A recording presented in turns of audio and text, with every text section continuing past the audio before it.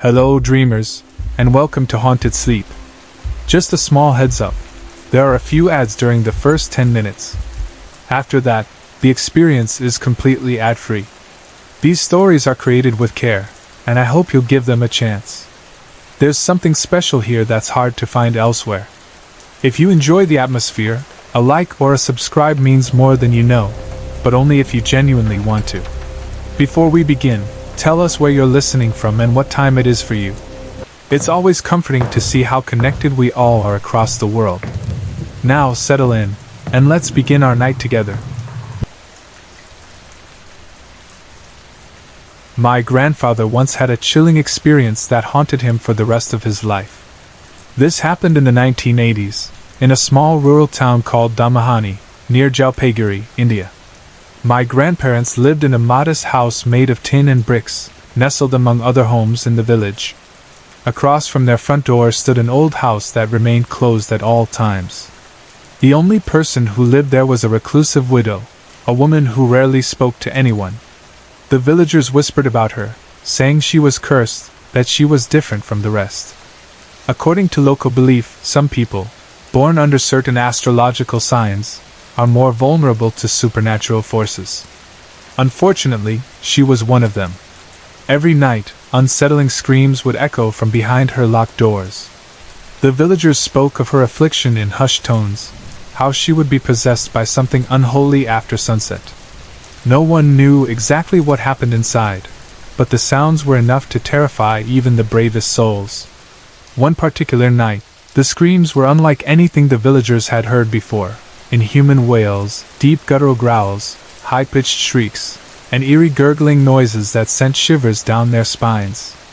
The cries of agony were so horrifying that, for the first time, the villagers decided they had to intervene. Armed with fire torches, a group of men, including my grandfather, cautiously approached the house. The strongest among them kicked at the door, trying to break it down. The screams escalated into a piercing crescendo before, suddenly, they stopped. A deep, unnatural silence swallowed the night. My grandfather, an elder in the village, was the first to step inside. The flickering torchlight barely illuminated the darkness, casting jagged shadows against the walls. A heavy, rotting stench filled the air, thick and nauseating. Then they heard it. A sickening sound, slurping, crunching, and gurgling. It sent ice through my grandfather's veins. Slowly, he moved the torch toward the source of the noise, and what he saw would stay with him forever. The widow was crouched in a corner, her bloodied clothes soaked in filth. Her matted hair clung to her face, wild and unkempt. In her hands she clutched the limp body of a hen that had wandered into her home. Only now, its flesh was torn apart, its bones crushed between her teeth. Blood dripped from her chin as she chewed, her lips stretched into a grotesque grin.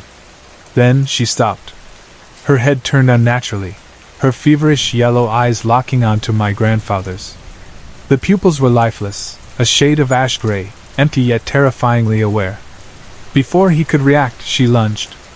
A guttural snarl ripped through the air as she sank her teeth into his thigh. The pain was instant and searing. The world spun as everything went dark. And then, my grandfather woke up, drenched in sweat, gasping for air. His heart pounded against his ribs as he sat up in his bed, trying to shake off the nightmare. It had felt too real, too vivid. His throat was dry, his hands trembling as he reached for the jug of water by his bedside. That's when he felt it, a sharp sting in his thigh. Confused, he grabbed the oil lamp and lifted his blanket. His breath hitched.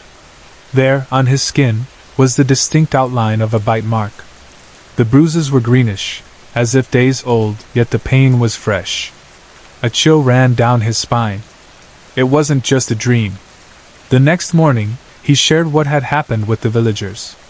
As he revealed the bite mark, an eerie hush fell over them. They were all too familiar with the widow's torment. That night, they had all been there. They had all seen her. And yet, hadn't she still been inside the house? Fear gripped the village.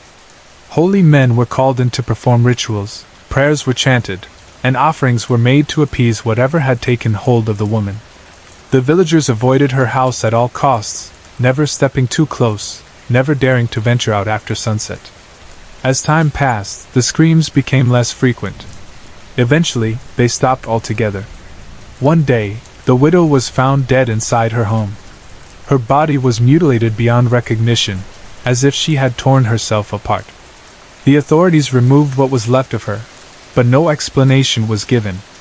Her house was demolished, burned to the ground, and more rituals were performed to cleanse the land. Even now, many decades later, that land remains untouched. No one dares to build on it. No one speaks of what happened. My grandfather carried the memory of that night with him until his final days. The image of her eyes, the way they had locked onto his, hollow and otherworldly, never left him. And even now, when I think about her, about the way she smiled through blood-stained teeth, a shiver crawls down my spine. Some things, he used to say, should never be seen. And some nightmares never truly end.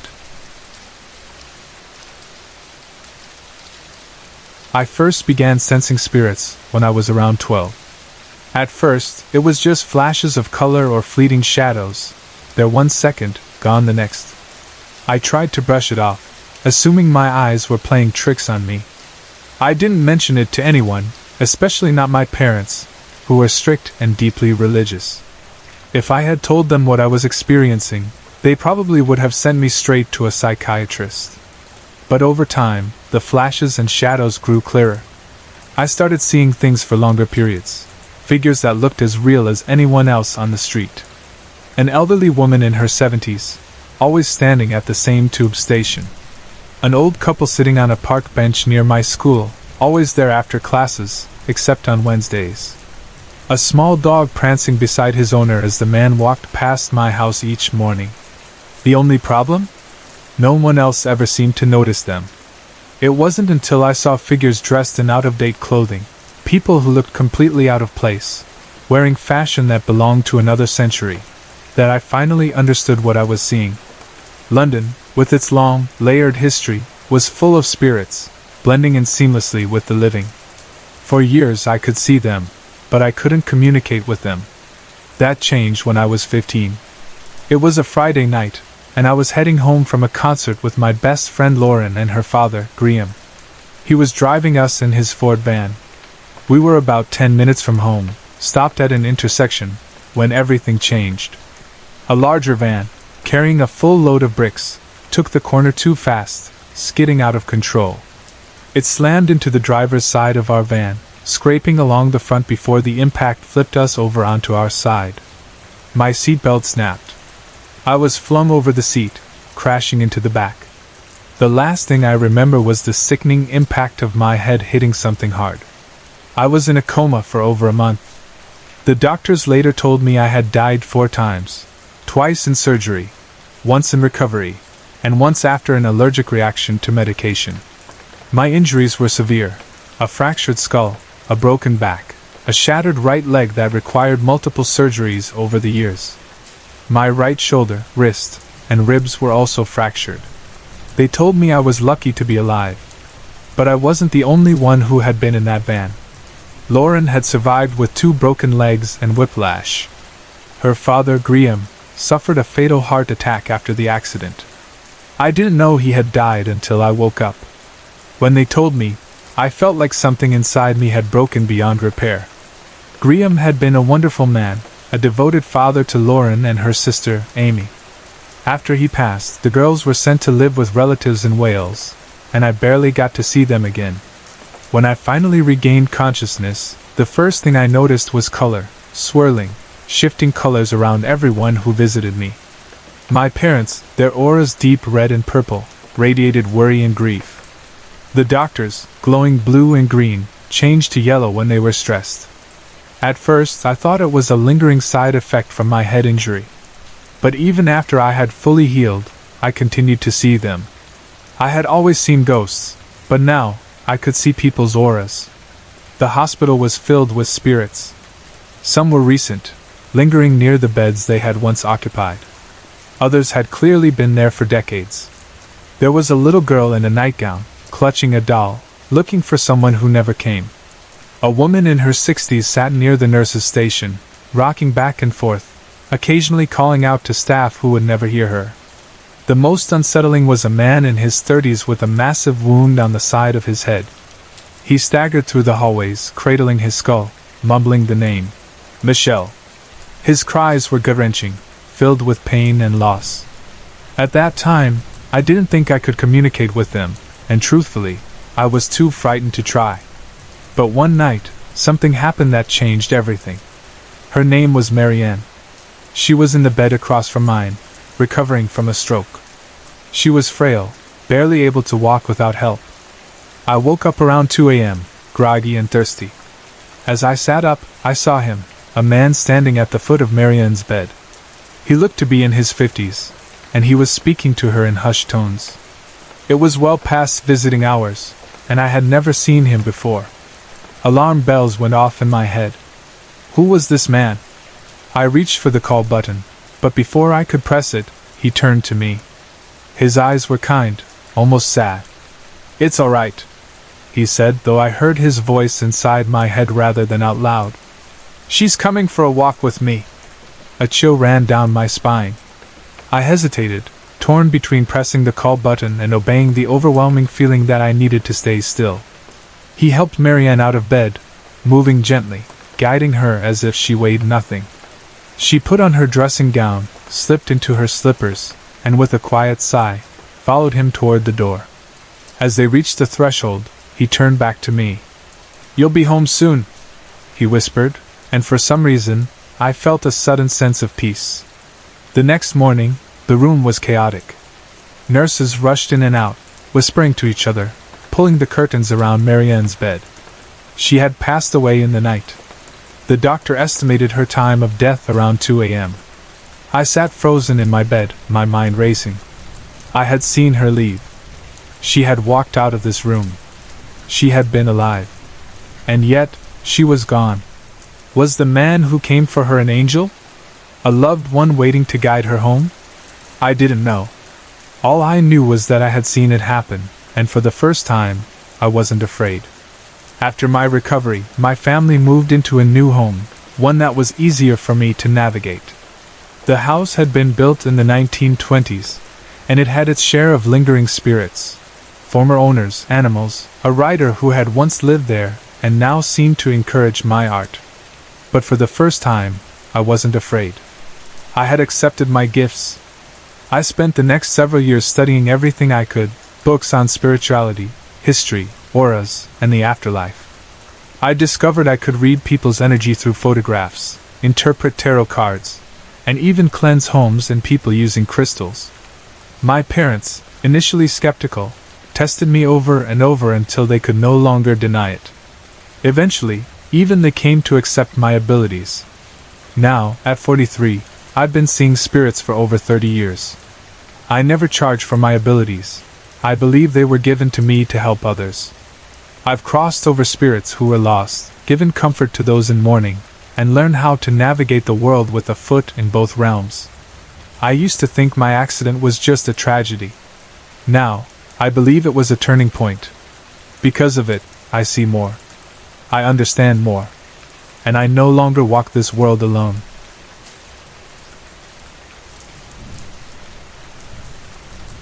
When I was around 7 or 8, just a few months after my grandfather passed away from cancer, I didn't fully grasp what death meant. I remember attending his funeral, but I didn't truly understand the weight of it or how I was supposed to feel. My grandmother's house was fairly modern, built in the 1970s, with no known history of anything dark or unsettling happening within its walls. I usually shared a room with my sister whenever we stayed over, but for some reason, that night, I was alone. Maybe it was the silence, or maybe it was just the natural curiosity of a child, but I began speaking softly to my grandfather, asking if he was there. I had likely seen people do this in movies or read about it somewhere, and something inside me wanted to try. The upstairs bathroom light was always left on for my uncle, who has Down syndrome, and the glow seeped into my room, giving me enough light to see. As I whispered out loud, the light suddenly turned off. I froze. 5 seconds passed, and then it flicked back on. Instead of being afraid, I was strangely calm, almost intrigued. I whispered again, asking what I believed to be my grandfather to do it once more. On command, the light went off again, this time staying off for nearly 10 seconds before turning back on. I wasn't scared. In fact, I felt comforted.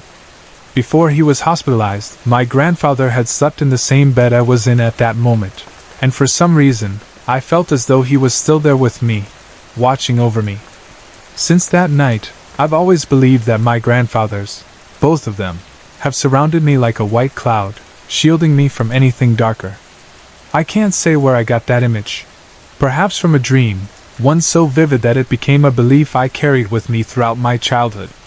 What's strange, though, is how differently my family experiences my grandmother's house. My sister and my dad, who isn't even from that side of the family, both feel that the upstairs has an unsettling, almost oppressive energy. They describe it as dark, eerie, even haunted. But for me, I feel peace there. I have no fear of the dark when I'm in that house, no unease being alone upstairs.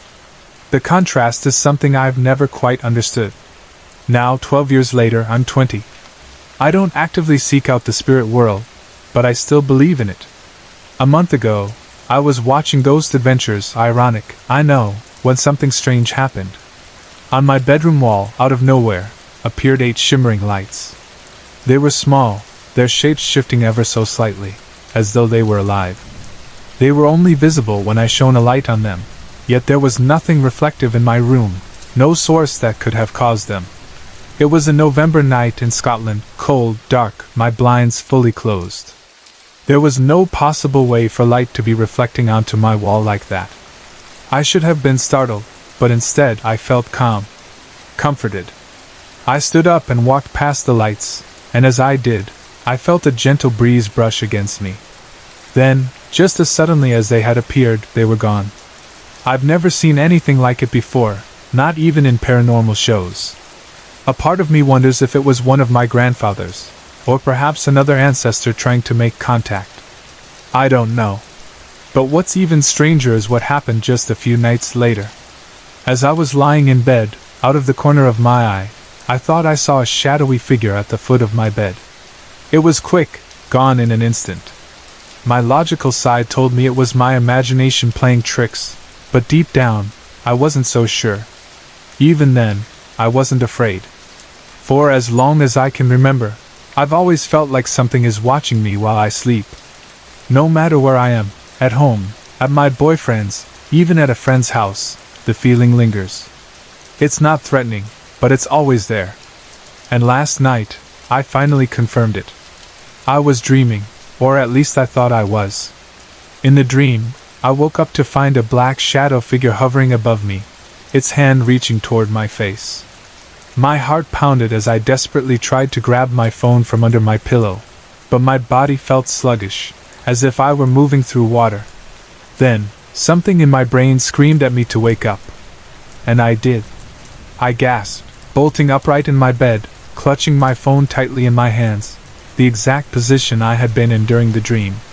I have never experienced sleep paralysis before, and as far as I know, there's no history of it in my family. But this felt different. This felt real. I don't know what's been watching me all these years.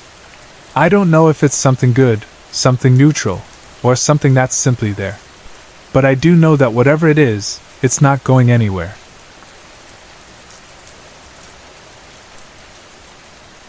My wife and her family came over from Vietnam in the early 90s.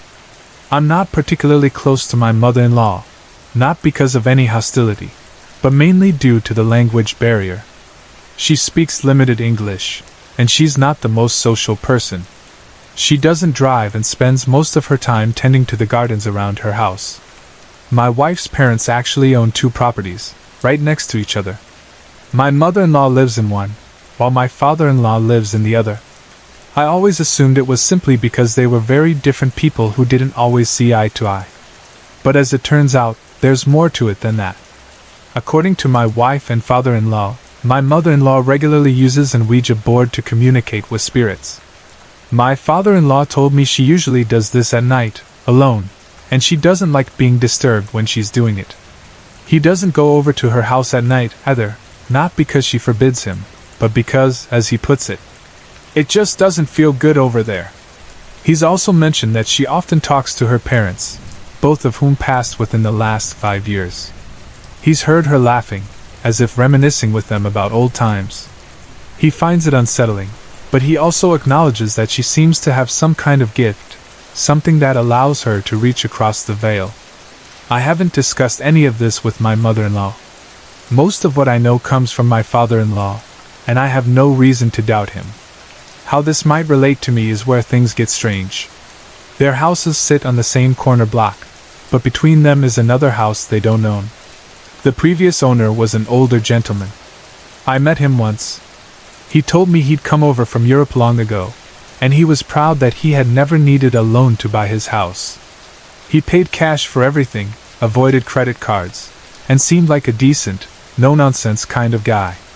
My mother-in-law had always wished he'd put his house up for sale so she could buy it and own all 3 properties, but that never happened. One day, while visiting my in-laws, I walked into my mother-in-law's backyard. She had a beautiful rose garden there, something she took great pride in.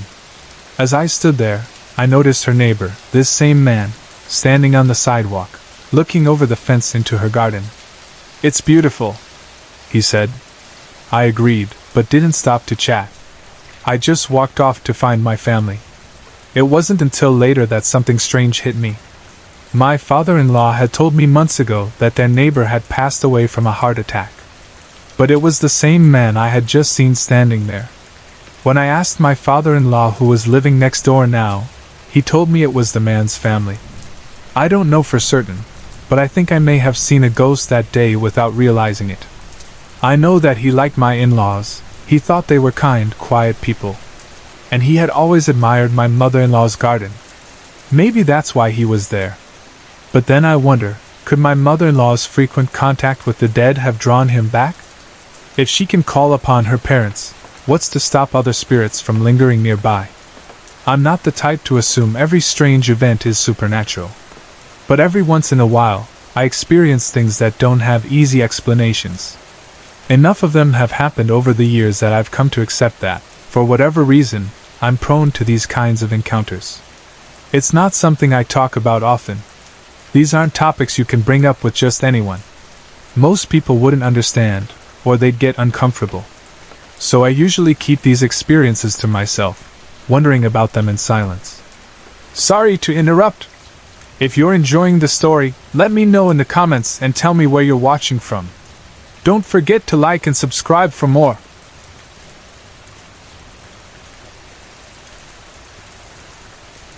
It was a cold winter night, around 10 p.m. on December 15th. I remember the date vividly, and I'll explain why later. I was in one of the back bedrooms of my house when I heard that unmistakable sound, a vehicle hydroplaning, tires skidding, and then the sickening crash of impact. I was on my phone with a friend at the time. Without thinking, I blurted out, "I gotta go," and tossed the phone onto the bed.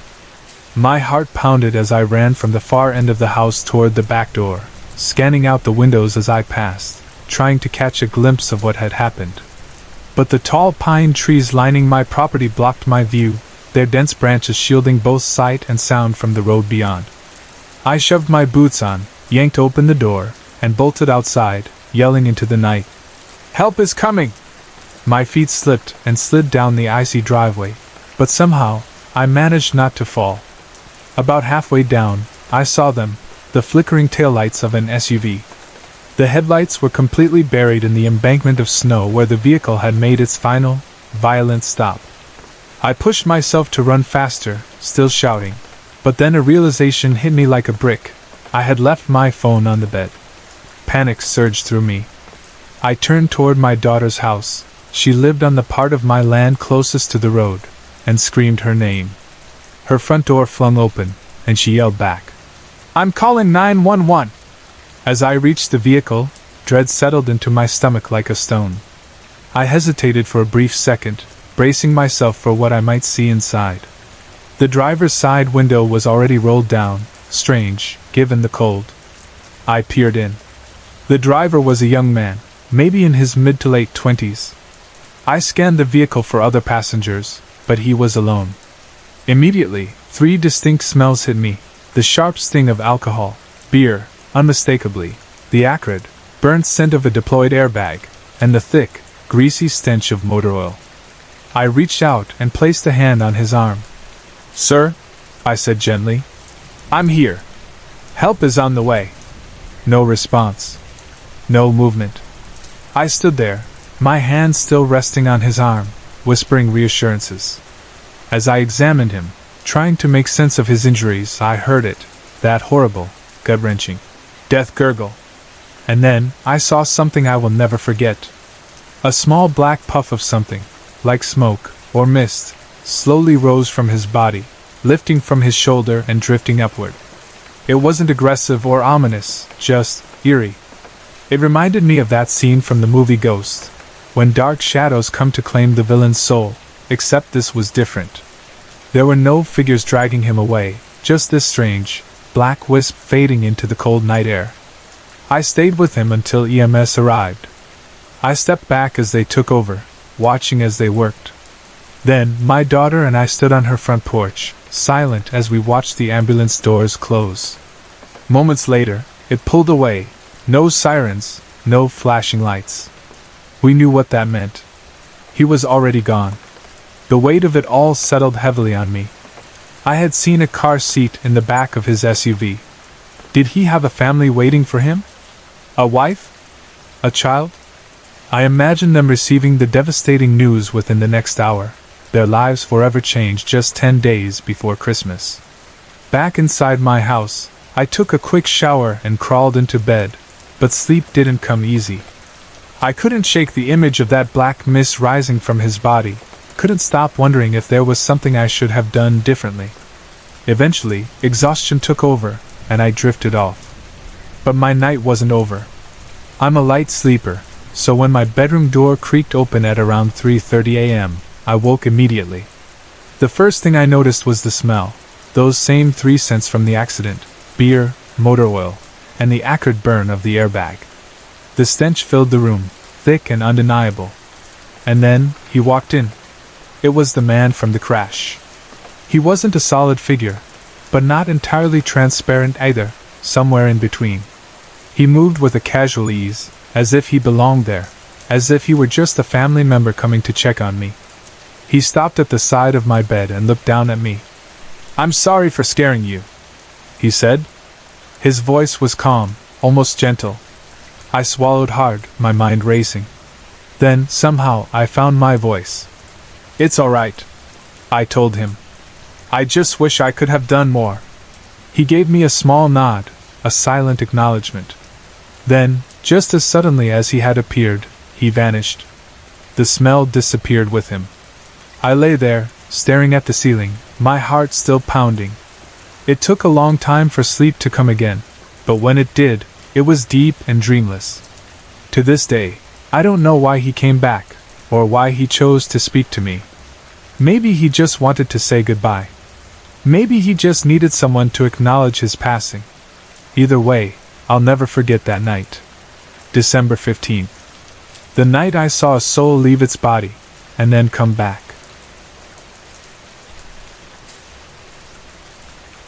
It was August of 2014 when my mother had a sudden stroke at our home. We were very frightened when it happened because it was so unexpected.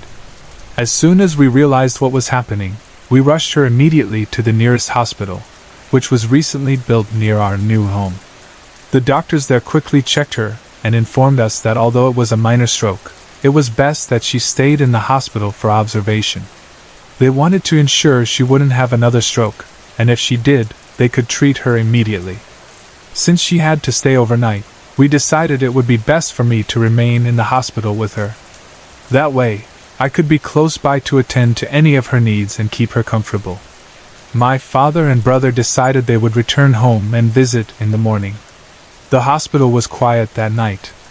The room we got was on the 6th floor, and there was a gentle stillness on our floor that made me slightly uneasy, though I couldn't quite say why.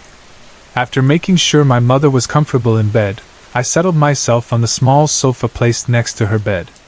The room was dimly lit. with a faint yellowish light that barely illuminated the corners of the room. Despite being tired, I found myself unable to sleep, as my head began to throb with a dull, constant pain. Around 12:30 in the night, the headache became unbearable. It felt as though someone was hammering inside my skull. I quietly murmured to myself, complaining about the discomfort, hoping not to disturb my mother who was resting peacefully beside me. Realizing the hospital pharmacy would surely have something for headaches, I decided to go downstairs to fetch medicine. I whispered gently to my mom, informing her I was stepping out briefly for medication. She acknowledged me with a slight wave of her hand, and I quietly left the room. Outside in the corridor, everything seemed even quieter. The floor was deserted except for me, and as I waited for the elevator to arrive, the silence began to make me uncomfortable. After what felt like an unusually long wait, the elevator finally reached the 6th floor with a soft ding. As the doors opened, I caught sight of 2 ward attendants bringing a stretcher from the corridor on my left, where I knew the hospital morgue was located. The stretcher held a body, neatly covered with a clean white sheet. Seeing the covered body sent a chill through me. Quietly, I whispered a prayer, hoping that person's soul would rest peacefully. The 2 men stopped at the service lift, which was used exclusively for hospital trolleys and equipment. Just as I entered my own elevator, I saw an old man slowly approaching.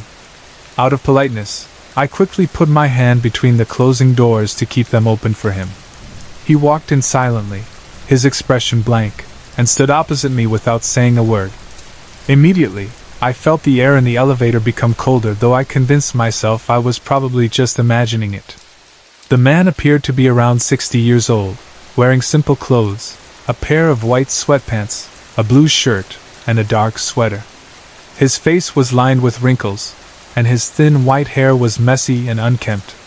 Trying to ease my own nervousness and fill the uncomfortable silence, I casually remarked, "It's quite chilly tonight, isn't it?"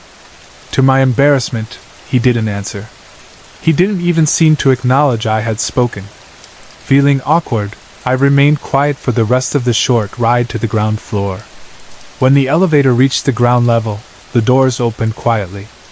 I stepped out first and turned toward the pharmacy, which was located down the hallway on my left. Out of the corner of my eye, I noticed the old man walking slowly towards the right corridor, a darkened hallway that I knew ended abruptly in a dead end. I paused for a brief second, wondering what he was doing, but decided it wasn't my business. Still, I couldn't shake the uneasy feeling he had given me. As I walked towards the pharmacy, distracted and unsettled, I suddenly heard someone yell, "Hey, watch out!" Before I could react, I collided forcefully with a trolley coming from the opposite direction. As I fell, I reached out to grab something to steady myself, accidentally pulling at the white sheet covering the trolley. I hit the floor hard, and a sharp pain spread across my back and head. The 2 ward attendants immediately rushed over to help me. Dazed from the fall, I realized these were the same 2 men I had seen earlier, taking the body from the morgue. They helped me up, asking if I was hurt. I was about to answer when something caught my attention and froze me completely. There, clearly visible under the white sheet, was the face of the same old man who had been in the elevator with me moments ago. My heart began racing, and I felt my blood run cold as confusion and fear took hold of me. Instinctively, I turned my head towards the darkened hallway where the old man had walked. To my horror, he stood there, staring directly at me.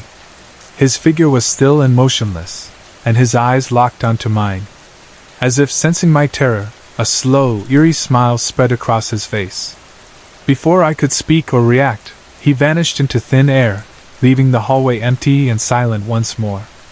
I felt weak, dizzy, and utterly confused. My head pounded even harder, and the fear of what I had just witnessed made me tremble. The 2 attendants noticed my reaction and gently led me towards the pharmacy, assuming I was hurt or unwell due to the fall. The lady at the pharmacy counter quickly gave me medication, and though she asked if something was wrong, I merely mentioned my headache and said nothing about the frightening encounter. Determined to avoid another unsettling incident, I decided to take the stairs back up to the 6th floor. As I climbed, each step felt heavy, and my thoughts were clouded with fear and confusion. By the time I returned to my mother's room, I was drenched in sweat, exhausted and unsettled by what had occurred downstairs. Seeing my mom still peacefully asleep, unaware of my terrifying experience, comforted me slightly. But every time I tried to close my eyes, the image of the old man's sinister smile returned, keeping me awake. That night felt impossibly long. The minutes ticked by slowly, and each small sound from the corridor made my heart race. I couldn't shake the feeling of being watched, of something lingering nearby. Even as dawn approached and sunlight started to peek through the window blinds, my anxiety didn't lessen. When morning finally came, the hospital was bustling again. Nurses moved quickly from room to room, doctors chatted in the hallway, and my father and brother arrived, concerned yet relieved to see our mother doing well. I chose not to tell anyone about what had happened during the night, fearing they wouldn't believe me or, worse, dismiss it as my imagination. For the rest of our stay at the hospital, I avoided using the elevator altogether. Each time I passed by it, I felt a chill run down my spine, remembering clearly the unsettling figure and the eerie smile. After my mother was discharged and we returned home, the memory stayed with me, haunting me in quiet moments and lonely nights.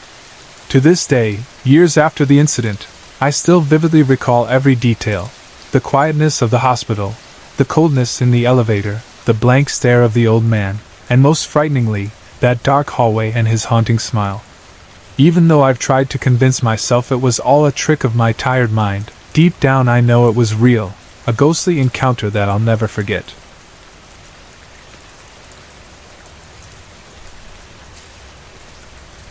It was the year 2014 when my Uncle Anil first moved into a new guest house provided by the company he worked for. He had just landed a good job in Mumbai, and this guest house was shared by him and a few other employees. The guest house was a modest building, simple yet comfortable. It had only 2 floors. The ground floor had the kitchen and bathroom, while the first floor was meant for sleeping. The first floor also had a small balcony and a staircase that led to an open roof area, flat enough for people to sit or even sleep during warm nights.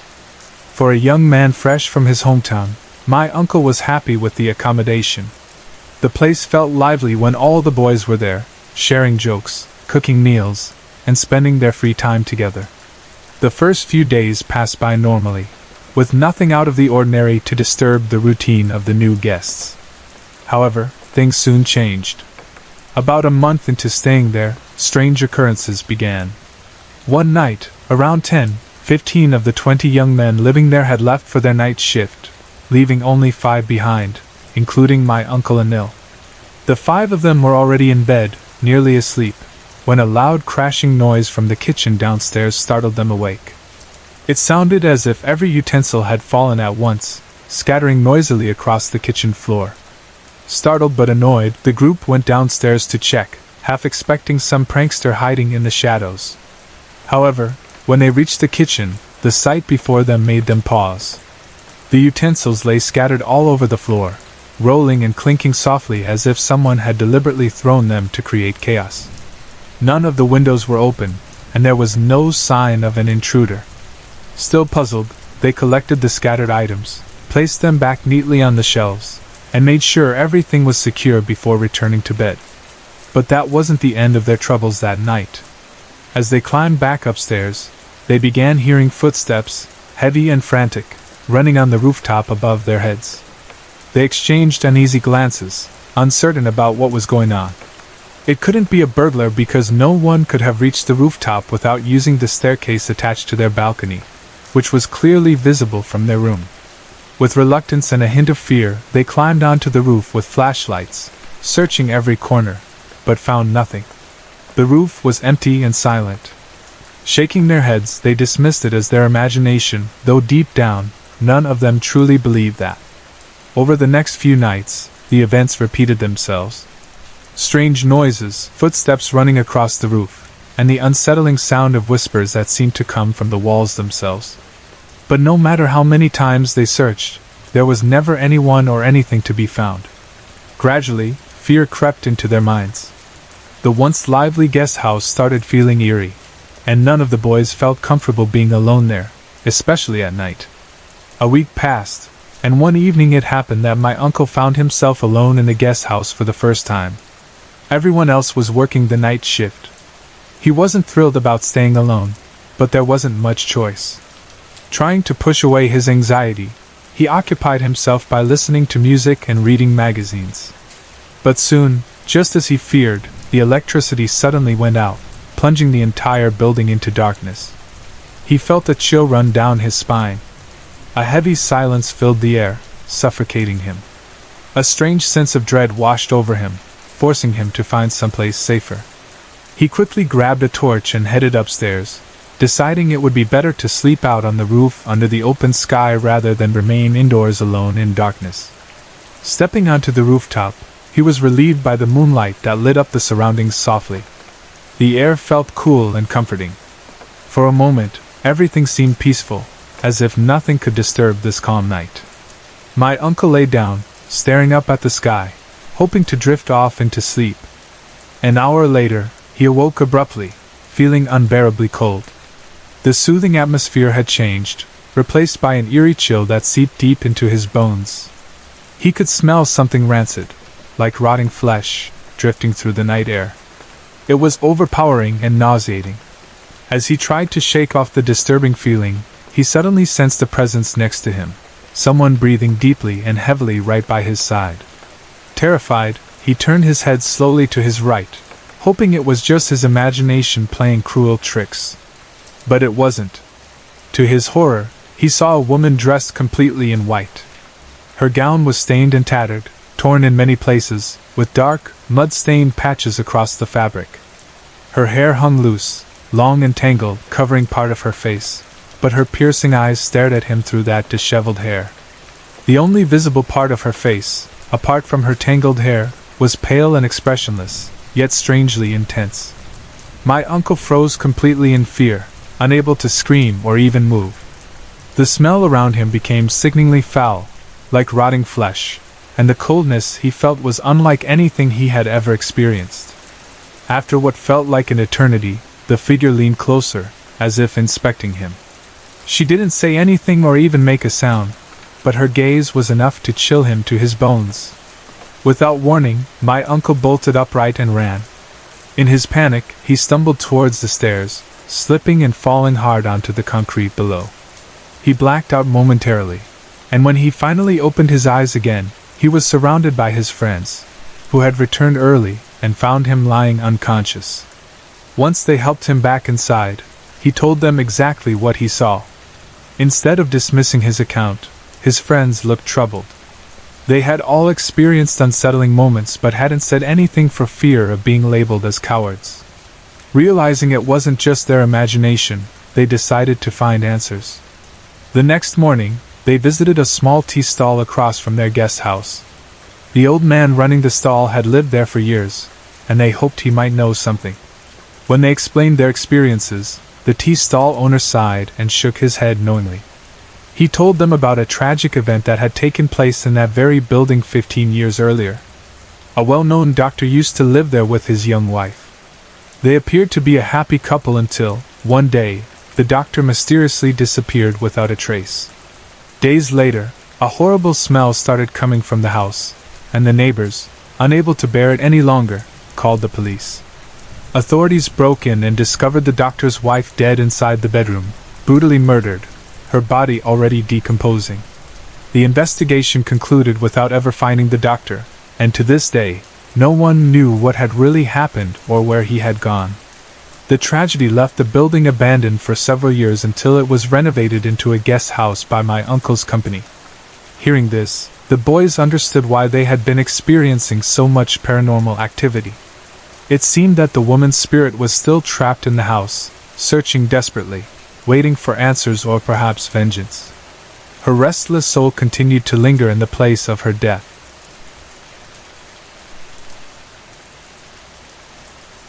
When I first moved from Louisiana to St. Louis to pursue graduate studies at the University of Missouri, I had no idea how deeply one choice would affect my life. I purchased a small, charming brick bungalow at an incredibly low price, a deal I felt lucky to find. The previous owner, an elderly woman, had suffered a stroke and moved into assisted living, leaving behind almost everything, including her furniture and appliances. The house was built in 1884, and stepping inside felt like traveling back in time. It had original features like ornate grillework, beautiful antique light fixtures, a classic clawfoot bathtub, and a stunning fireplace framed by 9-foot pocket doors.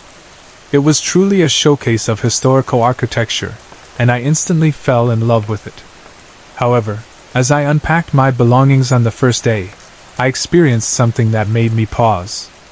I felt someone, or rather something, standing right next to me, and then I heard a voice clearly whisper, "My name is David." It wasn't frightening or alarming, just gentle and clear. On the table next to me was an old Bible left open by the previous owner, and it was open to chapter 29, the story of King David. I was intrigued but not scared.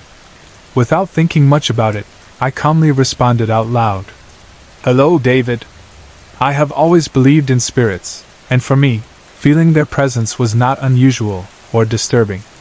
In the months that followed, David made his presence known frequently. It started subtly at first, but soon enough I noticed regular occurrences that I couldn't explain. Lights flickered randomly, or turned themselves on and off without warning. I heard distant voices whispering in the middle of the night, as though someone was quietly conversing in another room. Objects around my house vanished and later reappeared in places I knew I had not placed them. Pictures that I straightened every day kept becoming crooked again, almost like someone was playing a gentle game with me. Things escalated further when I began renovating parts of the house. As I painted walls and repaired fixtures, it seemed David's activity intensified. Perhaps he was curious or anxious about the changes happening to the house he once loved. Throughout the process, I would talk to him, reassuring him that I was only trying to restore the home and that he would be pleased with the result. The whole time, I felt deeply that this home truly belonged to David, and I was simply there to care for it. After almost 9 months of these experiences, I finally decided to contact a medium. Not because I was afraid, but because I wanted to understand why David was still here, and if there was anything he needed or wanted me to know. The medium arrived and immediately confirmed David's presence. She explained that David was a man who had lived in this home around the mid-1800s.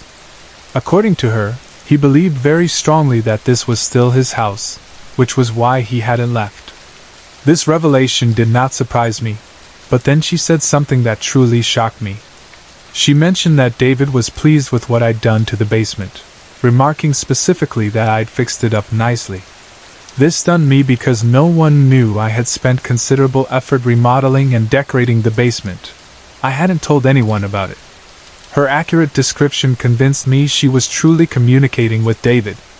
She continued, explaining that David was deeply saddened and confused, as he didn't fully realize he had passed away. He felt alone, wondering why his family and friends had left him behind. This was something I had always felt about David.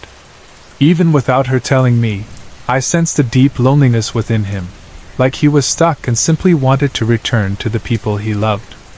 The medium guided me through a simple but heartfelt ritual to help David realize that it was time to move on, to finally find peace.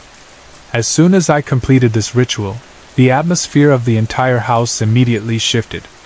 It felt empty, calmer, and lighter, as though a heavy burden had been lifted. The constant feeling of being watched vanished. The electrical disturbances stopped completely, and even my belongings ceased moving around on their own. In a strange and bittersweet way, I felt a sense of loss after David left. Though he was a spirit, he had become a comforting presence. He never frightened me, rather, he made me feel protected.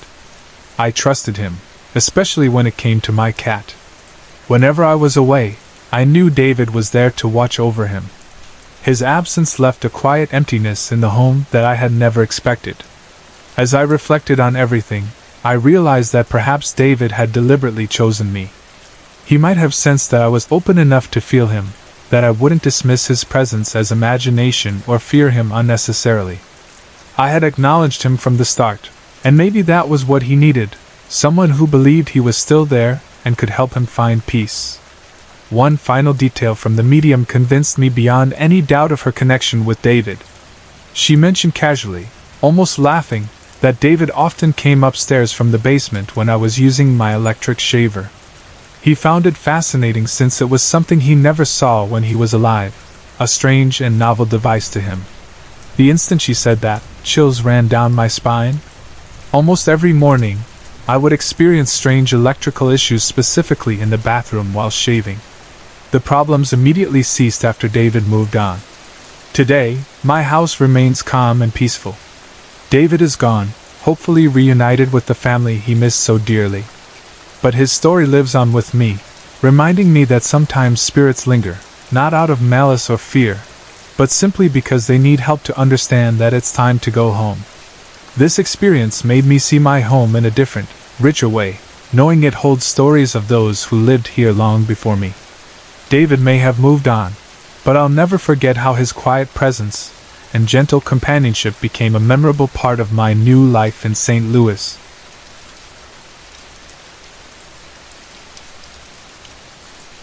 When I first moved to Johannesburg, South Africa, I was living in a shared house with some other people.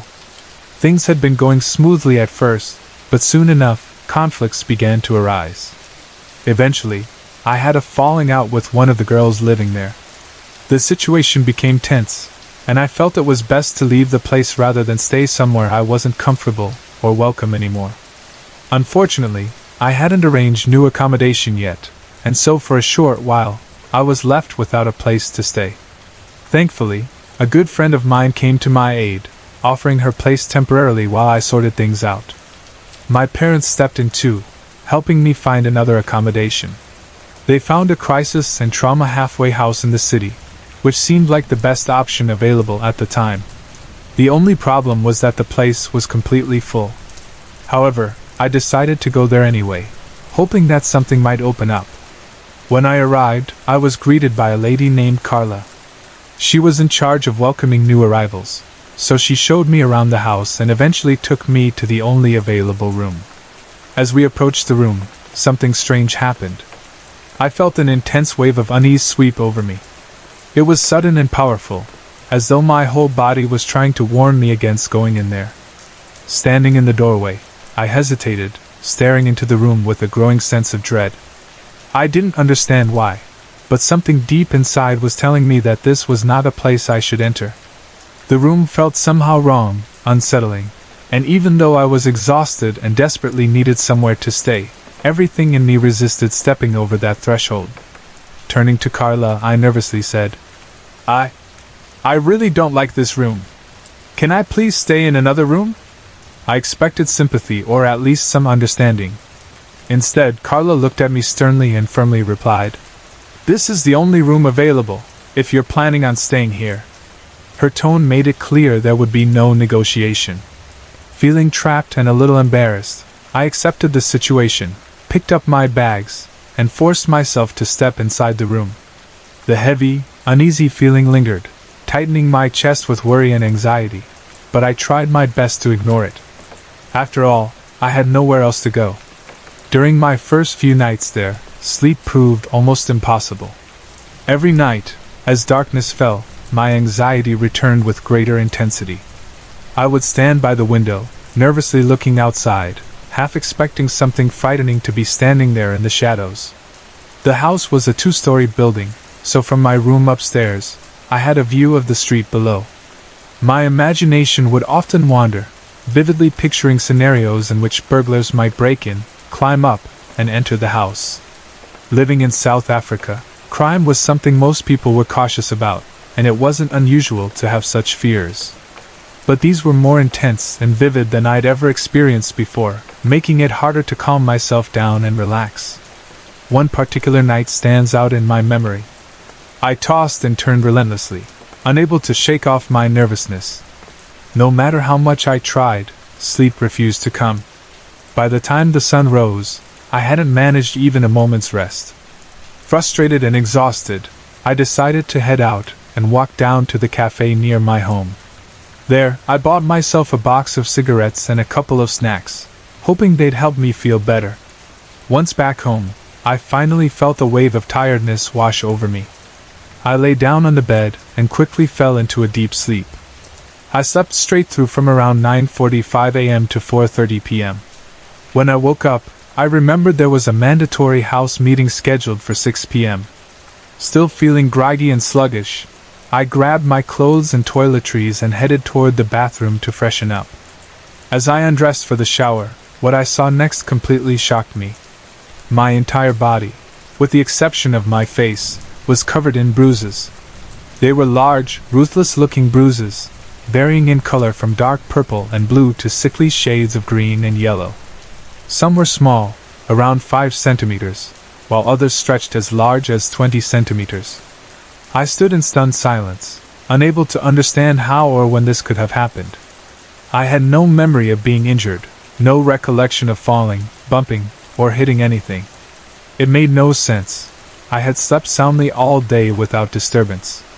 Still trying to process what I was seeing, I turned around to look at my back in the bathroom mirror. What I saw terrified me even more. There, etched deeply into the skin of my back, were 3 long, ugly gashes or scratches.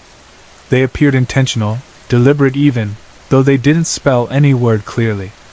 The marks seemed almost symbolic, mathematical in shape, and in one spot, I could vaguely make out something resembling the letter Y.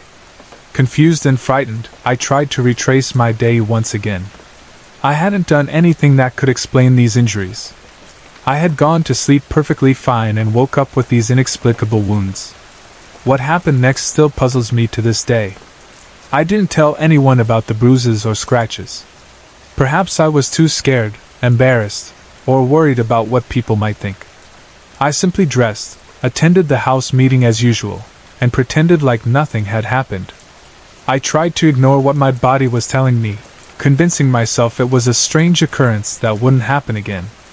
About 2 weeks later, as the bruises slowly faded and began to heal, I finally decided to show a couple of the bruises, now mostly healed, to Carla.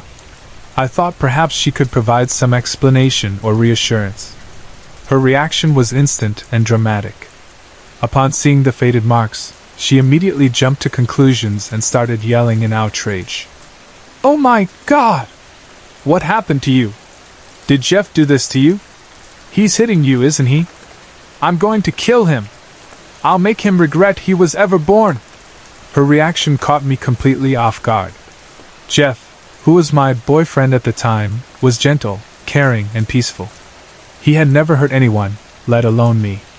I quickly interrupted Carla and tried to reassure her. "Jeff would never do this. He didn't hurt me." I could see she was skeptical, and she continued to hold on to her suspicion about Jeff. Even today, she refuses to accept my denial and still believes Jeff had harmed me. To this day, I cannot explain what happened that night. I never experienced anything like it again, but the memory still sends shivers down my spine. I don't know if the uneasy feeling in that room was somehow connected to what happened to me, but deep inside, I feel it was. Whatever caused those bruises and scratches, it wasn't Jeff, it wasn't an accident, and it certainly wasn't anything I can rationally explain. The unsettling events of that night remain a mystery, quietly haunting me even now. Sorry to interrupt. If you're enjoying the story, let me know in the comments and tell me where you're watching from. Don't forget to like and subscribe for more. In the early 1980s, I started working for the Carnation Milk Company located in Aylmer, Ontario. The factory itself was very old, built around 1905 or so, and still used some machinery from when it first opened. As a stationary engineer, my job was in the boiler room, and it required me to be on site all the time, day or night, weekday or weekend, because boilers never stopped running, even after the factory's production had ended for the day. During night shifts, I was usually the only person present in the entire building, and although the boiler room was comfortable, especially on cold nights, the rest of the factory felt lonely and even a bit eerie. Low lighting and shadows created by old machines only added to the feeling of unease. Back then, I was young, and the shift work often interfered with my social life. To help me pass the long and lonely night shifts, sometimes my friends would stop by to keep me company. Whenever someone visited, food, especially pizza, was usually involved, making the nights much easier to manage. One evening, around 1 a.m., my friend Kim dropped by to visit, bringing with him a fresh, hot pizza. We decided to head to the lunchroom located within the main part of the factory to enjoy our late-night meal. At first, everything felt perfectly normal. We were chatting, laughing, and eating our pizza when, suddenly, I started to hear something odd. It sounded distinctly like two women talking softly. Initially, I didn't say anything to Kim.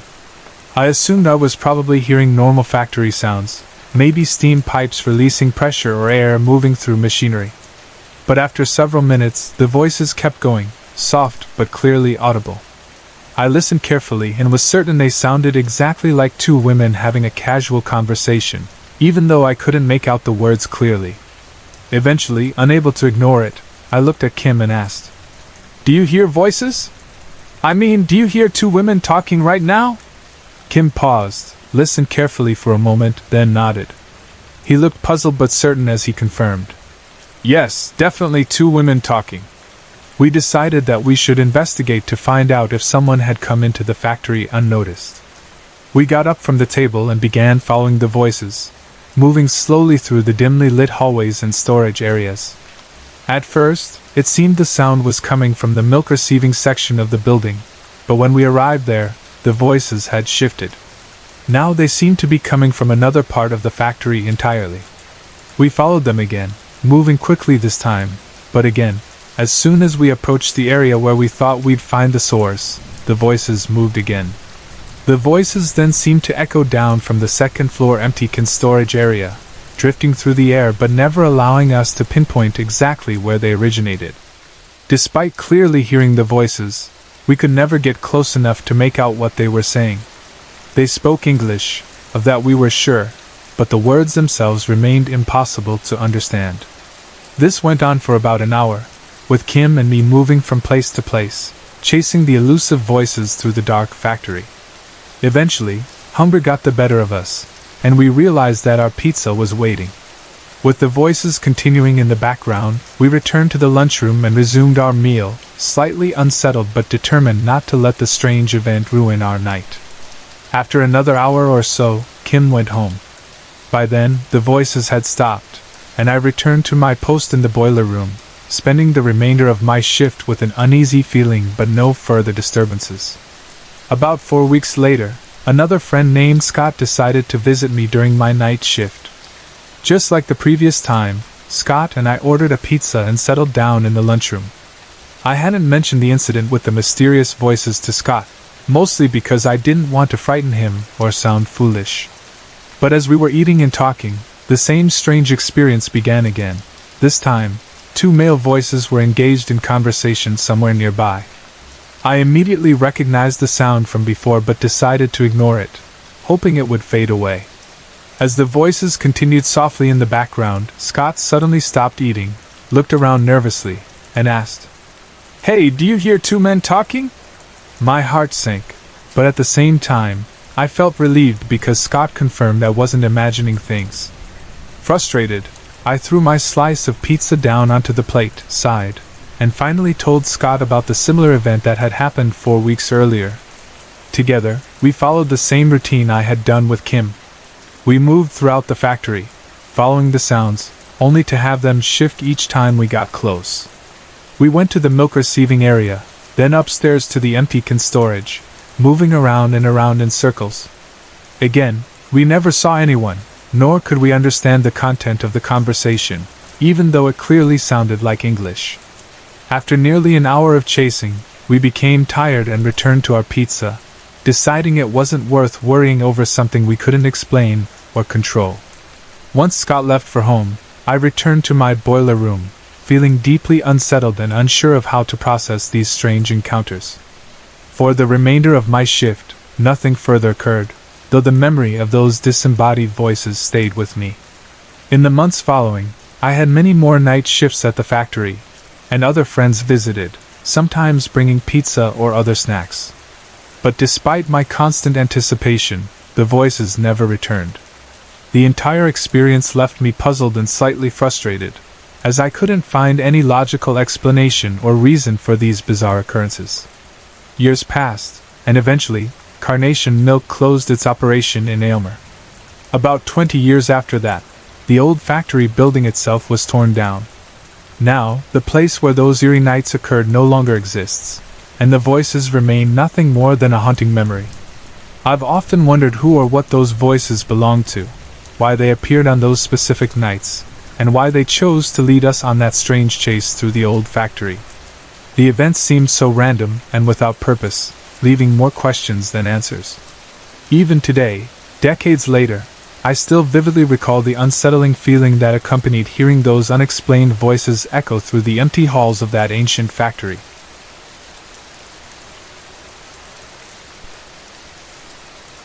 It was the time when I was around 40 years old, and life had brought me to a strange crossroads. Both of my parents had passed away. My mother had suffered severely from Alzheimer's disease, and my father, who was quite elderly, was not in good health. It was during this challenging period that I learned something startling and deeply unsettling about myself. I discovered that I was adopted. Deep down, I'd always suspected this. My father had always been distant, self-centered, and secretive, while my mother's illness had stolen away her memories long before I could ask her anything meaningful. When I confronted my father with solid proof of my adoption, he reluctantly admitted the truth. In his own proud and selfish way, he said that he'd saved me, claiming that no one else had wanted me. As usual, it was all about him and his supposed greatness. I wasn't content with his version of the story, so I began searching for the real truth. After considerable effort, I found out what had actually happened. My biological parents had been poor and vulnerable, living in another part of the state. My adoptive father had been considered too old to go through the normal adoption process, so with the help of a corrupt judge and social worker, they arranged an under-the-table adoption. Tragically, one Sunday afternoon, county officials simply arrived and took me from my real parents. I was only 2 years old, and from that day onward, my biological parents never saw me again, never even knew what became of me. I later learned that my birth mother spent the rest of her life grieving for me.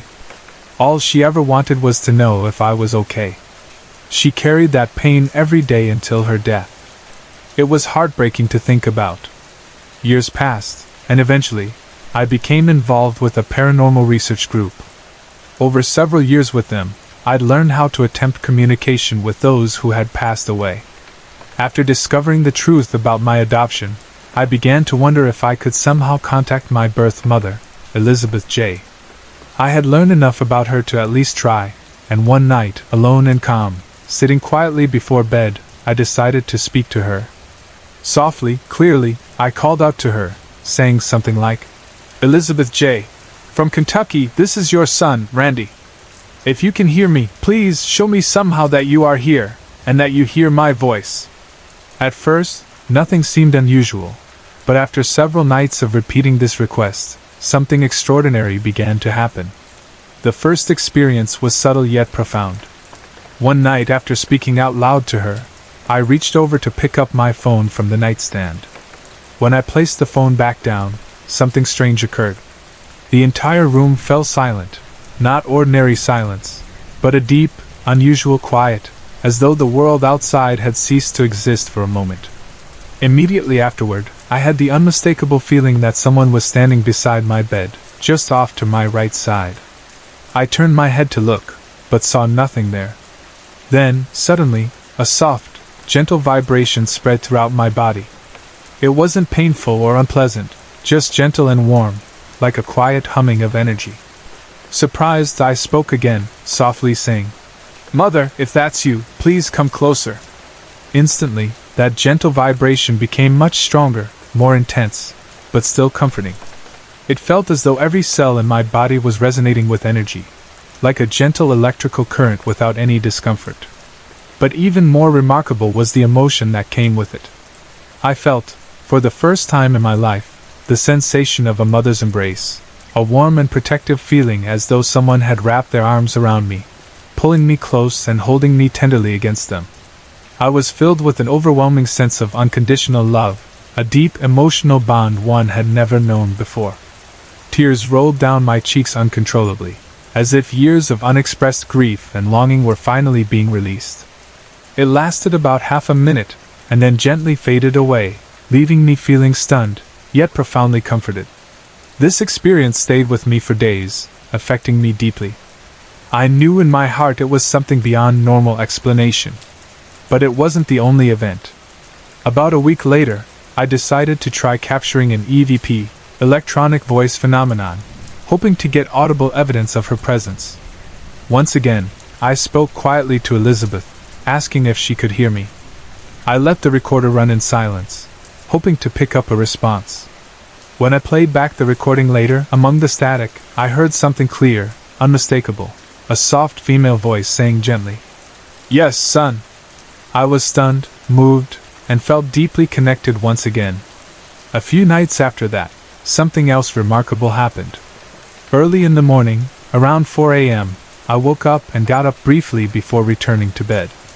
In that hazy state between sleep and wakefulness, I suddenly heard a beautiful female voice inside my mind, speaking clearly, saying, "Brandy, I'm here." Although I didn't speak aloud, in my mind, I replied naturally, conversing easily as though it was completely normal.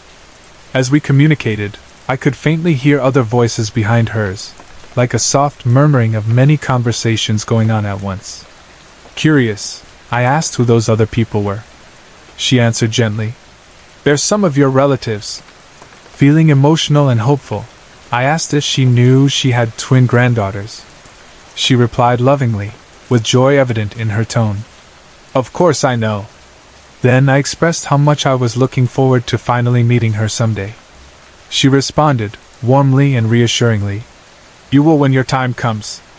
I will be very happy for that moment too, not because of your death, but because we'll finally be together." Before she faded away, she added tenderly, "Remember, I will always be near you, always listening, as I have been doing. I love you with all my heart." What stuck with me afterward, beyond her comforting words, was the quality of her voice. Without a physical body, her voice had a clarity and beauty impossible in the world we know. It was almost musical, pure and soothing in a way that's impossible to adequately describe with mere words.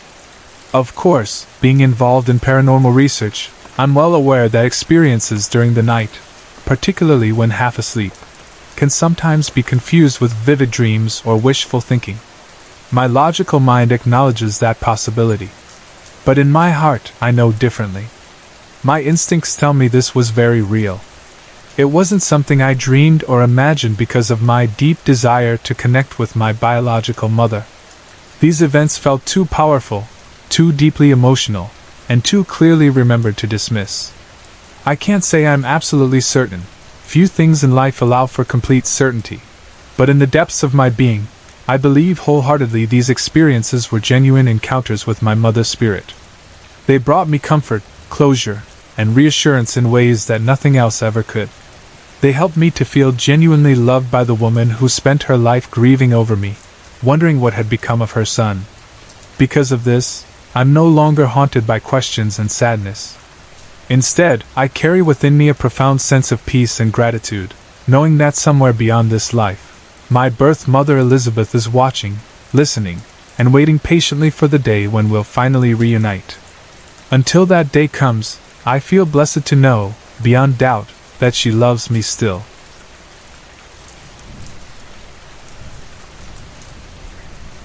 When I was around 9 years old, something strange happened to me that has stayed with me ever since. It's odd, because now, almost 8 years later, the memory frightens me even more than it did at the time. I grew up in an area that's quite unusual. Part of it lies in England, and part of it in Wales. My school was in Wales, and at one point, our class went on a trip to an educational activity center in a rural, isolated place. We spent several days there doing outdoor activities like hiking, raft building, and wading through freezing streams, things I didn't particularly enjoy. Maybe that's why some of my memories of that place are hazy, as if my mind tried to block them out. To be honest, I really hated it there. Everything felt damp, dirty, and gloomy. But beneath the dirt and grime, there was something else about this place, something I couldn't quite explain but could feel very strongly. Everywhere I went, there was a strange, unsettling sense of dread, an uneasy feeling that something was deeply wrong. It was like an invisible darkness was present, though at the time, I was probably more focused on just surviving the miserable conditions and all the exhausting activities. I hadn't thought about that experience for a long time, until recently, when I stumbled across some photos online of the building. Suddenly, all the memories rushed back to me, clear and vivid, reminding me of what I had tried to forget. On the last morning of our stay, I was finally in good spirits because we were about to leave. We were gathered outside, waiting for the van that would take us to our last activity, which required special clothing. For some reason, I had to go back into the main building to fetch one of the suits that had been left behind. As everyone else stayed outside, chatting and waiting, I went inside alone. The room where the clothing was kept is etched deeply in my mind. It was small, compact, and very dimly lit, with wooden benches lining each wall. Hanging along those walls were heavy red suits we were supposed to wear. The room also had a large, humming machine in one corner, which made the air vibrate slightly with noise. There was a single window overlooking a dense patch of trees, dark and shadowy even in daylight. 2 doors connected this small room to the outside world, one that led straight outdoors, but it was always locked, and another door that opened into the main dorm area of the building. I entered the room and suddenly felt very hot, a strange heat rising from nowhere. My head felt fuzzy, as if a wave of dizziness had overcome me. Feeling overwhelmed, I had to sit down on one of the benches for a moment. As I sat there trying to regain my composure, my eyes drifted to the window. What I saw at that moment still makes my skin crawl, even now. Staring in at me through the window was a man with long, wild hair and a face that was twisted and ghastly, so terrifying that it looked utterly inhuman. He appeared dead, pale and horrifying, and I immediately felt sick. I froze for what felt like an eternity but was probably only a split second. Then, as quickly as it appeared, the face vanished, leaving nothing but the empty view of dark trees outside. Shaking uncontrollably, I bolted from the room, stumbling and running down the corridors until I reached the safety of my classmates outside.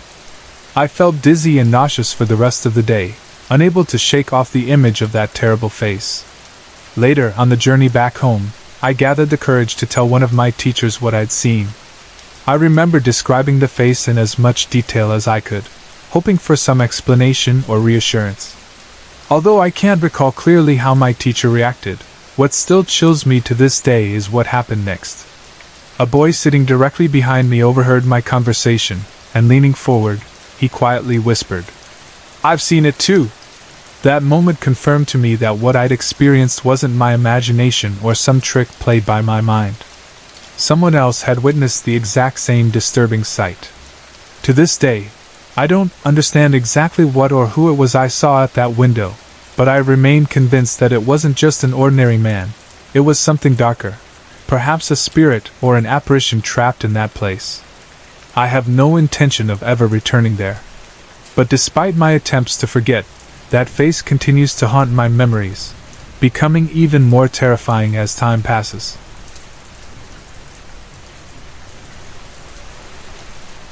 It was in the late 1980s when my mother decided we would move from the southern part of the country to the national capital region. The journey was a long one, nearly 12 hours by bus, and I remember clearly how tiring and overwhelming it felt. My mother told everyone who asked that the reason we moved was purely for career advancement. She wanted to work towards a big promotion. But deep down, even at a young age, I understood the real reason.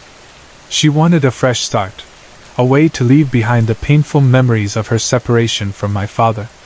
Shortly after their marriage, he abandoned us, leaving her with feelings of deep hurt and shame. So, we packed our bags and left behind our old life, hoping to build a better future, even though we knew the journey wouldn't be easy. My mother was a woman of determination. She quickly established herself as one of the most hardworking employees at her new job. She would arrive before everyone else and leave long after everyone had gone home. Even on weekends, she rarely took time off, as she was also pursuing her master's degree. Watching her struggle made me feel a sense of responsibility to ease her burden. I wanted to help her, so at only 10 years old, I learned how to cook, clean, and manage the house. Day by day, a routine began to take shape.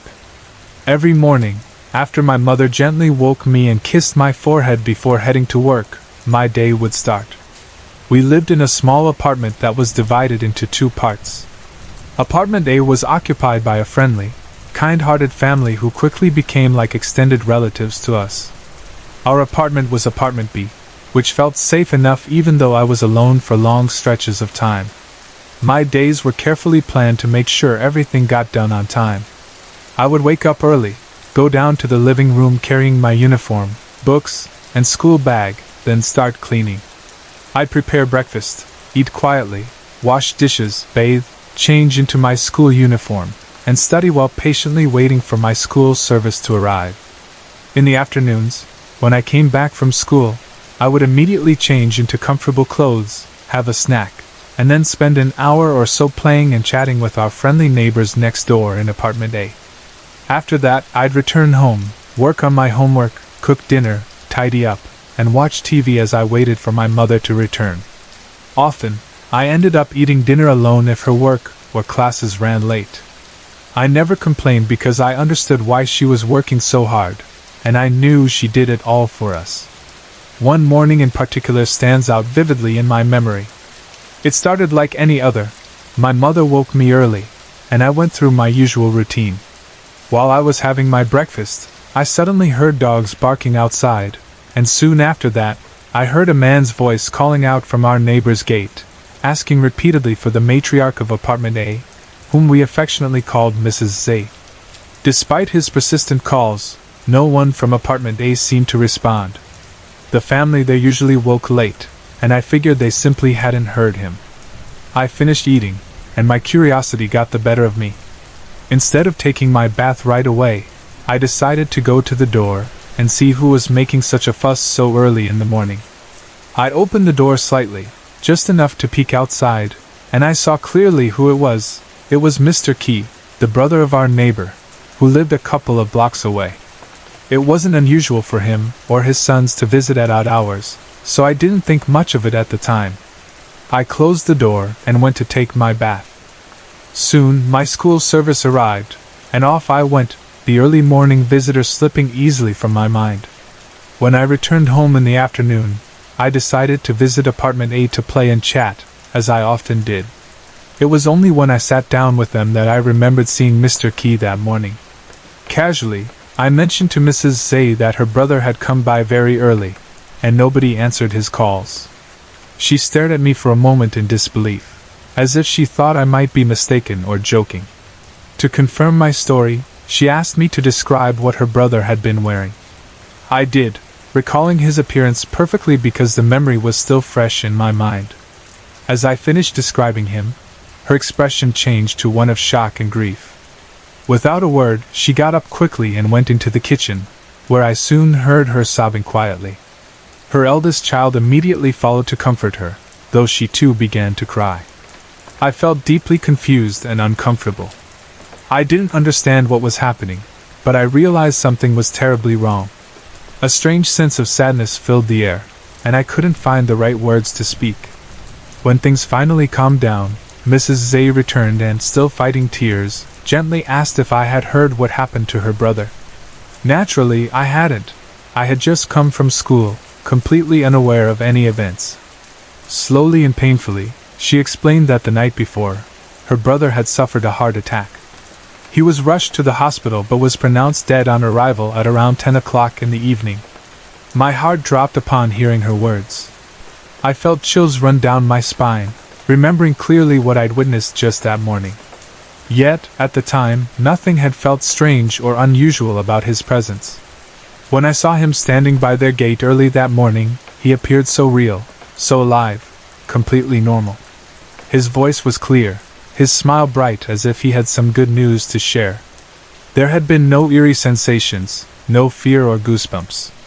In fact, I had felt nothing but curiosity at why no one from Apartment A had responded to him.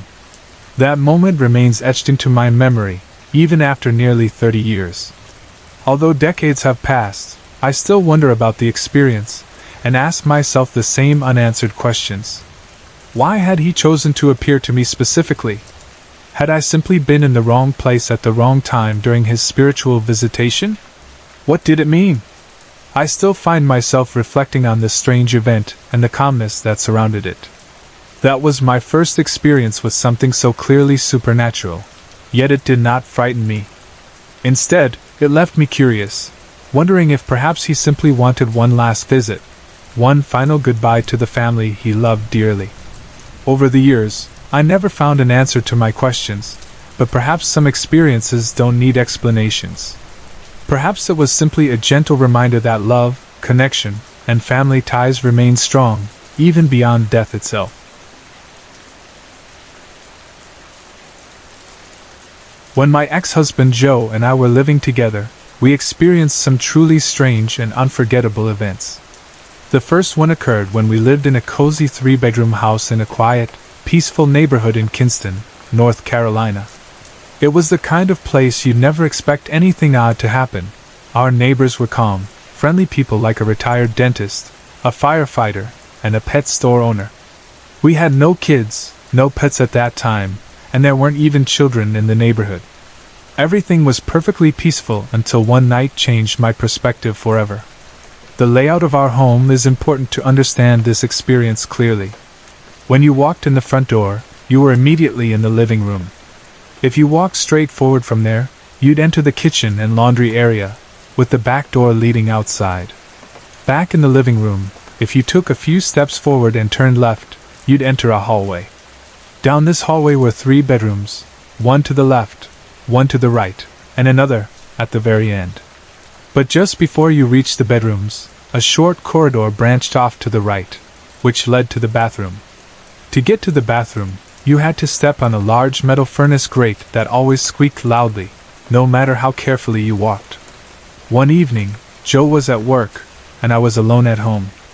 I went to use the bathroom, and being alone, left the door open. As I sat there quietly, something caught my attention from the corner of my eye. A figure, a man, walked quickly past the open bathroom door and moved silently down the hallway toward the bedrooms. My heart nearly jumped out of my chest. It felt so real and sudden that panic instantly took over. I hurriedly finished up, stood frozen for a moment, and tried to rationalize the situation. Maybe an intruder had entered the house? Gathering my courage, I slowly stepped out of the bathroom, moving as lightly as possible across the squeaky furnace grate, terrified I'd alert whoever was there. I checked the living room first. Nothing seemed out of place. The front door was locked, and the windows were secure. I listened carefully for sounds from the kitchen. Silence. My heart pounded in my chest as I approached the bedrooms. With no choice but to continue, I cautiously opened the door to the smallest bedroom, holding a wooden bat I had since 7th grade. Nobody was there. I checked the closet, still nothing. Next was our bedroom. Again empty. My heart was racing as I moved to the final bedroom, convinced this had to be it. Swinging open the door, I braced myself, but again, nothing. Absolutely nobody was there. Now, genuinely frightened, I retraced my steps, checking every corner of the house once more. I found nothing. Yet I knew with certainty what I'd seen: a man wearing work pants and boots. Though I never clearly saw his face or upper body, I instinctively knew he was a white male. Shaken, I called Joe at work, asking him to come home immediately. When he arrived, he calmly went through the house with me, double-checking doors, windows, and closets. He found nothing unusual. Neither of us slept a wink that night. When I later asked the house owner if anyone had died there, he assured me nobody had, and nothing like that had happened before. It never happened again while we lived there, yet I never forgot the eerie feeling of seeing someone who simply vanished. Years later, Joe and I had moved to a rural area called Deep Run, North Carolina, where we rented a mobile home with a huge fenced-in yard. By then, we had 2 beloved dogs, Prissy and T-Bone.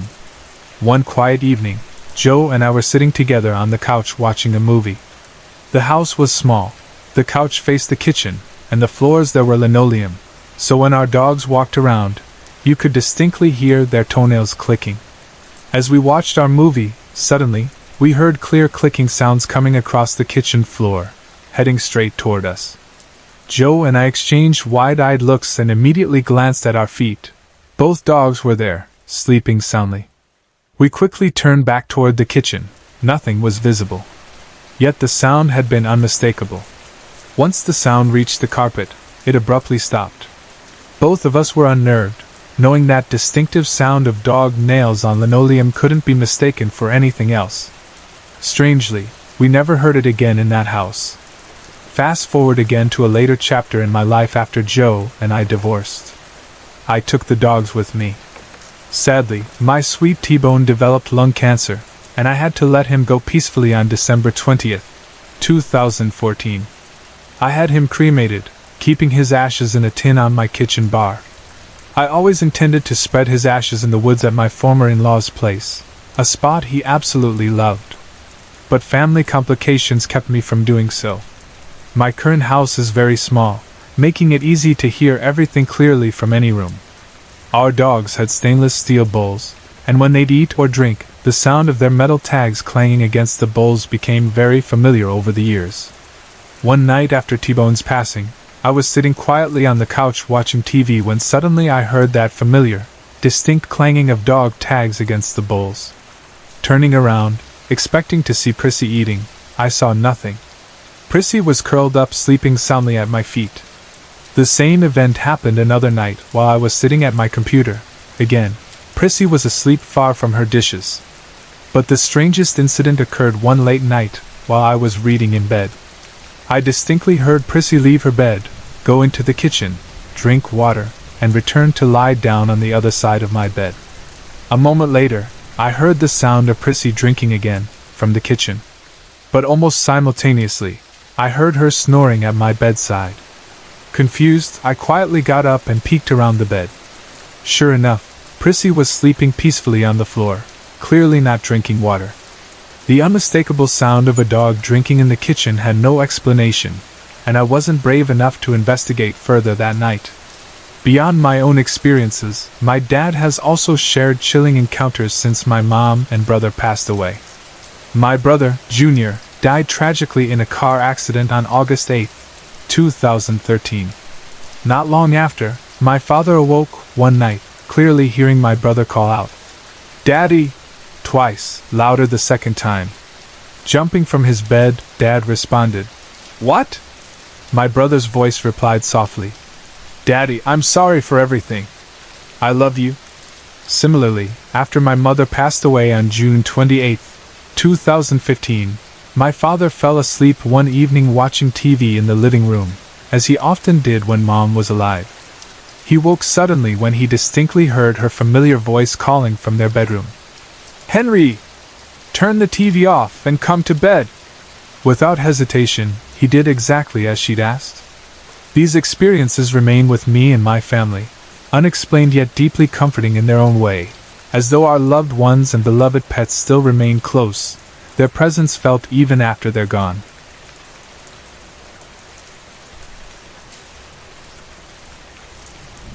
It was an exciting time for me, moving into my new home, a cozy apartment in a lovely estate in Johannesburg. The neighborhood was charming and inviting, and the best part was how quickly I got along with my neighbors. They weren't just neighbors, they became friends. We would gather in each other's apartments often, sharing meals, laughter, and stories, always listening earnestly to whatever tale one of us had to tell, no matter how strange or bizarre it might seem. The trust and warmth among us created a comforting atmosphere, filled with humor, understanding, and mutual respect. One evening, I found myself struggling to fall asleep.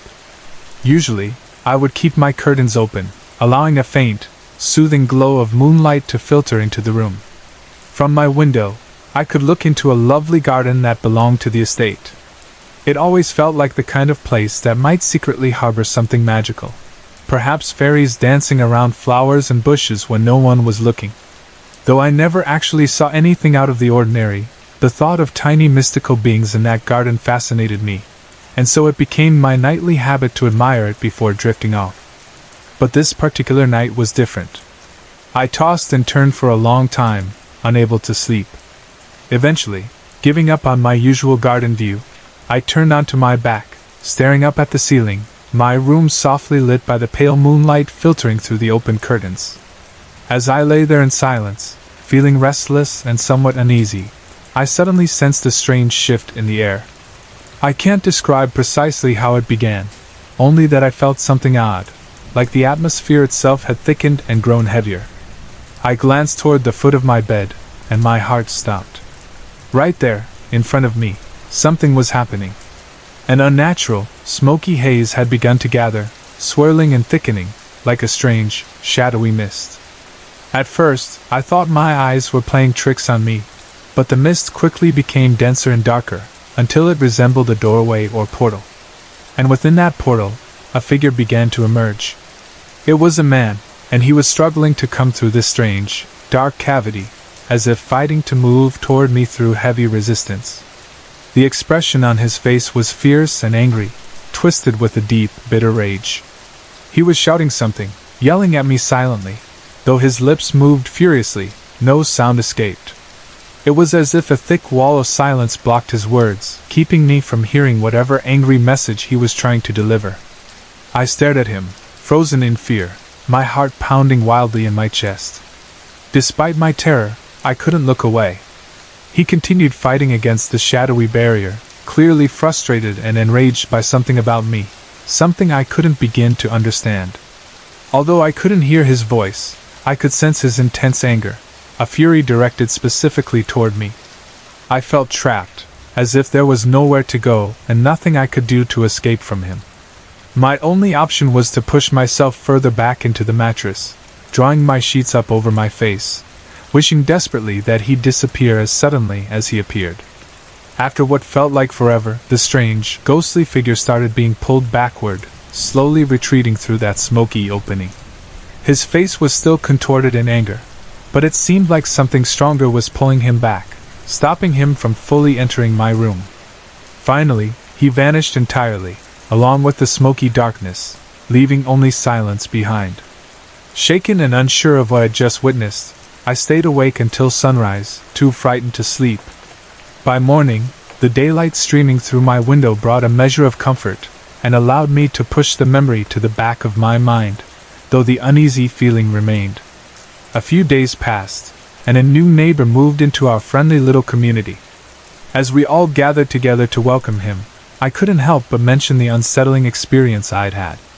My friends listened carefully, some amused, others intrigued by my story. Our new neighbor, however, seemed skeptical. With a smile, he shrugged it off, as though he thought I was letting my imagination run away with me. My friends also joked lightly, reassuring me there was nothing to fear. Weeks later, some of us decided to take a stroll around the property. We climbed a gentle hillside, eventually reaching a peaceful spot that overlooked the estate. It was a picturesque location, complete with small, charming architectural features scattered across the grounds. As my friends paused to rest and chat, I continued exploring, taking in the sights around me. Suddenly, I stopped in my tracks. Directly ahead, set upon a stone pillar, was a sculpture, a carved face staring solemnly back at me. My heart jumped, and chills ran down my spine as recognition hit me instantly. I gasped loudly, catching everyone's attention. "This is him," I blurted out. "This is the man I saw in my room that night. I swear it was him." Johnny, one of my neighbors and closest friends there, raised an eyebrow and looked at me curiously. He casually explained, "Kiki, that's a statue of the man who built this estate." No, you don't understand," I insisted, growing more animated. "I'm telling you, Johnny, this was exactly the man who came into my bedroom. I described him perfectly that night, remember? It's him." Johnny smiled gently, clearly intrigued but still somewhat skeptical, though willing to humor me. He moved over to read the plaque beneath the statue aloud. "Sir Richard Huntington. Born 1835, died 1909. Builder and founder of this estate." I felt my blood run cold as the realization fully sank in.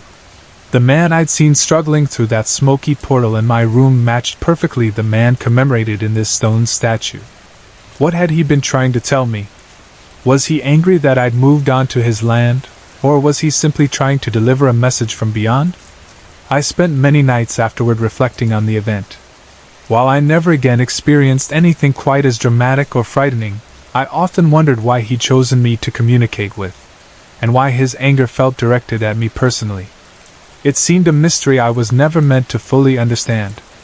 My neighbors, supportive and open-minded as always, entertained every theory, from Sir Richard being displeased by changes to his property, to simple curiosity of the spirit world reaching out to the living. While none of us could offer a definite explanation, everyone agreed on one thing: I had undoubtedly experienced something deeply paranormal. Even now, many years later, whenever I recall that night, the image of Sir Richard's angry face remains vivid and unforgettable. Although I eventually moved away from that home, the encounter still stays with me clearly, and I occasionally wonder if Sir Richard still walks the grounds, quietly keeping watch over his beloved estate.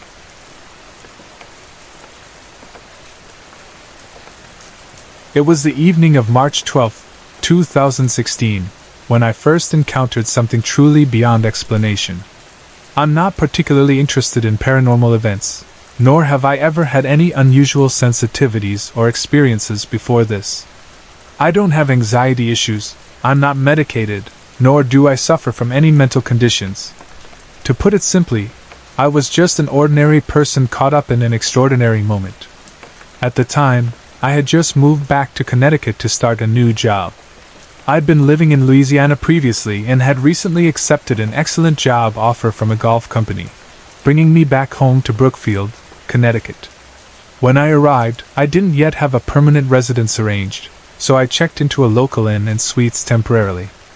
It was just your typical extended stay hotel: 2 beds, a small bathroom, nightstands, and basic furnishings. Comfortable enough to live in until I found a more permanent place, but nothing special. For the first week or so, everything was completely normal. I went about my days, work, apartment hunting, and occasionally visiting friends. It was mid-March, and although the days were becoming milder, the nights still had a noticeable chill. Nothing unusual happened initially. However, on Thursday evening, something odd occurred. As I settled into bed around 10 p.m., I noticed a strange phenomenon. As soon as I closed my eyes, a clear, distinct shape appeared before me in the darkness, a square composed of 4 separate colored boxes. It reminded me strongly of the Windows logo, brightly illuminated behind my eyelids. Initially, I dismissed it, figuring my eyes were simply adjusting after staring at my phone or the bathroom light moments before. Yet, no matter how much I rubbed my eyes or shifted positions, the shape remained stubbornly present, floating gently in the darkness of my closed eyes. After several restless minutes, the strange visual faded, and sleep finally came to me. Had it just been fatigue, I might never have remembered it. But the events of the following night assured me it was merely the prelude.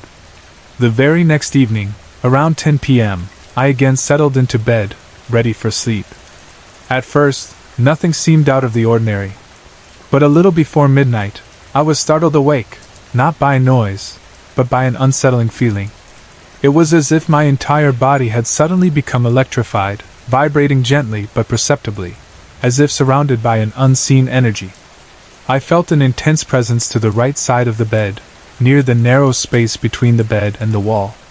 Heart pounding, I turned my head to face the direction of the presence. What I saw stunned me into complete silence. A translucent figure of a man slowly rose from the floor, appearing solid yet transparent. He had color, shape, and dimension, just as if a living person stood beside me. I felt no malice, only a strange, calm curiosity radiating from him. He seemed to be in his mid-40s, gentle in his demeanor, his expression warm and friendly rather than threatening. As he appeared more fully, he began to gesture towards the wall at the foot of my bed, clearly trying to get me to focus there. But my heart was racing, and I panicked slightly. I recognized him as someone I thought I knew. He reminded me strongly of a friend named Bill. Almost instinctively I said, "Bill, if that's you, please show me clearly." But the ghostly man made no sound, just quietly persisted in pointing to the wall. Finally, shaken but curious, I mustered the courage to sit upright and face him directly. But the moment I moved, he vanished instantly. Now my curiosity had fully awakened, overcoming fear, and I quickly decided to call the hotel front desk to see if there had ever been similar reports. The receptionist said she believed in such things but hadn't heard of any occurrences here. Yet, she suggested the figure was perhaps trying to communicate something important to me. I returned to bed, now deeply intrigued. I called out softly, inviting the figure back, wondering if it was real or my imagination playing tricks. For several minutes, nothing happened. Feeling slightly foolish, I lay back down, convinced I had simply dreamed it all up. Then, suddenly, the air changed again. A new sensation washed over me, an intense vibration passing through my entire body. It wasn't painful, but rather comforting, as if I was wrapped in a gentle, reassuring embrace. Opening my eyes, I saw the man again, clearer this time, calmly standing nearby as if waiting for permission to proceed. The night continued with a strange parade of visitors. Each figure appeared distinct, with different personalities and stories I could sense more than hear. One was an older Asian woman, gentle yet sad, seemingly seeking comfort. I unintentionally offended her somehow with a misunderstood gesture, causing her to retreat momentarily. Another female figure followed, younger, perhaps a daughter, gently trying to explain her mother's misunderstanding. There was no hostility, only the tender sadness of unresolved lives lingering briefly in my presence. But not all visitors were friendly. 2 younger male spirits appeared, emanating negativity and anger. Their eyes gleamed mischievously as they circled me, whispering taunts and silently threatening. I felt deeply uneasy, sensing that these 2 had done harm in their lifetimes. Eventually, I gathered enough courage to firmly order them away, telling them they weren't welcome here. Surprisingly, this seemed effective, and they vanished reluctantly into the shadows. As the night wore on, more spirits appeared, each distinct in appearance and personality, one after another. Finally, my original host returned, this time more vividly colored. He wore a floral shirt, white slacks, and smiled warmly at me. He gestured toward the far wall again, and this time I understood clearly. He showed me visions, a glowing spectacle of lights rising from the earth into the night sky. Thousands of tiny sparkles ascended, drifting together until they vanished far away into the universe. Somehow, I knew I had witnessed their final passage, these souls finally moving onward. The final spirit, a kindly older man dressed in old-fashioned clothes, appeared deeply sorrowful. He touched my face cloth gently, as if longing to feel something from the physical world one last time. After a moment, he vanished, leaving behind a lingering sense of sadness mixed with gratitude. It was nearly dawn when the experience finally ended. Exhausted but energized, I struggled to process everything. I visited the emergency room, worried I might be ill, but tests showed nothing unusual. When I explained the night's events to doctors, they listened skeptically and assured me I was fine, if perhaps a bit overwhelmed. I later shared my story with a paranormal expert who had authored several books on the subject. He was astonished by the clarity, length, and vividness of my encounter, claiming he'd never heard a first-hand account quite like mine. He suggested I'd witnessed a rare and extraordinary event, the gathering and departure of lingering spirits, finally ready to move onward. Though I never again had an encounter like this, the experience stays vivid in my memory. Sometimes I wonder if I had been specifically chosen to witness and acknowledge these souls, offering them one final recognition before their journey continued into the unknown. Even now, I find comfort in believing that, for one remarkable night, I played a small role in helping them find peace, finally able to leave behind whatever held them bound to our world.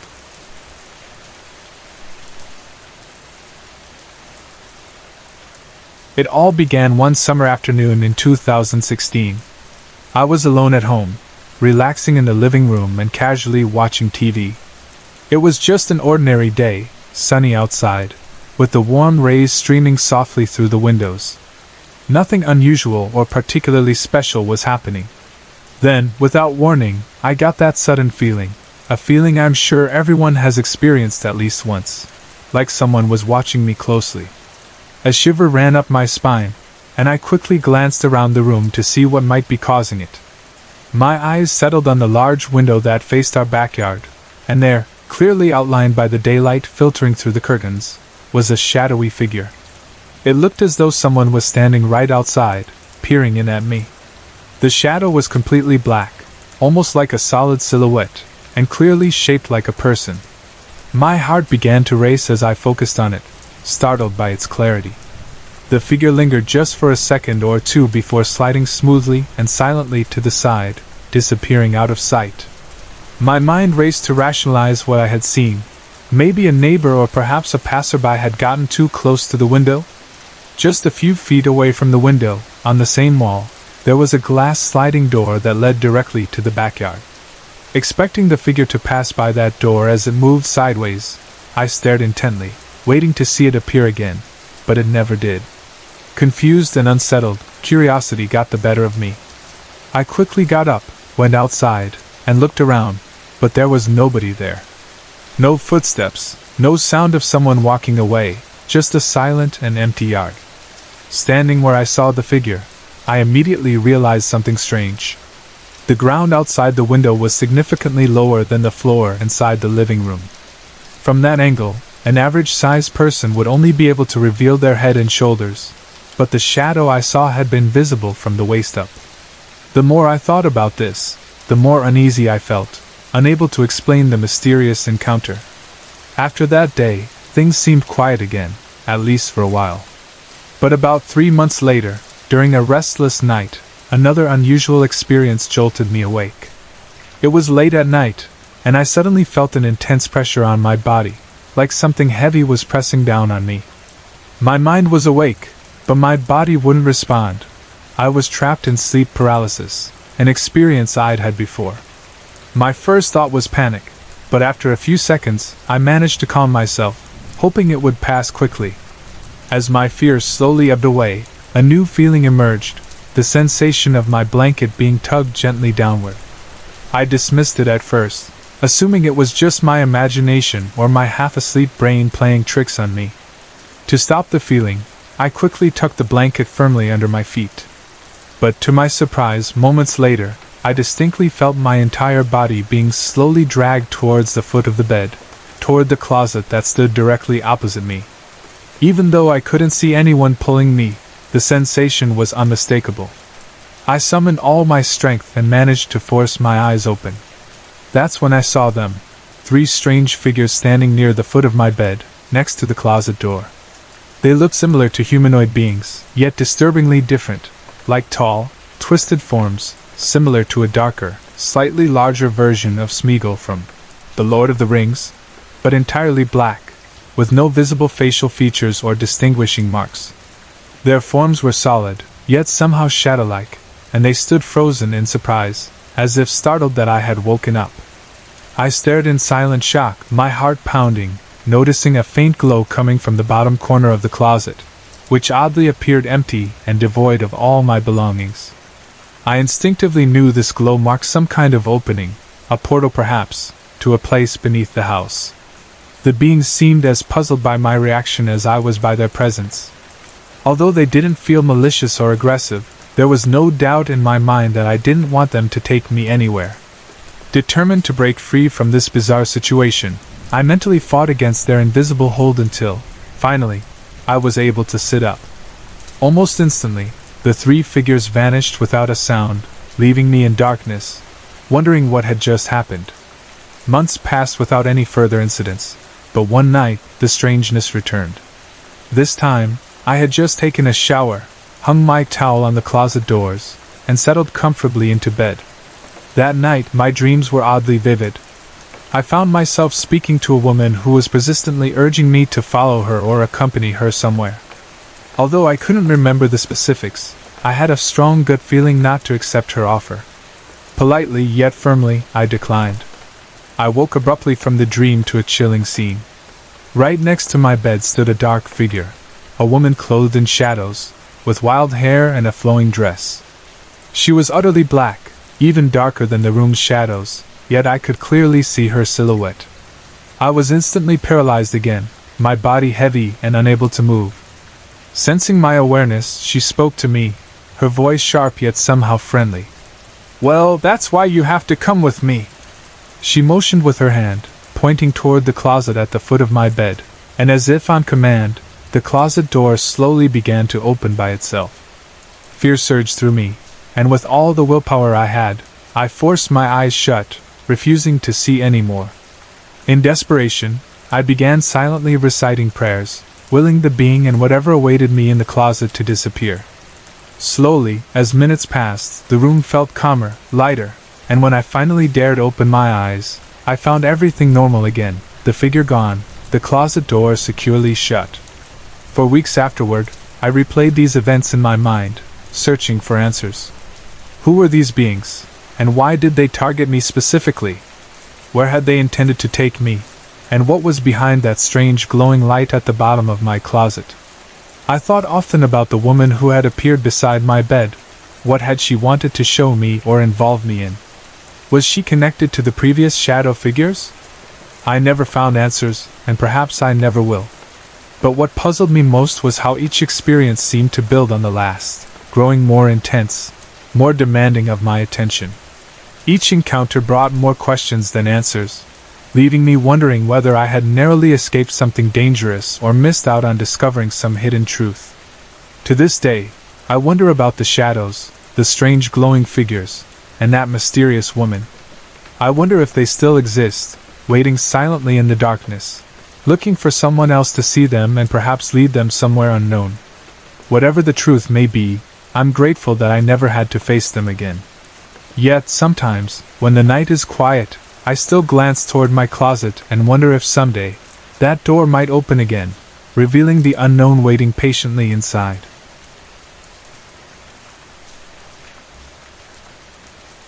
I am a 17-year-old guy from Maharashtra, India, and ever since my childhood, I've felt that supernatural things have followed me. I have always been fascinated by ghosts and mysterious events, probably because of these experiences. The incident I'm going to share happened about 7 years ago, yet it still gives me chills whenever I recall it. It was summer vacation, and I was staying at my maternal grandfather's home. My cousins and I were playing in the courtyard one afternoon, laughing and joking, when one of my cousins suddenly asked if any of us had ever encountered a ghost. All of us immediately said no. Then, with a mischievous grin, she asked if we wanted to see one. Naturally, we felt excited and nervous at the same time, thinking it would be thrilling to encounter something we had often talked about and secretly feared. With curiosity and excitement, we all followed her to an old room at the back of the house. It was dim and quiet there, adding to our nervousness. She instructed us to place a candle in the middle of the room and light it. Then she told us to put a coin right in front of the candle, fold our hands, close our eyes, and concentrate quietly. At first, it seemed like just a silly game or a joke. We were half believing something might happen, but mostly just playing along for fun. We closed our eyes and stood silently for a while. Suddenly, I felt something pushing me gently but steadily. At first, I thought it was just my cousin trying to prank me or make me jump. However, when I opened my eyes, I was terrified by what I saw.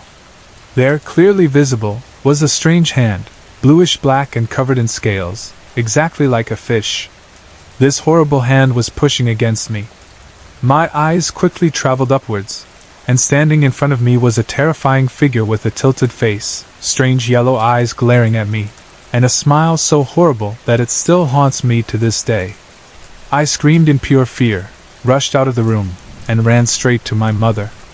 I told her exactly what had happened, hoping she would help me or explain it away.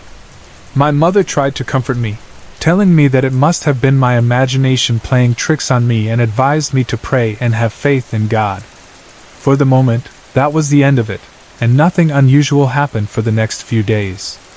But little did I know, it was not yet over. 4 days after that strange event, something even scarier occurred. I was asleep in my room when a loud noise from the courtyard woke me up. It sounded like the old hand pump was working by itself. Curious but frightened, I went outside to check. Standing there, operating the pump, was the same terrifying figure from before, the tilted face, the scaly bluish-black hands, those disturbing yellow eyes staring right at me, and that awful smile on its twisted face. My entire body froze in horror, and before I could move or scream for help, darkness took over. I fainted right there in the courtyard. When I woke up, I found myself bedridden with a high fever. For the next few days, I remained sick and weak. It wasn't long before my grandmother heard what had happened. Immediately concerned, she took me to a temple to receive blessings and protection.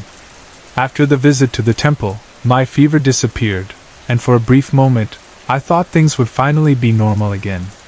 Unfortunately, that wasn't the case. Soon after the temple visit, even stranger and scarier things started happening around me. I began to see shadowy figures lingering in corners of rooms or darting past doorways. Often, I'd feel as if someone was watching me, silently observing me at all times, even when I was surrounded by people. I'd hear voices whispering my name, especially when I was alone, calling to me in ways that made me feel very uneasy. I also began experiencing frequent and terrifying nightmares. These dreams always involved the same frightening figure, the twisted face being with the horrible eyes and scaly hands. Strangely, these nightmares always targeted the things I feared or hated the most. Sometimes I dreamt that I was being tickled uncontrollably. Other times I found myself thrown helplessly into deep water. At the time, I had a strong fear of water. These dreams felt incredibly real, leaving me disturbed and frightened. Then, one night, things took an even darker turn. I woke up suddenly, sweating and trembling from another intense nightmare.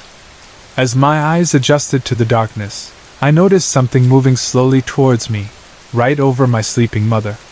It was the same terrifying bluish-black hand from before, crawling silently and deliberately, reaching out for me.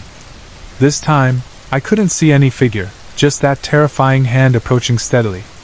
I panicked completely, screaming and howling uncontrollably through the night.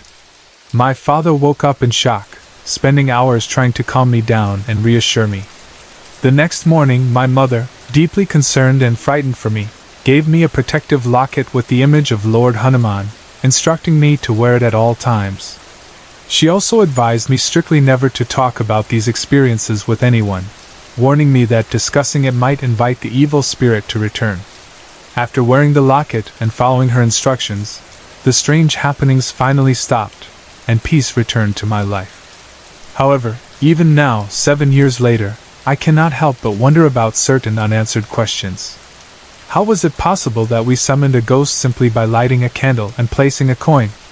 Why was I the only one targeted and tormented by that terrifying figure, when my cousins who participated remained completely unaffected? Most puzzling of all, how could that spirit know precisely the things I disliked or feared the most, using them against me so deliberately in my dreams? These questions remain unanswered, haunting me whenever I think back to that terrifying summer. Despite having moved on with my life, memories of those disturbing events still send chills down my spine, making me constantly aware of the thin boundary between our world and the supernatural forces around us.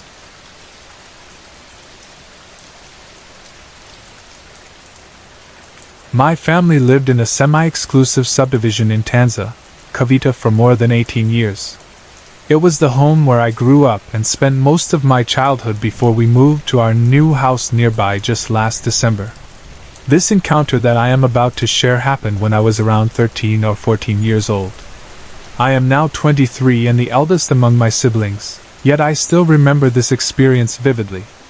To help you visualize clearly, let me first describe the setting of our old house. We lived in a quadruplex bungalow, a building that was divided into 4 units meant for 4 separate families. Each family occupied one corner of the building. It was built like a big square structure, neatly divided into 4 equal homes. The entire street had houses built in a similar fashion. Right beside our home was an empty unit. For many years, nobody purchased it, so we temporarily used that space as a storage room for old things and broken appliances awaiting repair. Unfortunately, the doors and windows of that empty house had been stolen by some mischievous kids, leaving it open and exposed. We eventually built makeshift barriers to keep our belongings safe. Eventually, We cleared out the unit entirely when someone finally purchased it. In front of this empty unit, we had planted a calamansi tree, also known as a breadnut tree. It grew tall and healthy over the years, its branches stretching upwards toward the sky. Since no one lived next door for nearly a decade, our family remained the sole occupants of our particular quadruplex. Even though we had neighbors down the street, our corner was isolated and quiet. Street lights illuminated only the front part of our houses, leaving much of the area shrouded in shadows after sunset. One night, around 7 in the evening, I went outside to throw away our garbage. As I stepped out, my eyes wandered towards the empty house. Unexpectedly, I noticed a faint, eerie glow emanating from inside the vacant unit. The dim light seemed to hover close to the ceiling, casting a strange illumination in an otherwise dark and empty space. Initially, I ignored it, assuming the glow was merely a reflection from another neighbor's front porch lights. Since nothing else unusual occurred immediately afterward, I completely forgot about this strange incident within a few days. Several months passed without any odd occurrences, and life continued normally. However, one quiet evening changed everything for me. I stepped out to dispose of garbage again, and as my eyes drifted toward the empty unit, I froze in shock. Right there, floating about 7 to 10 inches off the ground, was a woman dressed in a flowing white nightgown. Her hair seemed to sway gently, as if an invisible fan were blowing toward her face. Although she faced me directly, I couldn't see her features clearly. Her face was hidden beneath shadows, making the whole sight even more unsettling. For a brief moment, I stood there paralyzed, unable to move. My heart raced as my mind desperately tried to comprehend what I was witnessing. The realization that I was indeed seeing something supernatural hit me abruptly, snapping me out of my frozen state. Panic surged through me, and I ran screaming back into my house. My mother quickly asked me why I was shouting, but I hesitated to tell her the truth, fearing she wouldn't believe me. After that incident, I made a conscious effort to throw the garbage away earlier, always making sure I was safely back indoors before it got dark outside. A few days after that terrifying experience, my mother asked me to go to a nearby store to buy something she urgently needed. Initially, I refused, terrified of having to pass by the haunted unit again. However, she insisted, mentioning that she couldn't leave the cooking unattended. Reluctantly, I agreed to go, wrapping a bath towel around my head to block my peripheral vision and prevent me from glancing toward the empty house. As I walked nervously past the abandoned house, a strange force compelled me to look in its direction. Despite my best efforts to resist, I found myself slowly turning my head toward the unit's window. There she was again, the lady in white. This time, she stood right by the window, staring straight at me, as if she had been waiting patiently for my return. Like before, I still couldn't clearly see her face. My heart raced once more, and fear consumed me. Unable to run back home without completing my errand, I hurried forward to the store, sobbing uncontrollably by the time I arrived. After purchasing the items my mother needed, I lingered inside the store for as long as I could, dreading my journey back home. Eventually, I mustered the courage to leave, knowing I couldn't stay there forever. As I approached the house again, I broke into a sprint, determined not to glance sideways. But even as I ran, something else caught my eye, a shadowy figure of a man standing silently beside another vacant house nearby. Overwhelmed by fear, I screamed again while running toward my house.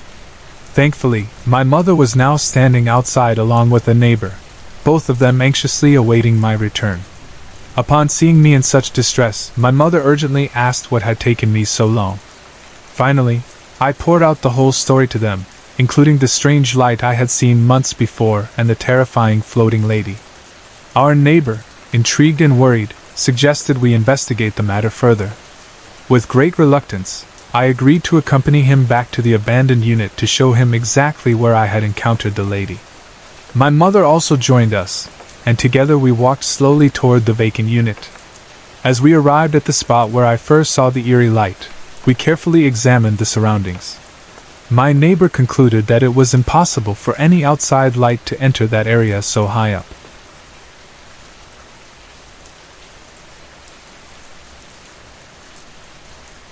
Then I showed them the exact spot where the floating lady had appeared. Suddenly, I noticed our neighbor stiffen visibly, his face turning pale. My mother quickly noticed and asked him what was wrong. He immediately suggested we leave the area, admitting he felt an intense and unsettling presence. At that moment, I suddenly fell silent. I felt strangely detached from myself, almost as if someone else was temporarily inhabiting my body. They later told me that I stood there silently, glaring at the neighbor with a cold smirk on my face, as if wishing harm upon him. Moments later, I snapped back to my senses, completely unaware of what had just occurred. I continued my chores as if nothing strange had happened. The next morning, however, my mother and the neighbor told me about my bizarre behavior. They expressed deep concern and decided to seek help from a local quack doctor, a traditional healer familiar with supernatural phenomena. When we visited the healer, he immediately sensed the presence of the lady in white. He explained to us that the lady was a spirit residing in the camancy tree in front of the abandoned house. According to him, she meant no harm to me and simply wanted companionship. She had chosen me as a friend. To free myself from her attachment, the healer instructed me to place a candle near the camancy tree as a peace offering, symbolizing that I acknowledged her presence but gently refused her request for friendship. I followed the healer's advice, lighting the candle beside the tree. After doing this, I gradually felt her presence fade away. From that day on, I never saw the lady in white again, nor did I sense her watching me from the empty house. Eventually, someone bought the vacant unit, and our old home became lively again with neighbors occupying the spaces around us. Even years later, whenever I visited the old house, I never encountered the mysterious lady. Perhaps she found another person willing to befriend her. And honestly, I am perfectly fine with that. Still, those memories remain vivid, reminding me how thin the line between our world and the supernatural truly is. To this day, whenever I pass by our old street, I cannot help but glance toward the camancy tree, wondering if that lonely spirit has found the companionship she sought from me all those years ago.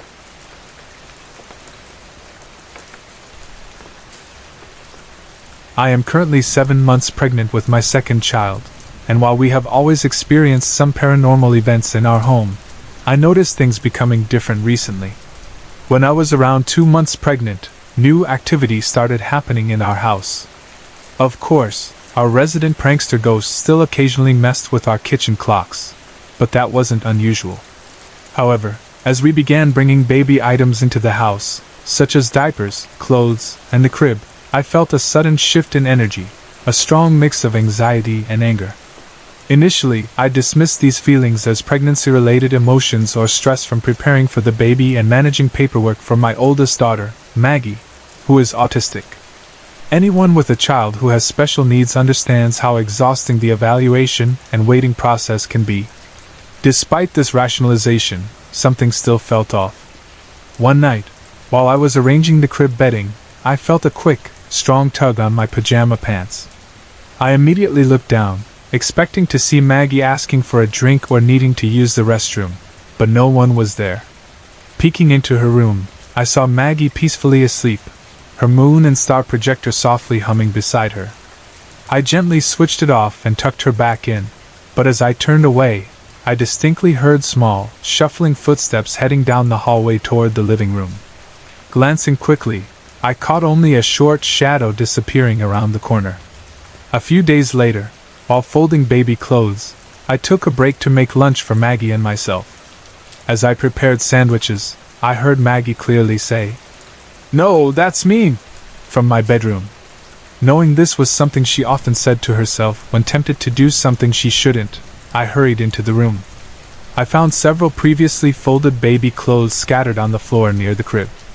Maggie innocently handed them to me, proudly saying, "I'm a big girl." Confused, I asked her gently not to unfold the clothes again and place them back on our bed, deciding to finish later. Later that evening, when I returned to the laundry, I found the clothes knocked onto the floor again, this time with my husband Colin's work hat and box cutter lying amongst them. Feeling irritated, I assumed Colin had accidentally knocked them down and left the mess. When he came in, he denied it, insisting they were neatly folded when he left the room earlier.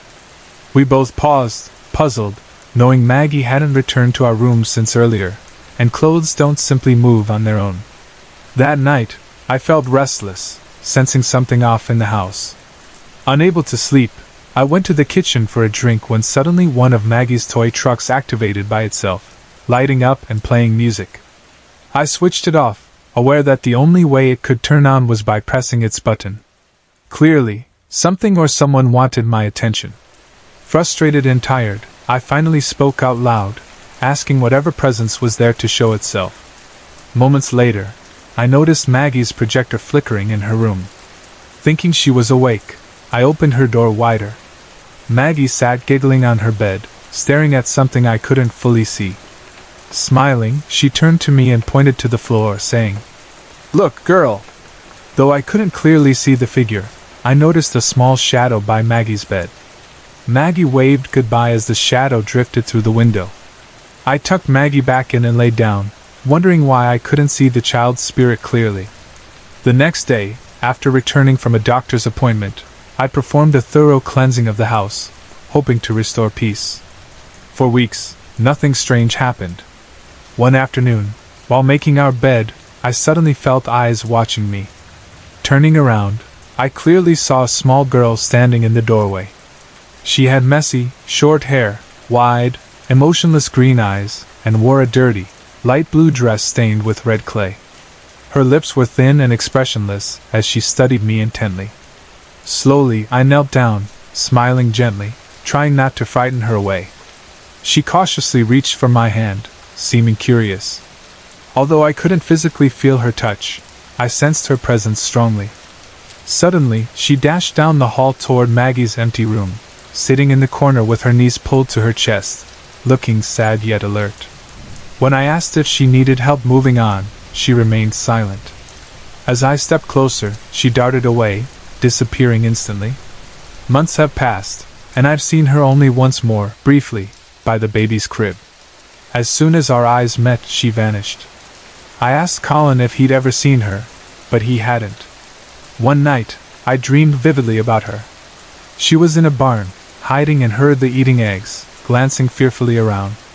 Suddenly, a harsh, angry male voice boomed, laughing cruelly as she became sick from eating too quickly. He roughly grabbed her, rubbed her face in her vomit, kicked her, and left her crying on the ground. I woke heartbroken, wondering why this spirit came to our home, why she appeared curious about Maggie, and especially why she seemed connected to our new baby's belongings. Above all, I questioned why she allowed Maggie to see her clearly but remained hidden from me initially.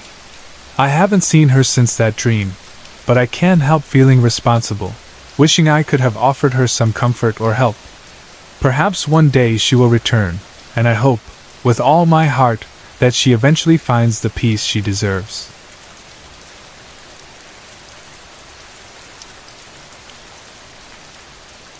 I was in my early teens when I first started seeing spirits. Maybe I had been seeing them before and brushing them off as tricks of my imagination, but that was when I truly started noticing them. At first, they appeared as quick blurs in the corners of my eyes, indistinct and fleeting. Then, they became shadowy figures, visible for just seconds at a time.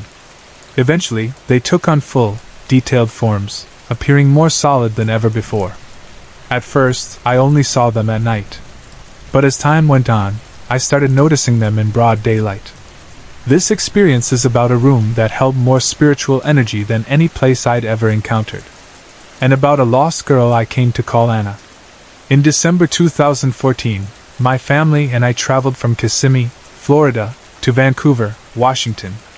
We were hoping for a fresh start after family drama between my mother and her mother, and we were in search of a better home.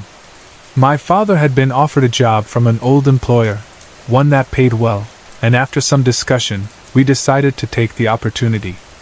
The trip was long, made even longer by the fact that there were 7 of us crammed into 2 vehicles. But after endless hours on the road, we finally arrived. Our first day in Washington, we were completely broke. My mom called my dad's new employer, and he agreed to give us an advance on his paycheck, deducting it from his first pay period. With that, we set out to find a place to stay. If you've ever been to Washington, you know how expensive it is. After checking out a few overpriced hotels, we settled on a Motel 6. It wasn't luxurious, but it was affordable, and for now, it was home. The room was surprisingly spacious for a Motel 6. 2 double beds sat on the right side of the room, while a TV rested on a dresser against the left wall. Straight ahead was a large mirror that stretched across the counter near the sink. There was a microwave next to it, and a small nook for hanging clothes. To the right of the sink was the bathroom, small and cramped, with just the toilet and a tub-shower combination. Before I go any further, I should mention that my mother and my brother are sensitive to spirits as well. My mother can communicate with the deceased through photographs, and though she didn't fully embrace her gift at the time, she had recently begun doing readings. My brother, on the other hand, seems to attract the more aggressive spirits.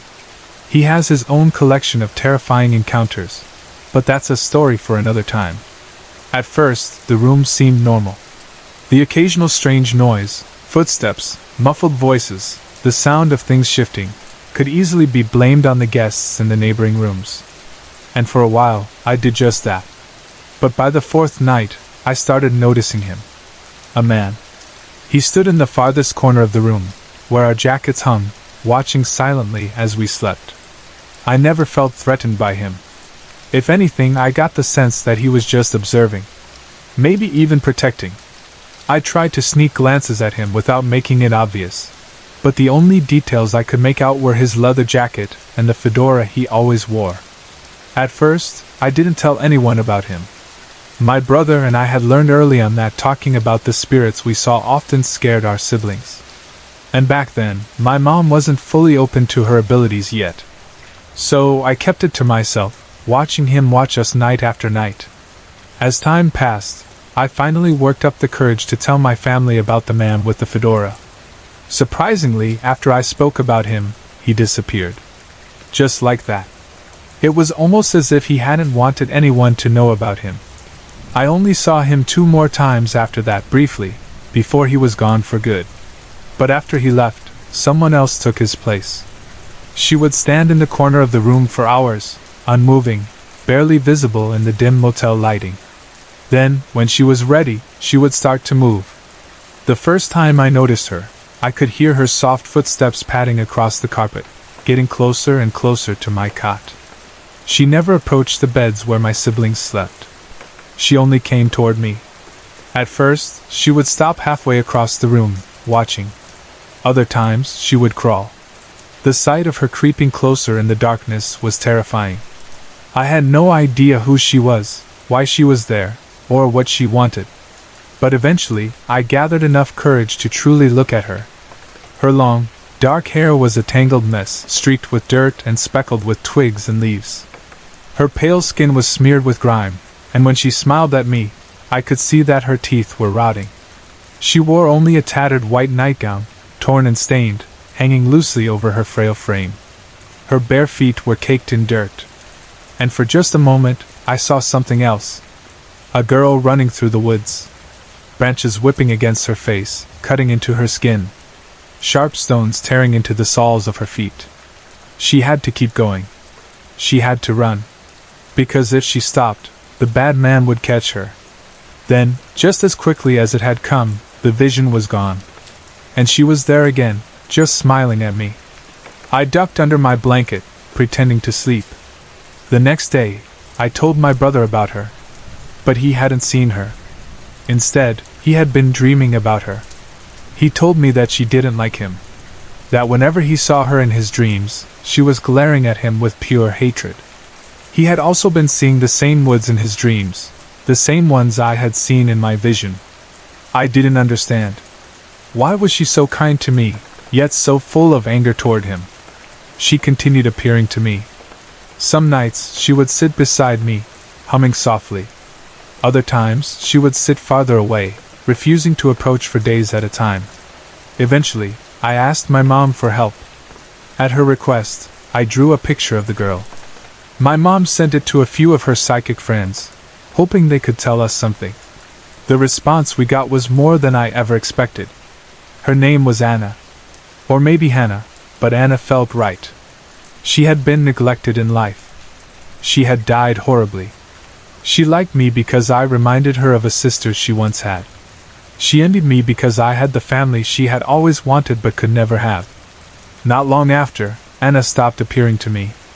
I could sense her sometimes, but she no longer showed herself. I got the feeling she was ashamed, afraid I would think differently of her now that I knew. But I also felt something else. Relief. Almost as if she was grateful to finally be known. Then, something happened that confirmed everything. A psychic detective reached out to my mother. Anna had appeared to her, leading her to information we never could have expected. Anna had been a child of incest. She had been neglected, likely sexually abused by a family member, probably her own father. She had been killed to keep the secret from getting out. And when they followed her, she led them straight to my great-grandmother's land. A dense, woodsy area in Dahlonega, Georgia. The same woods my great-uncle used to talk about. The same woods with a pond, deep and dark, where bodies could disappear without a trace. Suddenly it all made sense. Why Anna had attached to me. Why she hated my brother, hated men. Why she had appeared to me, night after night, desperate to be seen. She just wanted someone to remember her.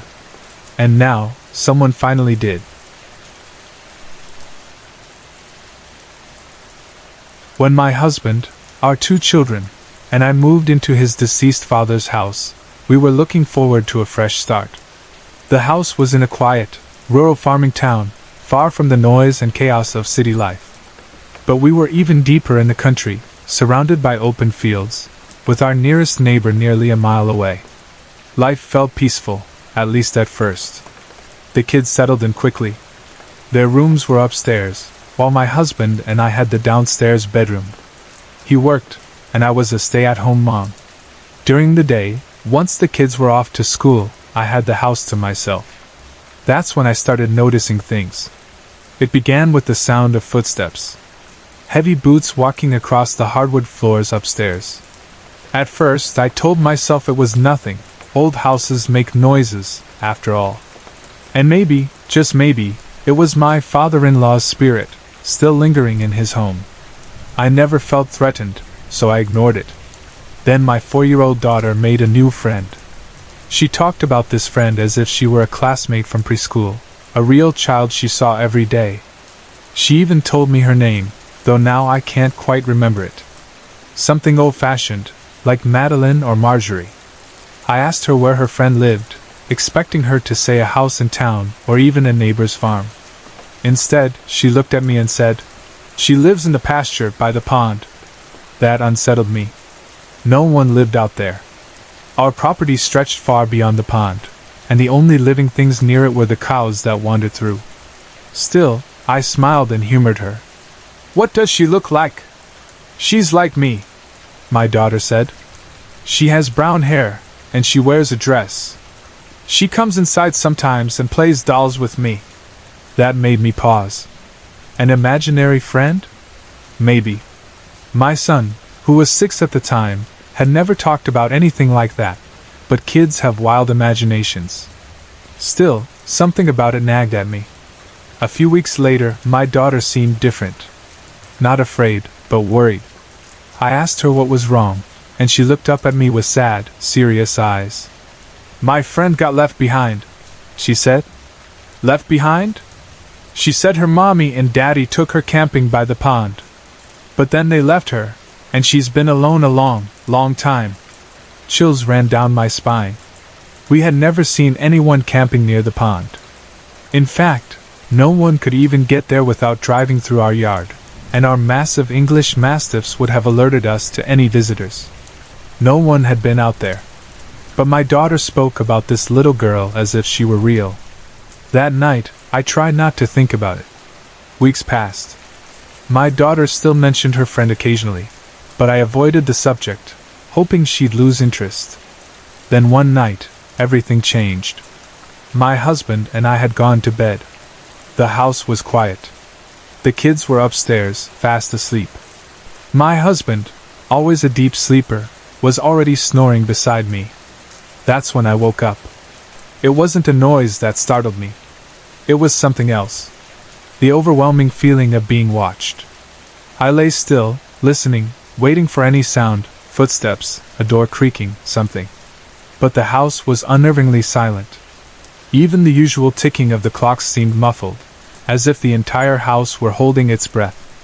I was about to turn over and go back to sleep when I saw it. A small head peeking around the edge of our bedroom door. At first, I thought it was my daughter. Half asleep, I mumbled her name. "What are you doing out of bed?"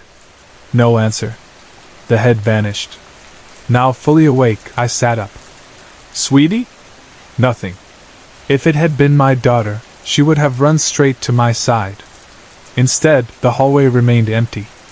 A cold knot of fear settled in my stomach. Something wasn't right. Then she stepped into the room. It wasn't my daughter.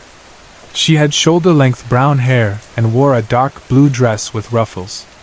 Her face was completely blank, expressionless, emotionless. I couldn't move. Couldn't scream. My body locked in place as sheer terror flooded my veins. I tried to convince myself I was dreaming. That's when she moved. 1 second, she was standing in the doorway. The next, she was at the foot of the bed. Her face twisted, her blank stare replaced with something else, confusion, anger, maybe even frustration. Before I could react, she reached out and grabbed the comforter. And yanked it straight off the bed. That was it. Panic surged through me, and I instinctively tried to wedge myself under my sleeping husband, as if somehow he could shield me from whatever this was. I wanted to scream, to call for help, but I couldn't force a single sound past my lips. So I did the only thing I could. I started praying. In my head, over and over, I begged Jesus to protect our home, to make her leave. Then, as I lay there shaking, I whispered the name of my father-in-law. "Please," I pleaded. "If you're here, help her. Show her where she's supposed to go. Help her find peace." And then, nothing. Morning came, and I was still in bed. I must have passed out from fear because the next thing I knew, sunlight was streaming through the windows, my husband was stretching beside me, and everything was normal. Except I knew what had happened. I remembered every moment of it. But from that day on, nothing strange ever happened in that house again. My daughter never mentioned her friend. The footsteps upstairs stopped. The house, once filled with eerie silence and unseen eyes, felt lighter. A few days later, still shaken, I decided to do some research. That's when I found it. In the 1970s, a little girl, 5 years old, had drowned in our pond. I still think about her sometimes. I like to believe that my father-in-law helped her find the peace she had been searching for. That, after so many years alone, she was finally able to move on.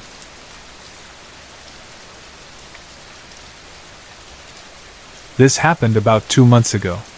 My family had to attend a wedding, so we got ready around 7 p.m. and left in our car.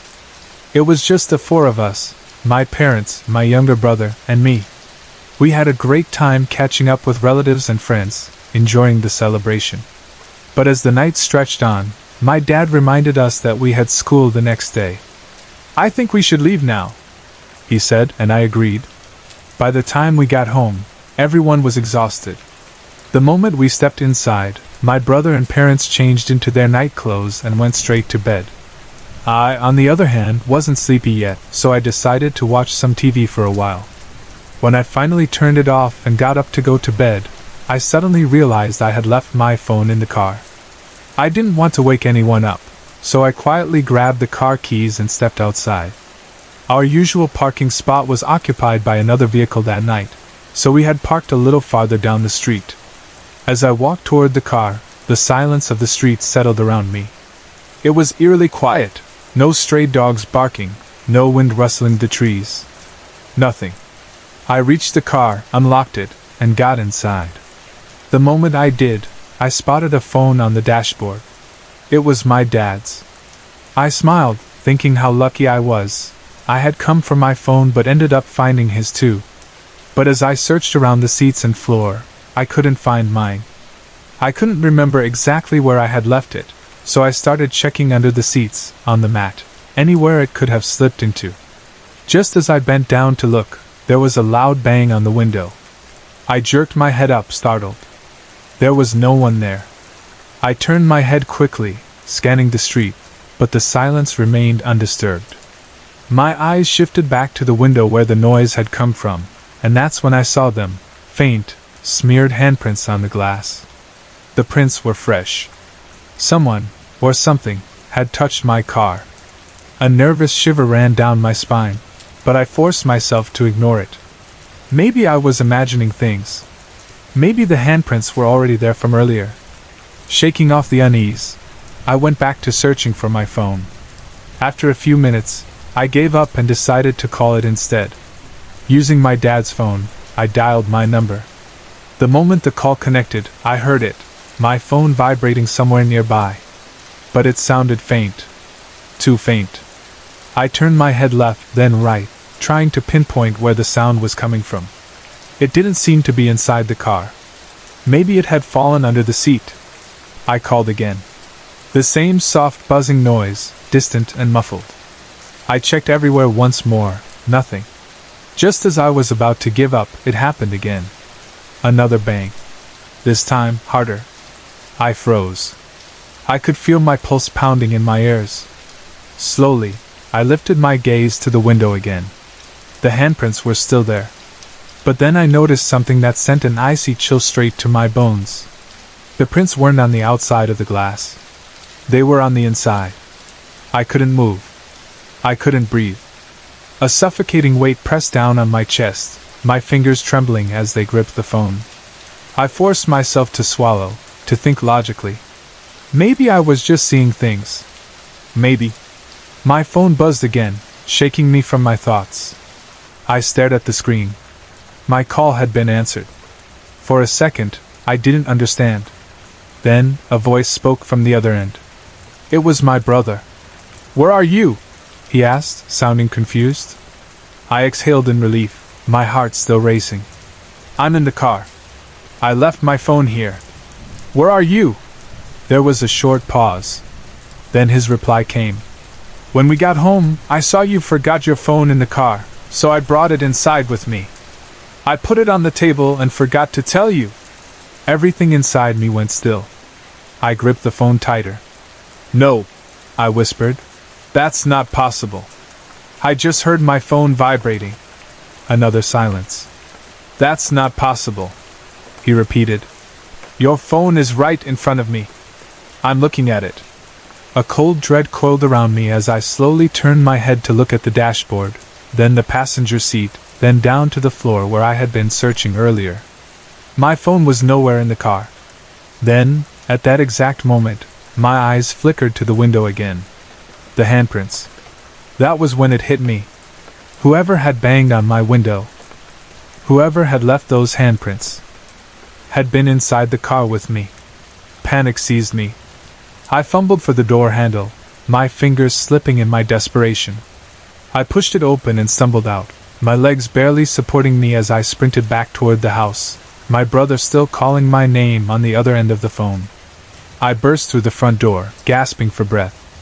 My brother met me at the entrance, his face full of concern. "What happened?" he asked. "I heard you screaming." I tried to explain, but the words stuck in my throat. I told him everything, the banging, the handprints, the vibrations, the fact that my phone had never been in the car. He didn't believe me. Neither did my parents when I woke them up to tell them. They brushed it off as exhaustion, maybe a trick of my tired mind after a long day. But I know what I saw. I know what I heard.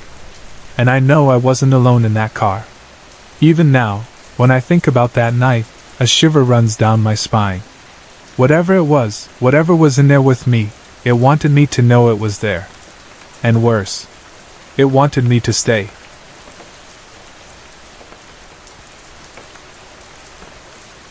It all started back when I was in 3rd or 4th grade, studying at a private school near our city circle. This school was built over an old ancestral property, which, many years ago, had actually been a cemetery. By the time I was studying there, the property had expanded into 2 buildings side by side. But during this particular incident, it was still just a single building. I remember this clearly because I was often bullied and spent most of my time with just my best friend. One afternoon, while we were quietly chatting in the classroom, we suddenly heard the noisy boys from our class, those who usually bullied others, rushing through the door, screaming in panic. "There's a ghost! There's a ghost in the science lab!" they shouted, their faces pale and terrified, some looking like they were on the verge of tears. It was almost funny to see them, usually so tough and arrogant, now trembling in fear. Of course, their behavior immediately sparked curiosity among us. The old science lab was situated near the comfort room at the end of the corridor on the second floor, next to a preserved section of the original staircase of the ancestral house. Just across from the science lab, there was a statue of Saint Therese, the patron of our school. This spot always felt peaceful to me, so hearing about a ghost there was especially intriguing. Later, I managed to get details from some classmates who were willing to talk to me. They claimed that they saw a woman dressed in white, crying at the lab's sink. Others said that they'd seen the same figure standing silently in a corner, always facing away so no one could clearly see her face. By the end of the class period, I was so curious that I couldn't resist checking it out myself. I raised my hand, asking permission to go to the restroom. As soon as the teacher allowed me, I hurried to the area near the science lab. At first, I saw nothing. But suddenly, one of my classmates stepped out of the boys' restroom, saw me looking around, and casually said, "You're looking for her, aren't you? Just stare at the science lab for 5 seconds and you'll see her." With my heart racing, I began counting silently. Before I reached 5, the woman appeared. Strangely enough, unlike what the others described, she wasn't near the sink or hiding in a corner. Instead, she stood directly beside the statue of Saint Therese, almost facing me. But even though she stood openly, I couldn't see her face clearly. It was like her face was there, yet not there, a blurred emptiness. Fear gripped me immediately, and I turned around, racing back to the safety of the classroom. When I shared this story with my mom later that day, she comforted me by explaining that perhaps the spirit was someone who carried a heavy sin and appeared to seek prayers from innocent children. She also added that maybe the ghost revealed herself clearly to me because, at that young age, I was still pure and closer to God. After some months, the school renovated that area, converting it into a teacher's lounge. But oddly enough, after just 6 months, they again remodeled it, turning it into a long corridor with 2 classrooms. Yet the memories of the ghostly encounter lingered in my mind every time I passed that hallway. A few years later, when I was already in 6th grade, another strange incident happened, this time involving one of my classmates. By then, I was gaining confidence and recognition academically, even winning a Filipino essay writing contest. Though I wasn't part of the popular crowd, I began to gain a little more respect from my peers. The second haunting occurred in an area where a comfort room had previously stood. It was situated at the end of another short corridor, near an old parking lot and a water fountain. My friends and I had just returned from tending to our small gardening project there, and we were quietly sitting in class when suddenly, a commotion erupted outside. One of the popular girls rushed in, crying uncontrollably, shaking from fear. Her friends crowded around her, trying to comfort her, but she couldn't speak clearly about what she'd seen. Only when the teacher came did she calm down enough to explain. According to her friends, while using the restroom, she had seen something horrifying in the last stall. She described seeing a woman floating above the ground, wearing a long black dress, her hair flying wildly around her head as if electrified, and eyes glowing red with anger. The girl's fear was so intense that even the boys, including my former bullies, checked the comfort room, but found nothing unusual. Still, none of us could deny the genuine terror we'd seen in our classmates' eyes. For the rest of the school day, she seemed distant and shaken. Near the end of class, she suddenly began trembling violently in her seat, almost as if something had possessed her. My classmates panicked, and even I blurted out nervously, "Maybe she's getting possessed." This comment earned me sharp glances from the others. Thankfully, after a few moments, the shaking stopped. but she was absent from school for several days afterward. When she finally returned, she revealed in more detail what she'd seen. According to her, the ghostly woman with red eyes had hovered just inches from her face, staring at her directly.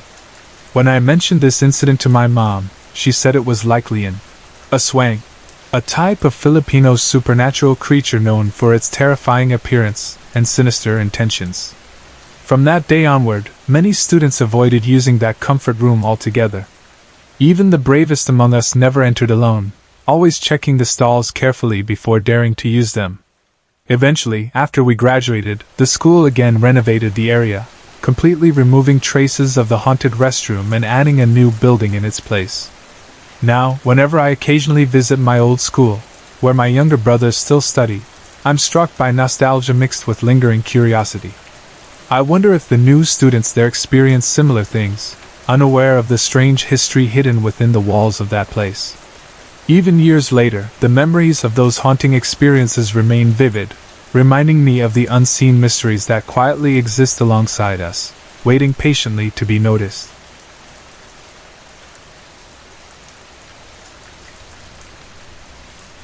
In the spring of 2009, we moved into an old heritage home that had been carefully renovated into 5 separate apartments. The very moment I first laid eyes on the house, I fell in love. It was charming and had so much character with its high ceilings, antique architecture, and dark, solid wood doors and paneling. It was exactly the type of home I'd always imagined living in. However, right from our first day there, I constantly had an uneasy feeling. It was a persistent sensation, as though someone was watching me.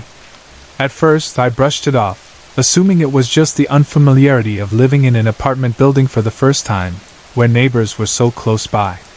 Yet, the feeling lingered, always there, quietly unsettling me as I went about my daily routine. Around 2 months after settling in, I found out I was pregnant with my second child. My oldest son was only 2 at the time. Rather than being a joyful announcement, my pregnancy seemed to trigger something dark in my partner. Almost overnight, he became extremely verbally and physically abusive, isolating me from family and friends and controlling every aspect of my life. Suddenly, the apartment I had loved so dearly became my prison, and I felt trapped in a nightmare I couldn't wake from. It was during this painful period that the strange occurrences began. At first, I would notice little things. Objects I was sure I'd put in one place would turn up in another entirely. Initially, I blamed it on my frazzled state of mind and the immense stress I was enduring daily. But soon, these odd incidents grew into something more concrete, something I couldn't easily dismiss. Frequently, out of the corner of my eye, I would see quick flashes of a yellow, flowered dress.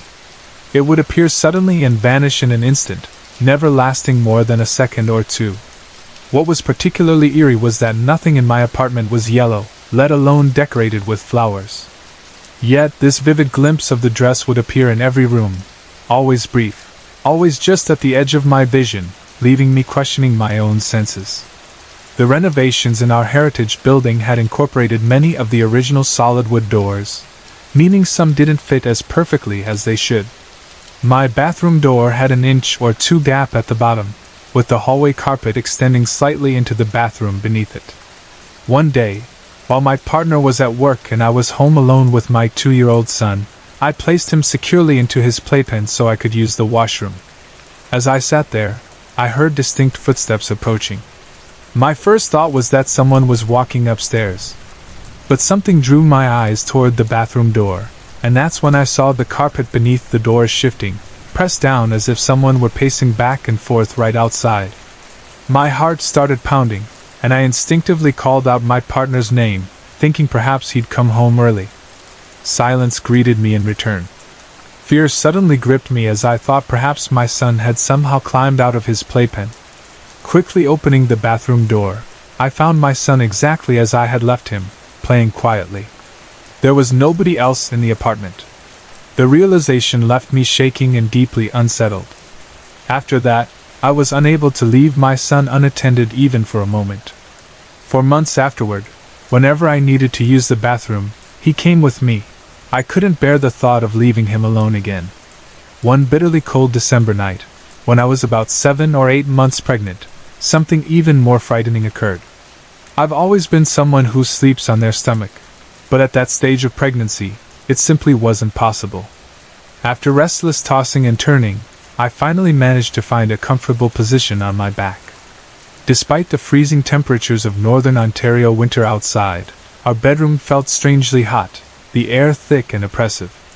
Just as I began drifting into a state of relaxation, I felt a sudden, distinct touch on my belly. It was undeniably a hand.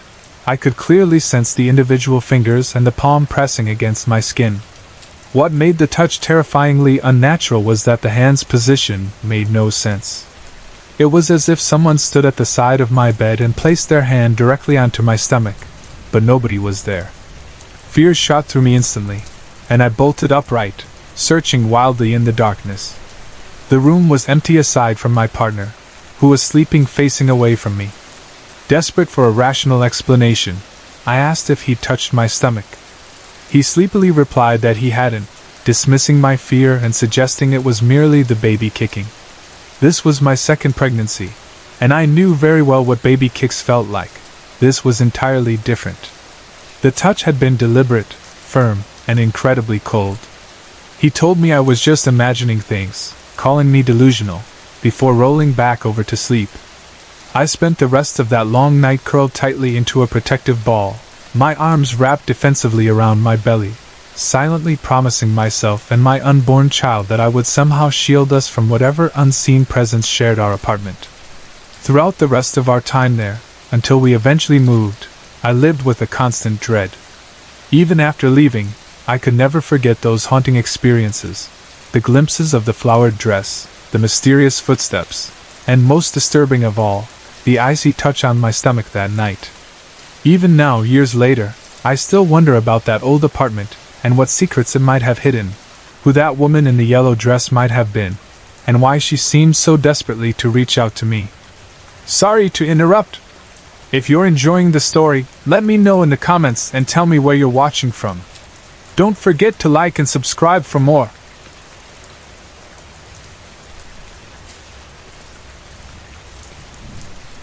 Out of all the strange and frightening experiences I've ever had, there is one particular incident that still deeply haunts me to this day. It remains so clear in my memory, as if it happened only yesterday. Maybe it's because it scared me so terribly. Experiences like these are incredibly hard to forget, even years later. I was 17 years old at the time, living in the old Langley home in Floyd County, Kentucky. At that point, it was just me, my mom, and my little brother staying there. For a few years after moving into the house, things seemed normal. But gradually, something began to change, especially for me. Unexplainable things started to happen, mostly centered around my bedroom. It didn't matter whether it was day or night, something always felt wrong. My dog used to sleep comfortably in my room every night, but suddenly, he refused to even enter it. He would pace outside, whining anxiously, as if sensing something I couldn't. I began to feel constantly watched, like an unseen presence was in the room with me.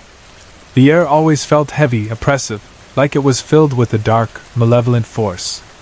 At times, I would clearly feel the mattress sink at the foot of my bed, as if someone had quietly sat down there. It would happen regardless of whether I was awake or asleep, and no matter how quickly I looked up, no one was ever there.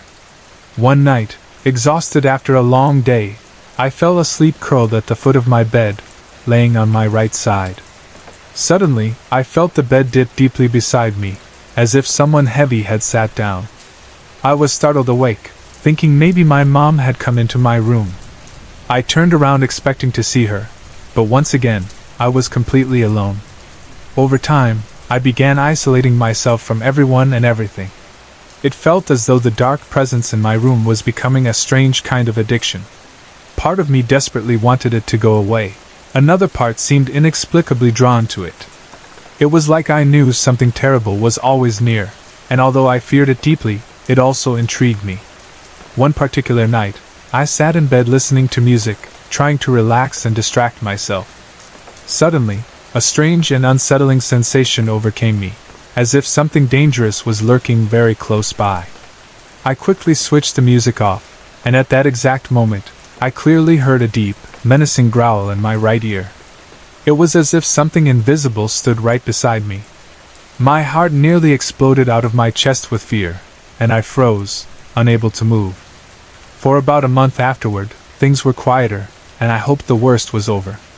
One evening, feeling tired, I got up from sitting on my bed, walked across the room to lock my door, switched off the light, and went back to bed. For about 15 minutes, I laid there in the darkness, scrolling through Facebook messages on my phone.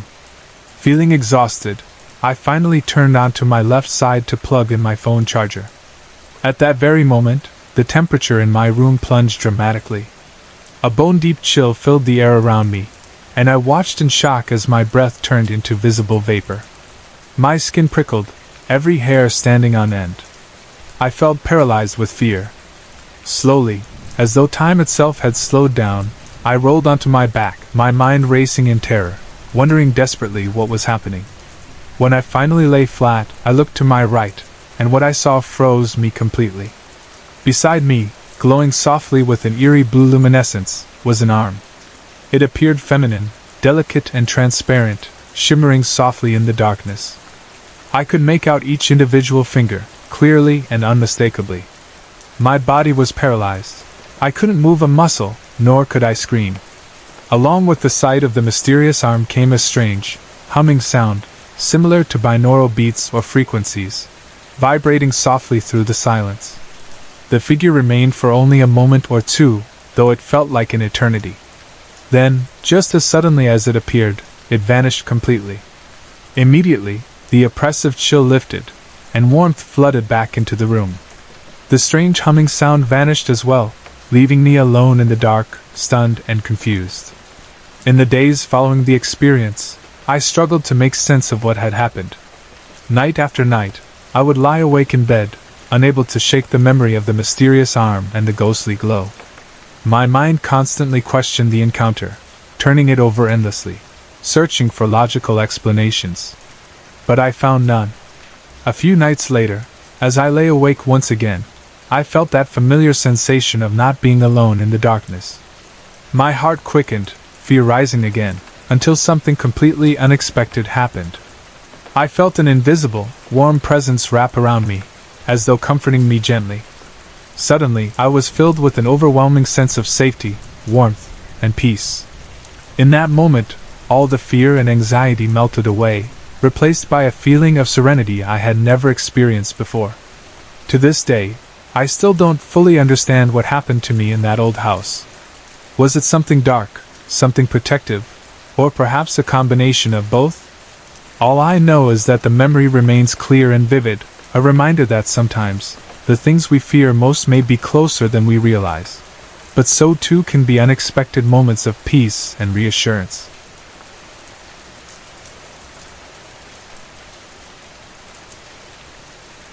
One night, I was spending time with my good friend, now my best friend of 8 years, when something incredibly strange happened. We'd decided to walk over to another friend's house to pick something up. It was late. We left my house at about 2 in the morning. The night was very quiet and incredibly dark, unnaturally so. There weren't any streetlights, and the woods surrounded us.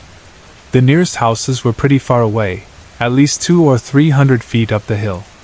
As we made our way down the road, walking side by side, something appeared suddenly, completely out of nowhere. I saw around 10 to 20 small figures. They had a soft, glowing white color to them, and each one looked exactly the same. They had no distinct facial features, almost as if they were like the symbols you'd see on restroom signs indicating men. At first, they were grouped in 2 or 3 rows, marching silently alongside us and slightly ahead, matching our pace exactly. Even though they didn't look at us or communicate, their presence was incredibly vivid. Strangely enough, my initial reaction wasn't fear. Instead, I felt more confused and oddly calm. I wondered if I was the only one seeing this, or if my friend was experiencing it too. So, turning toward him, I hesitantly began, "Hey, do you see anything?" Before I could finish my sentence, he quickly interrupted, saying, "Yeah. Like little children?" At that moment, I realized that we both were witnessing the exact same thing. That realization startled both of us, and our calmness quickly gave way to nervousness and confusion. The encounter felt brief, only a few minutes at most, yet when we finally returned home, we realized over an hour had passed. That didn't make any sense, as we'd walked less than half a mile from my house. Strangely, I don't recall the figures fading away slowly. Instead, they all vanished simultaneously, leaving no trace behind. The sudden disappearance startled us so much that we both tried to run back home immediately. In our panic, we bumped into each other, causing me to drop my iPhone onto the road. With the phone's screen off, the darkness suddenly felt more intense, and the air around us seemed heavier. When I quickly picked up my phone and turned the screen back on, the oppressive feeling lessened slightly. Thinking the experience was over, we started walking back toward home.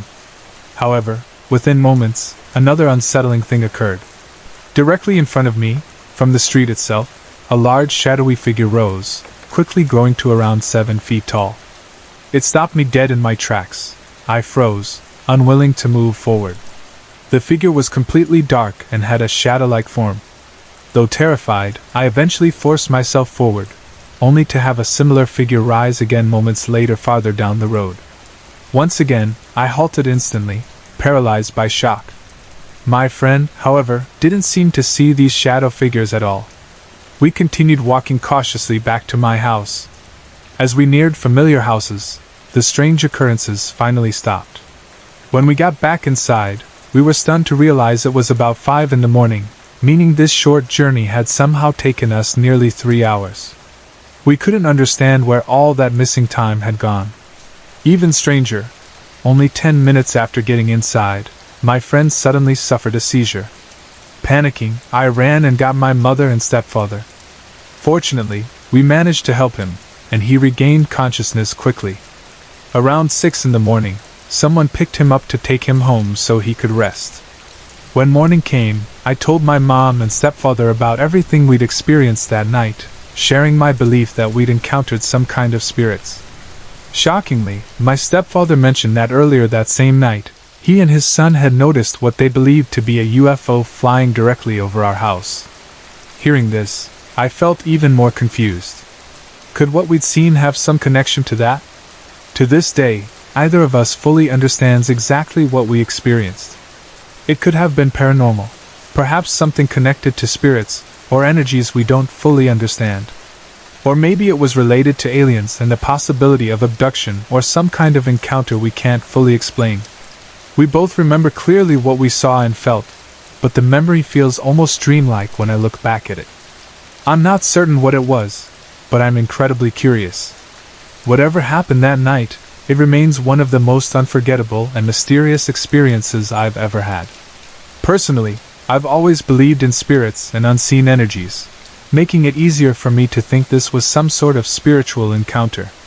Yet, after what my stepfather told me, I can't entirely rule out something extraterrestrial or alien-related. All I know for sure is that what we saw was real, vivid, and deeply unsettling, leaving me forever wondering what exactly happened that strange night.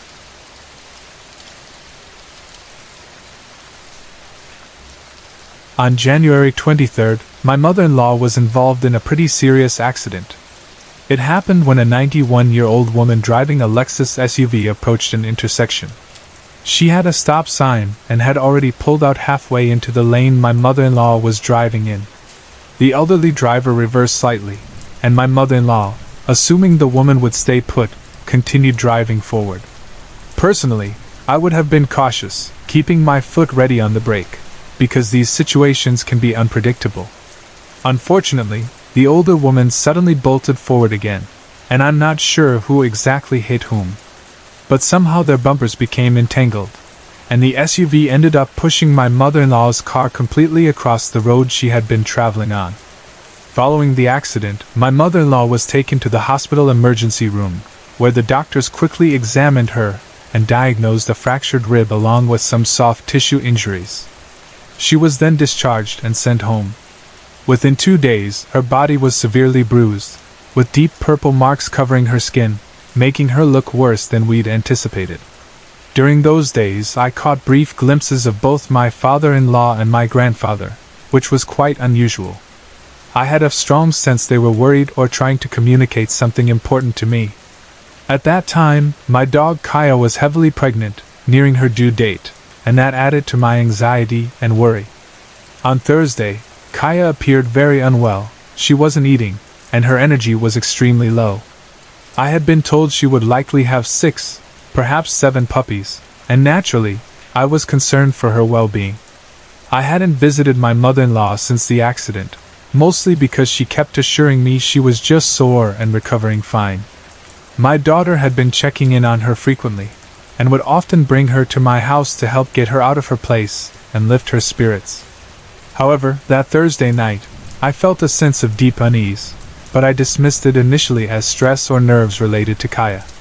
I went to bed earlier than usual but still late. Around 5 in the morning, my dogs started barking and pacing restlessly, which was quite unusual behavior for them. Sensing something was seriously wrong, I got up and let them out, but they wouldn't calm down. Again, I caught a brief glimpse of my father-in-law's presence.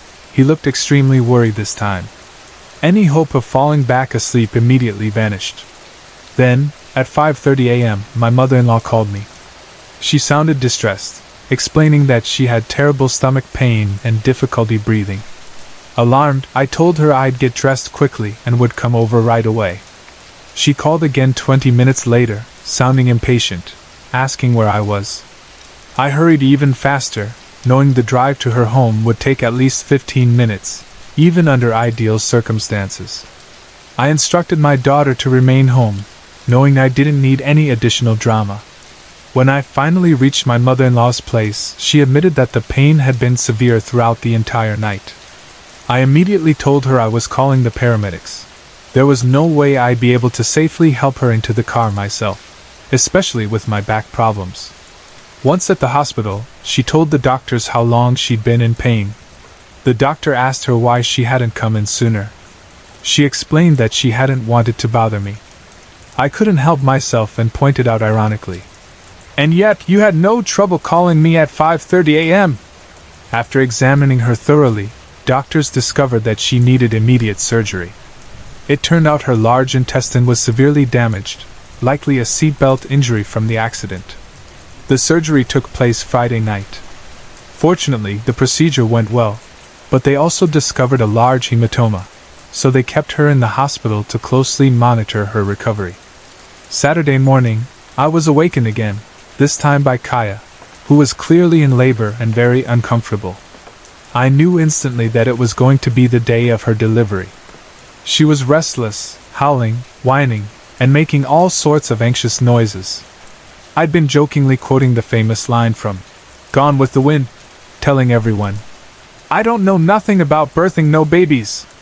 But at that moment, I felt incredibly anxious and wished for help. My sons had gone off to work that morning. I told my youngest son before he left, "She'll probably start giving birth around 2 o'clock. Meanwhile, my husband and daughter were at the hospital visiting my mother-in-law. Feeling overwhelmed and needing support, I quietly said, "Grandpa, I really need you right now." I heard his reassuring voice clearly in my mind, calmly telling me, "I'm here. Take her to your room and quiet her down." Listening to his advice, I gently guided Kaya into my bedroom, where I lay beside her, softly stroking her fur and massaging her to ease her discomfort. As her contractions intensified, my grandfather continued encouraging me, reminding me that I instinctively knew what to do, but assuring me he'd stay close if I needed his guidance. Just as I had predicted, the first puppy was born precisely at 2:03 p.m. Kaya yelped slightly, but quickly began cleaning her newborn pup. By 2:18 p.m., 4 puppies had already arrived. One of them came out still wrapped tightly in the birth sack, with his face covered. Again I heard my grandfather's calm voice instructing me clearly, "Break the sack." So I did. Shortly after, my husband and daughter returned home from the hospital. At that point, I desperately needed a short break from the intense experience. My husband took over comforting Kaya, and not even 5 minutes later, he called out that a 5th puppy had arrived. My daughter, excited to witness the birth of more puppies, joined him in the room. Since Kaya was standing up at the time, my daughter carefully caught each newborn as they arrived. When I went back into the room a bit later, I saw one puppy lying still and motionless. Immediately, I grabbed him, vigorously rubbing his tiny body, clearing his airways, and letting Kaya lick him vigorously until he started moving and breathing on his own. What we had initially been told would be 6 or 7 puppies ultimately turned out to be 11 beautiful little lives, 7 males and 4 females. The experience was exhausting but incredibly rewarding, especially given the difficult week we'd all had. Looking back, I'm convinced that the gentle, guiding voice of my grandfather provided comfort and calm during the chaos. His presence, though unseen, was deeply felt and very real to me. Through it all, the accident, the surgery, and the miracle of new life, I never once felt truly alone, even in moments of uncertainty or fear.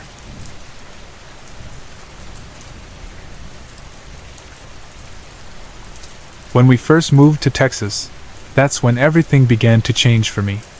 The house we moved into was originally a modest 2-bedroom, 2-bathroom home, but it had been extensively renovated into a much larger 4-bedroom, 3-bathroom residence. My bedroom and one of my brother's rooms were both upstairs, connected by a Jack and Jill bathroom. Although the house itself appeared lovely and welcoming, its history was anything but comforting. I later learned the reason behind the renovations. The original structure had been badly damaged by fire, and tragically, an entire family had lost their lives in the flames. My room, it turned out, had once been the attic. At first, the disturbances were subtle and easy enough to dismiss, figures moving just at the edge of vision, unexplained sounds, doors opening and closing without reason. Soon, though, things escalated. I'd wake up during the night to find either a man or a woman standing right beside me, their features faintly visible in the dark. Sometimes, I'd hear the faint, distant voice of a little boy calling out for his mother. And no, it definitely wasn't my brother's. It all grew frightening enough to make me eager to leave. One experience that stands out vividly occurred when my cousin was visiting.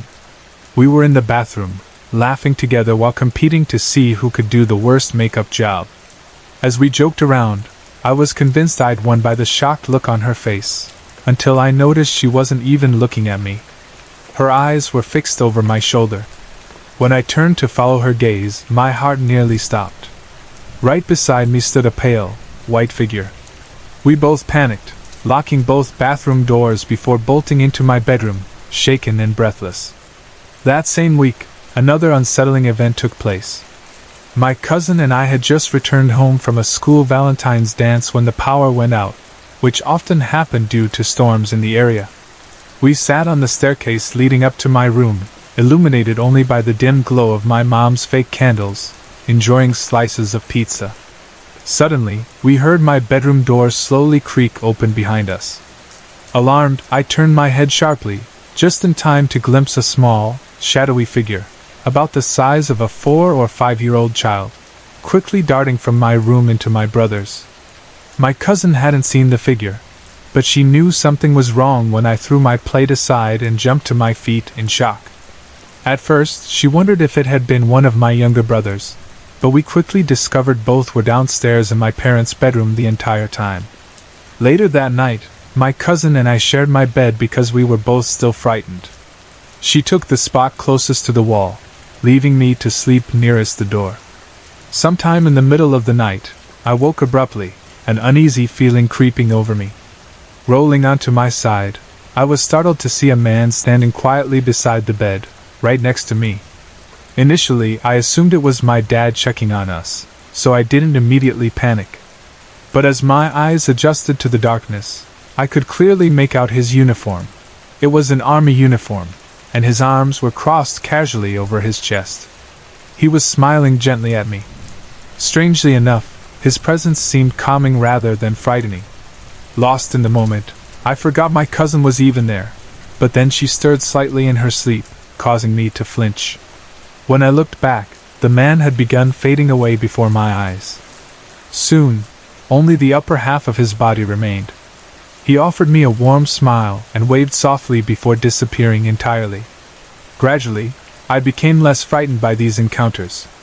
Over time, I even grew accustomed to the fact that our house seemed to be home to spirits. They weren't harming us, after all, they simply existed alongside us. After 2 years, we moved again, this time to an even smaller town in Texas with fewer than 1,500 residents. The moment I stepped into our new house, an unsettling familiarity washed over me, as though I'd been there before. Exploring my soon-to-be bedroom, I felt drawn outside, where I discovered a stone engraved with the date the house was built. 11-31-70. As I stared at those numbers, a terrible sensation of dread and déjà vu overwhelmed me. Over the next few nights, I repeatedly smelled smoke for no apparent reason, feeling strongly as though I didn't belong there. In disturbing dreams, I found myself trapped inside my bedroom while flames engulfed it. I'd wake up, terrified, to see the haunting figure of a man burn beyond recognition staring back at me. Less than a year later, we moved again. Eventually, we moved back to California to be closer to family. I hoped our departure from Texas would mark the end of my paranormal experiences, but apparently it was not to be. My brother and I shared a room, and during the summer, he developed a habit of staying up all night watching YouTube videos. One morning, he angrily confronted me about something I'd done, but I had no idea what he was referring to.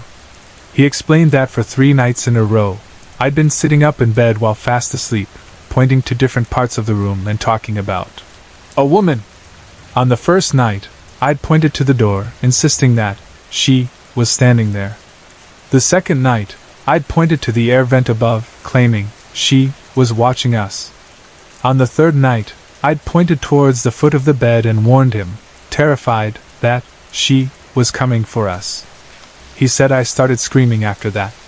My brother was angry because what I said sounded so real he couldn't sleep unless the lights stayed on. Of course, it wasn't my fault he couldn't see the eyeless woman watching us. Before we moved into that first Texas home, I had never truly believed in ghosts. But after experiencing everything I did in those houses, I began to feel as though these spirits were following me. Even now, I wonder if I'll ever truly escape them.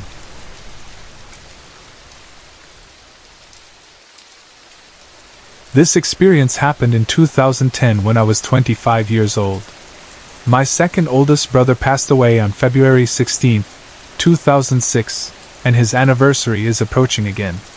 He was a handsome and charming man, well-built, the type of person everyone instantly liked.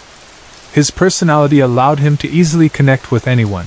He could dine with kings or sit among ordinary people, and still be loved by all. His passing was unexpected, especially given that he was in excellent health. Naturally, losing him took a tremendous emotional toll on my family. I've always been open-minded, preferring to experience and observe things personally before forming opinions or judgments. At the time, though, I was in a difficult place emotionally. Several friends of mine who are psychics, independently of each other, began mentioning to me that I had a spiritual guide who was incredibly large and imposing. One friend said directly to me, "I must tell you, you have one particular guide who is huge. He's very tall and strong." She then leaned back in her chair, nervously biting her nails and glancing slightly above my head, adding, "I don't think anyone should mess with you." According to her, spirit guides appear to help with specific challenges or missions in life, and having such a large and powerful guide meant that mine was there for something particularly significant. She clarified, "I'm not saying he's your only guide. I believe you have 3 guides, but one is very big." This was not the first time I'd heard this, and it startled me because I knew nothing about guides and certainly hadn't expected to hear something so important spiritually. I decided to research the subject more deeply, trying various methods, though I never managed to find out the guide's name clearly or receive any definitive answers, just more questions. Eventually, I discovered a meditation on the internet titled, "Meditation to Meet Your Spiritual Guides." I'd tried several similar meditations without success, but I decided to give this one a serious attempt. The meditation involved visualizing myself counting down 10 steps, descending gradually into a more relaxed and open state of mind. As I carefully imagined each step, vivid images began flooding my mind, some pleasant and some unsettling. Eventually, I reached a lush woodland area, full of vibrant green grass blended with deep autumn shades of reds, oranges, and auburns. The grass reached my waist, and the scene stretched out as far as I could see. I walked slowly through this landscape until I reached the edge of a cliff. Far below lay a ravine separated by another cliff, with fierce waters flowing in between. The only way across was a narrow, unstable bridge shaking precariously in the strong wind. The river below was raging, and waves crashed angrily against rocks. Holding onto the ropes tightly, I cautiously crossed the bridge step by careful step. Several times my feet slipped, nearly sending me plunging downward. But I persevered, determined to meet my spirit guides, and eventually reached the other side. Ahead of me stood a hedge, thick with dense shrubs, creepers, and colorful flowers. As I walked along, I brushed my fingers gently across the petals. Following the instructions from the meditation, I eventually found a small gate. I opened it carefully and made sure to close it behind me. In the distance stood a large tree, and beneath it were chairs. This was where my guides would be waiting, as the meditation described. I approached the tree, expecting perhaps shimmering beings of light or spiritual figures, but to my surprise, sitting there waiting for me were my grandfather and my godfather. My grandfather wasn't a surprise. I clearly remembered him from childhood. But my godfather was someone I barely recalled. It took a moment to fully recognize him, but soon a gentle feeling filled me, confirming clearly. Uncle Frank, your godfather. I suddenly remembered him vividly and recalled the importance of his presence at my baptism, where my family had honored him by making him my godfather. We sat together under the tree, speaking softly, until I looked at them with a pleading expression. Before I could voice my wish, both nodded knowingly and said, "Someone else is here to see you." At their gesture, my brother David, who had passed away, appeared and walked toward us, looking as handsome and healthy as ever, perhaps even more so. He embraced me warmly, and we spent some time sitting together, sharing questions and stories. Eventually, David left, and I stayed a bit longer with my grandfather and godfather. I asked them, "Is David in a better place?" They assured me he was happy and safe. I also asked about my infant brother, who had passed away many years before. Their answers brought me immense comfort and reassurance. Before we parted, my godfather reached out and gently took my hands into his. Immediately, a profound sense of understanding, peace, blessedness, and unity filled my heart, letting me know beyond any doubt that my family members who had passed, both my adult brother and my infant brother, were okay and at peace. Several months later, I conducted another meditation, this time, a shared one with my mother. I took her to the same gate but stayed back, encouraging her to proceed alone to see who awaited her. After her experience, she returned, quietly took my hands, and once again, I felt that incredible sense of understanding and peace my godfather had given me. I immediately knew the questions she'd asked, and that she'd received the same comforting answers I had. Since then, I've guided several others through this meditation. People who had no idea where they were going or who they might meet have successfully communicated with loved ones who have passed. This experience has convinced me deeply of the reality of these spiritual encounters. This meditation has proven to be an invaluable tool, bringing comfort and answers to those who try it. It begins by visualizing yourself approaching a door, opening it, and carefully walking down 10 steps while counting backward. Each step must be clear and detailed. Then you visualize walking through a peaceful landscape until you reach a cliff. Below, a ravine or river separates you from another cliff, crossed only by a bridge.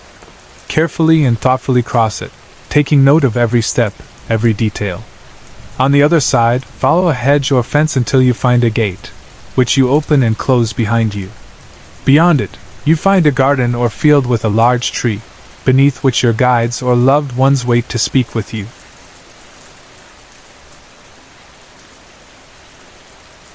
I have a younger brother, whom I'll call Luke. Ever since childhood, he's always been extremely sensitive to things around him, especially those we can't easily explain. Over the years, he's had experiences that have made me wonder what it is exactly that he's sensitive to, and why these things seem drawn to him. When we were young, living together at home, Luke started hearing strange things. At the time, we lived in a modest house with our parents and siblings, and we all experienced odd occurrences from time to time.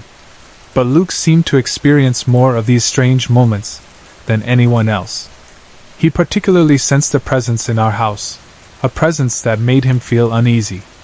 He would often mention feeling watched or seeing fleeting shadows out of the corner of his eyes, especially in the room next to the stairs. Around that same time, Luke began hearing a little girl around the house. At night, he would wake up and hear her crying softly in another room or whispering indistinctly. Sometimes he heard her footsteps running down the hallway. This became a regular occurrence, and eventually, he mentioned it to me. I tried to reassure him it was probably just his imagination, but part of me wondered if there was something more to it. One day, our older brother, John, moved out of the house. He had been struggling with substance abuse and had become deeply paranoid, hearing voices and seeing things he couldn't explain. After John left, Luke suddenly stopped hearing the little girl. The strange presence seemed to have vanished along with John. We didn't connect the dots immediately, but looking back, it became clear that the girl's presence had somehow been tied to John. Several years passed, and during that time, I moved out, got married, and had 2 beautiful children of my own. John continued to have difficulties with his addiction, and after a while, we decided to invite him to stay with us for a weekend, hoping it would help with his recovery. John seemed relieved to have the chance to spend time in a supportive environment, away from his usual surroundings. During his visit, John confided in me that he had started seeing and hearing things again. He explained that a little girl had been appearing to him, always silent, just watching him from afar or hiding in the corners of his room. She would show up suddenly, her face obscured by dark hair, standing quietly and staring. He told me she wasn't threatening, yet something about her made him feel deeply unsettled. I suggested he try speaking to her gently, or asking her to move on. I didn't think much of it at the time, believing perhaps John's past struggles were catching up to him, causing paranoia or hallucinations.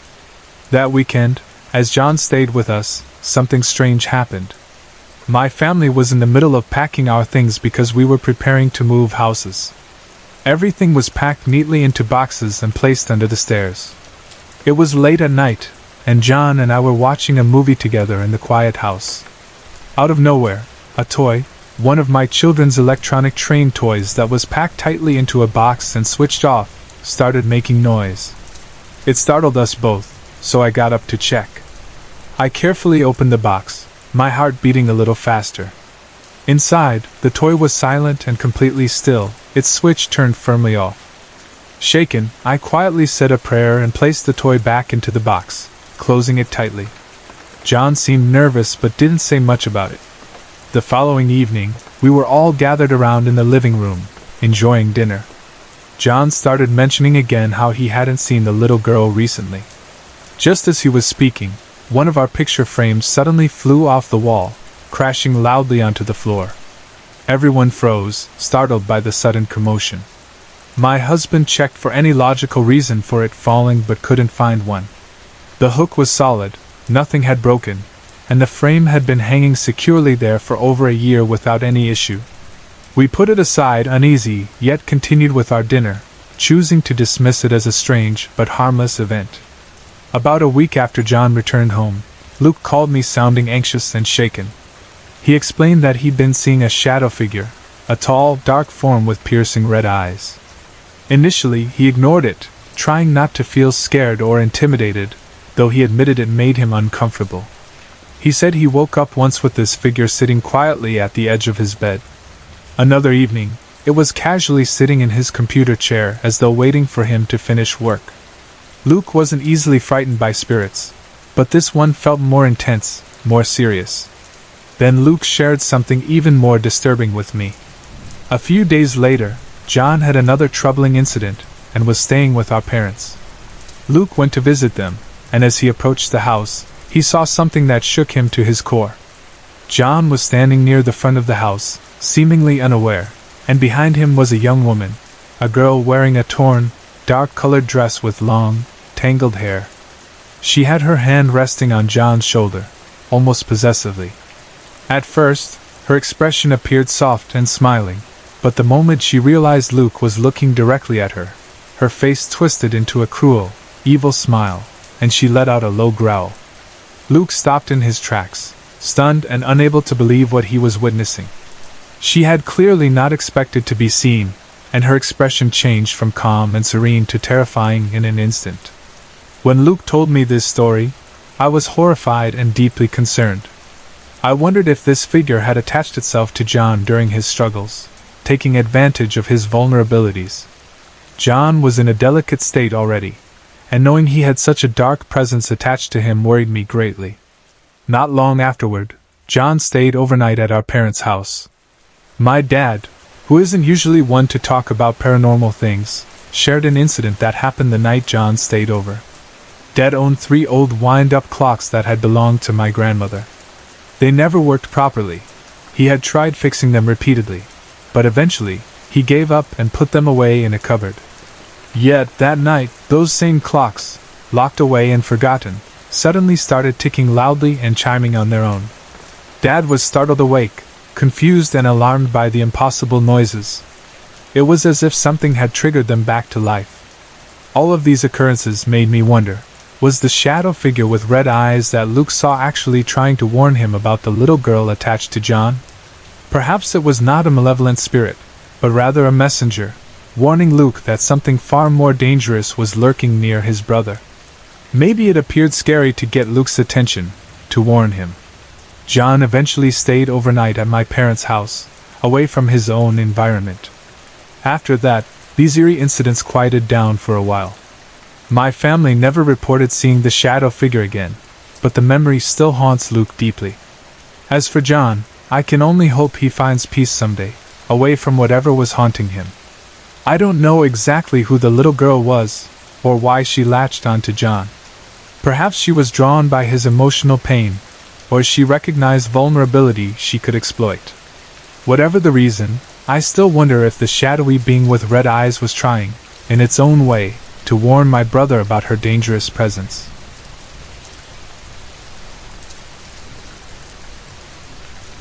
It was summer when my mom, a traveling nurse, accepted an assignment in Sturgis, South Dakota.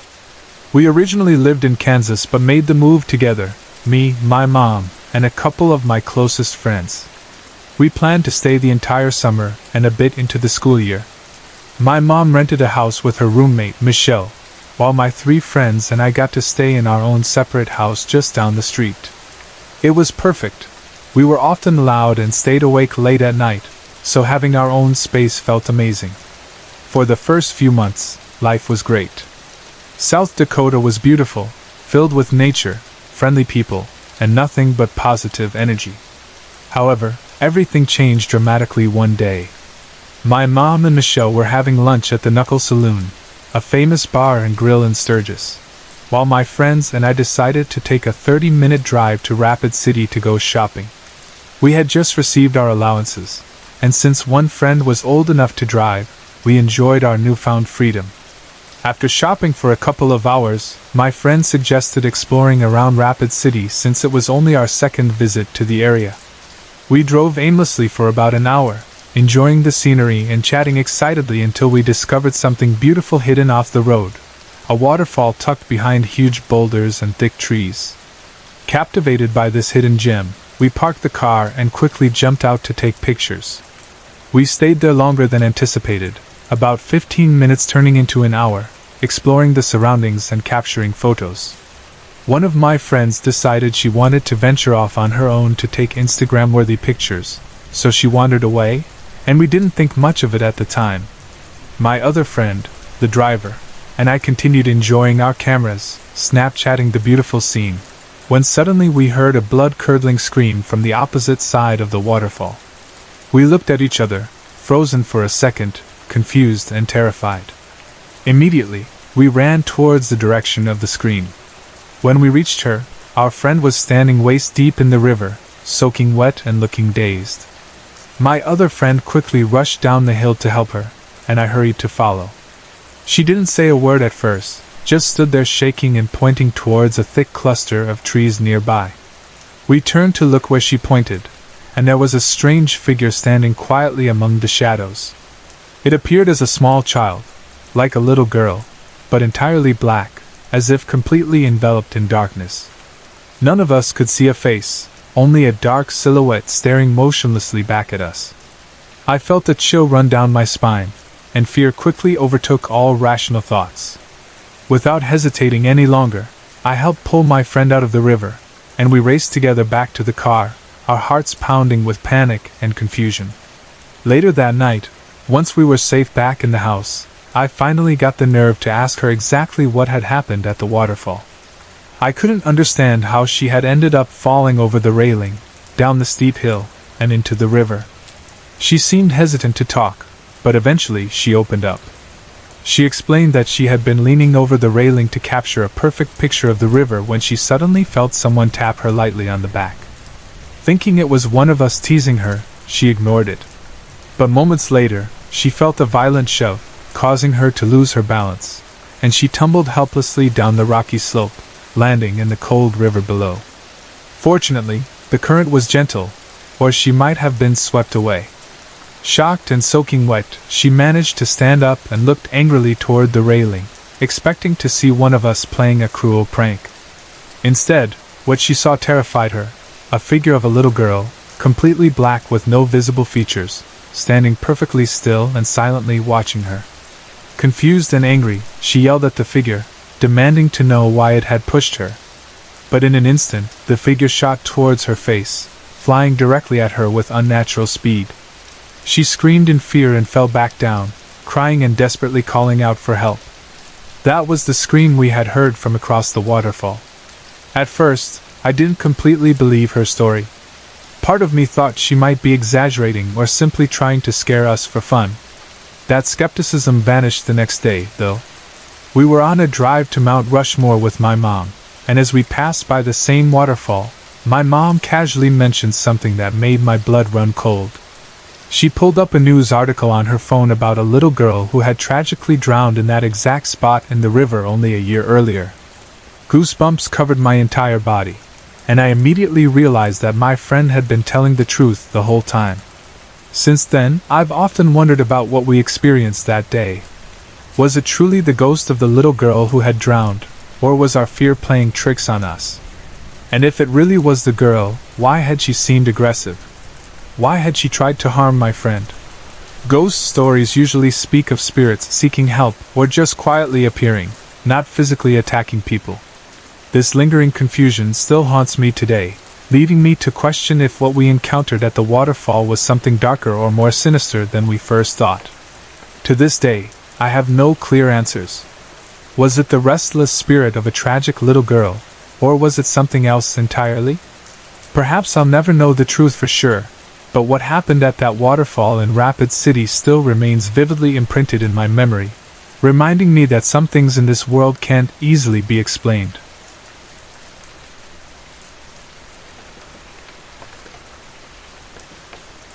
My family moved to Jakarta in 1995 and rented a small house in a suburban neighborhood. At that time, the area was still developing, with lots of empty spaces around, making it very quiet. Our house was pleasant and comfortable, with a small garden in front. There was a big tree right in the middle of the garden that provided cool shade, and we had a small terrace as well. Life was peaceful in our new home, at least until I had my first strange experience. I loved playing alone in the living room, and I would often spend hours there with my toys. One day, while I was busy playing, I suddenly heard a woman's voice calling my name. The voice was very clear, warm, and cheerful. I stopped playing immediately, carefully listening, thinking perhaps my mother or aunt was calling me. But the voice only called me once. Curious, I looked out the window, wondering if a neighbor had come to visit. However, there was no one outside. Confused, I went to ask my mother and aunt if either of them had called me, but they both said no. Though puzzled, I quickly brushed off the incident and went back to playing.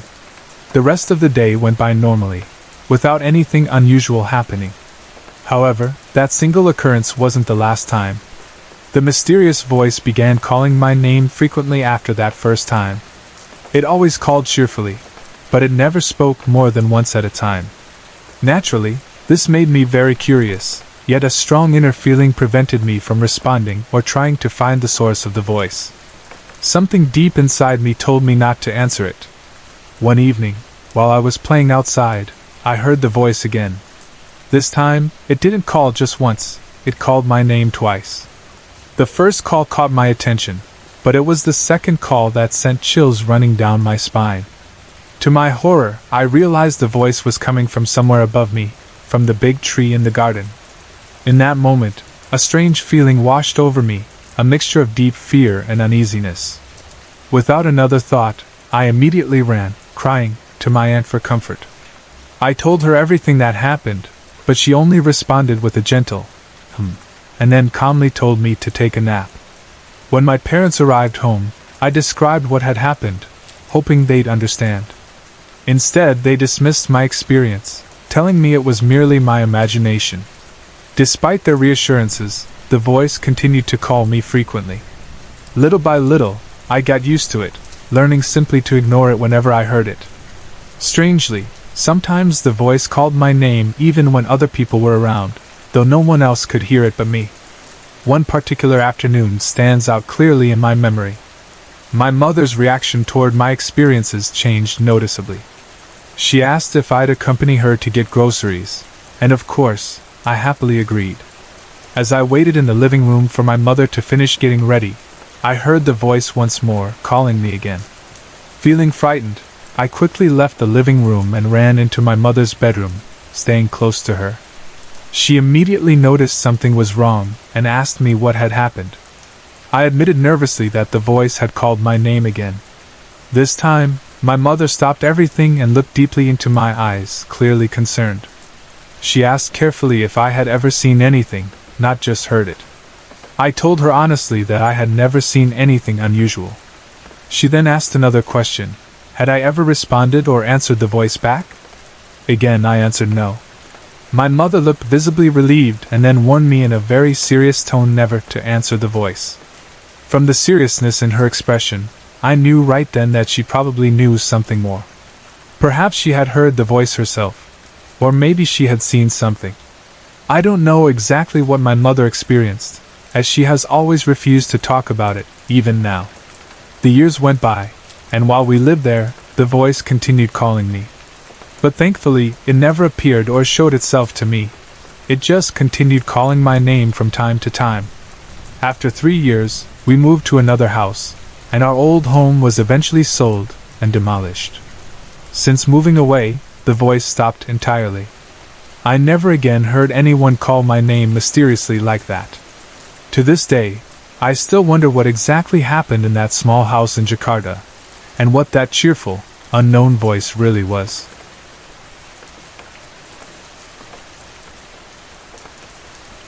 My husband occasionally has to travel to various cities for his job. He often gives training workshops in other towns, which means that sometimes he's away from home for a few days at a time. Interestingly, it's only when he's away that I actually see unusual things I can only describe as spirits or apparitions. Even when he is at home, I sometimes hear and feel strange things, but I never actually see anything unless he's away. I'm using the word, things, because I honestly can't think of a better word. No disrespect intended toward whatever spirits might be around. On this particular night, as usual, I fell asleep with the bedroom TV still on. This is something that always happens because my husband is usually the one who turns it off when he comes to bed. I'm naturally an early to bed, early to rise type of person, I wish. Healthy, wealthy, and wise. Applied here. My husband, on the other hand, is just the opposite.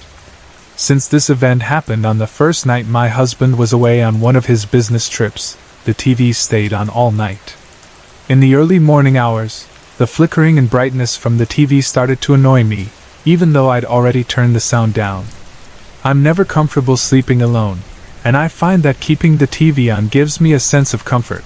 Not that it would truly help me if someone broke into the house, but psychologically it makes me feel safer.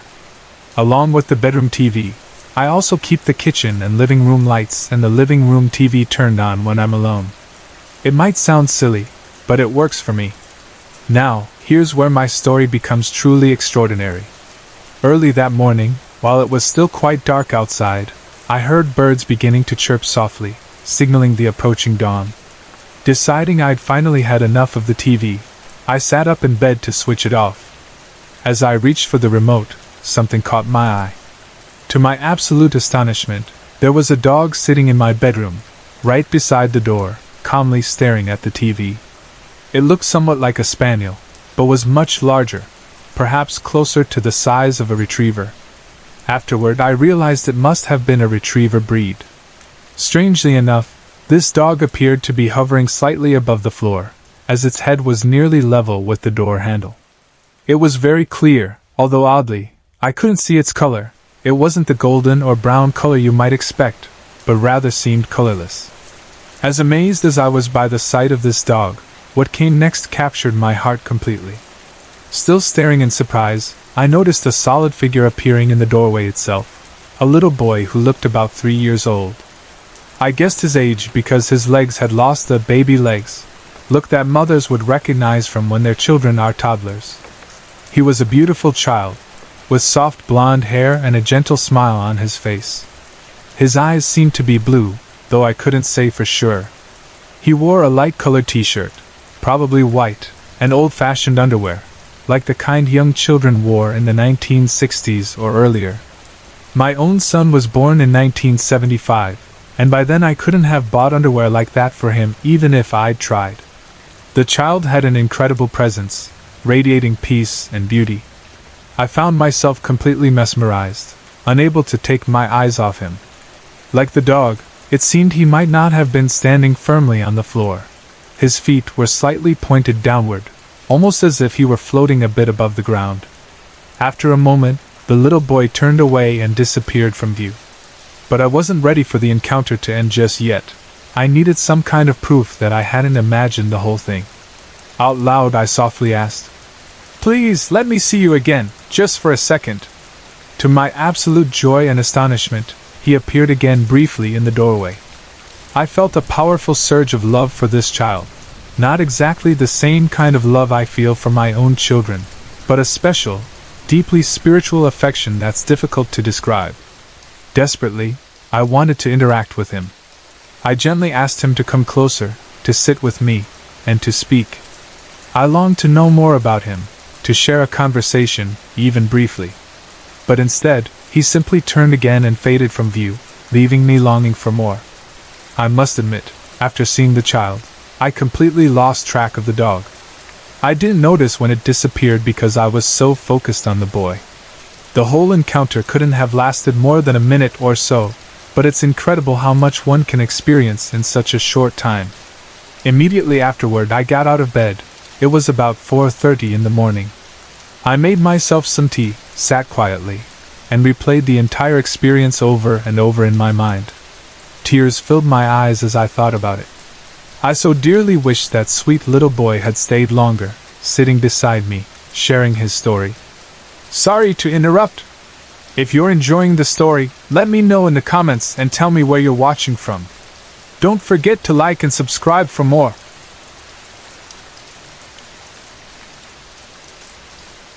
In late 1985, I moved with my family to a small mining town in Mpumalanga province, South Africa, where we stayed for 2 years until late 1987.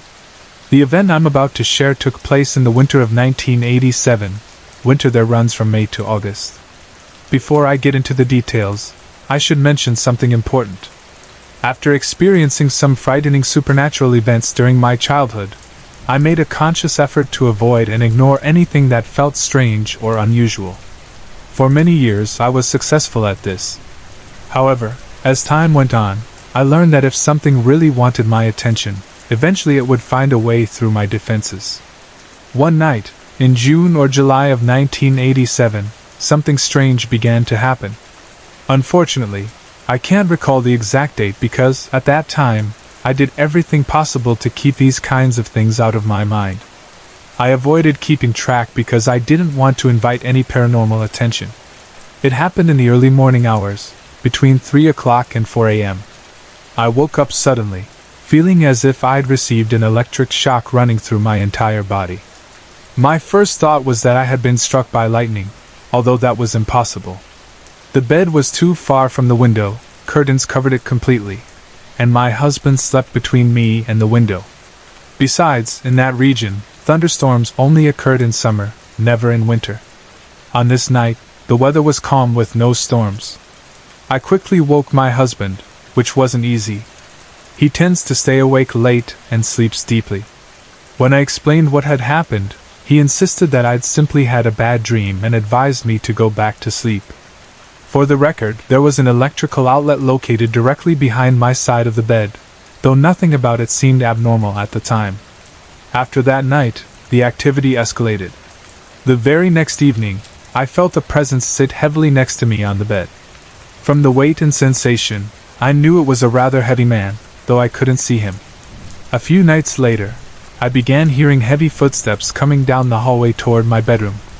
His presence was very strong and unmistakable, and it made me deeply uneasy, though strangely enough, I wasn't terrified. The spirit didn't seem threatening, just unsettling. He would linger for a short while, then slowly fade away. Oddly, I never heard the footsteps retreating back down the hallway. I never actually saw this entity, perhaps because I was doing my best to block him out. Maybe he chose not to reveal himself visually. But things steadily grew worse. One evening, while sitting in the bathroom, the light suddenly switched off on its own.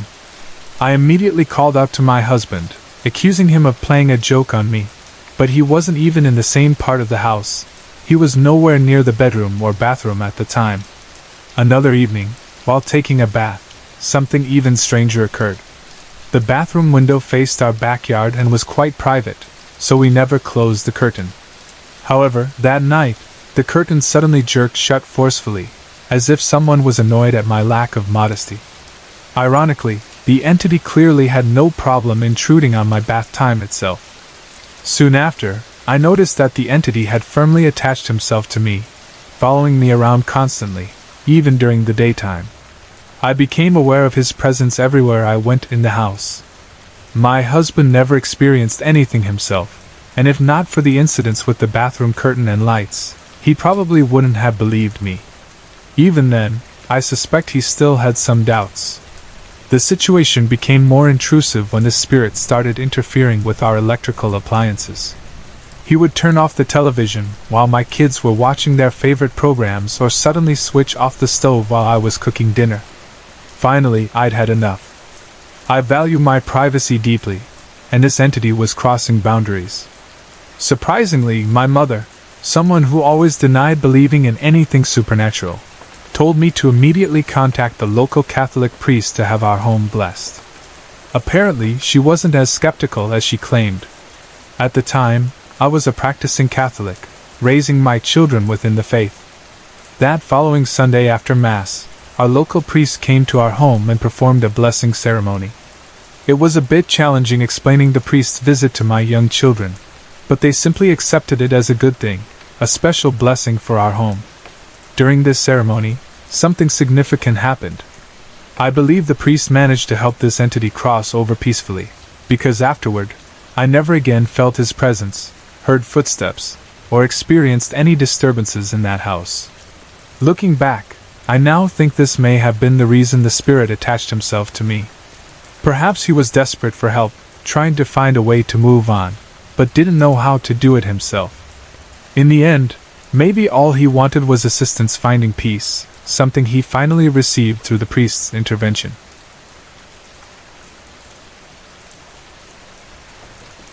Three years ago, around late 2012, I decided to rent my own house near Up Village, close to my workplace. It was just about a 20 to 30 minute jeepney ride from my job, and I figured it would save me both time and money on commuting. At first, everything went great. It was my first time living away from my family, and I enjoyed the newfound independence. I missed the comforts of home, though, things like breakfast and dinner being prepared before and after work. But still, being on my own had its perks. I liked choosing my meals from the nearby carinderia, which always had plenty of delicious dishes to pick from. Things changed one particular evening. It was around 9 p.m., and I'd just finished dinner. I was standing by the kitchen sink, brushing my teeth.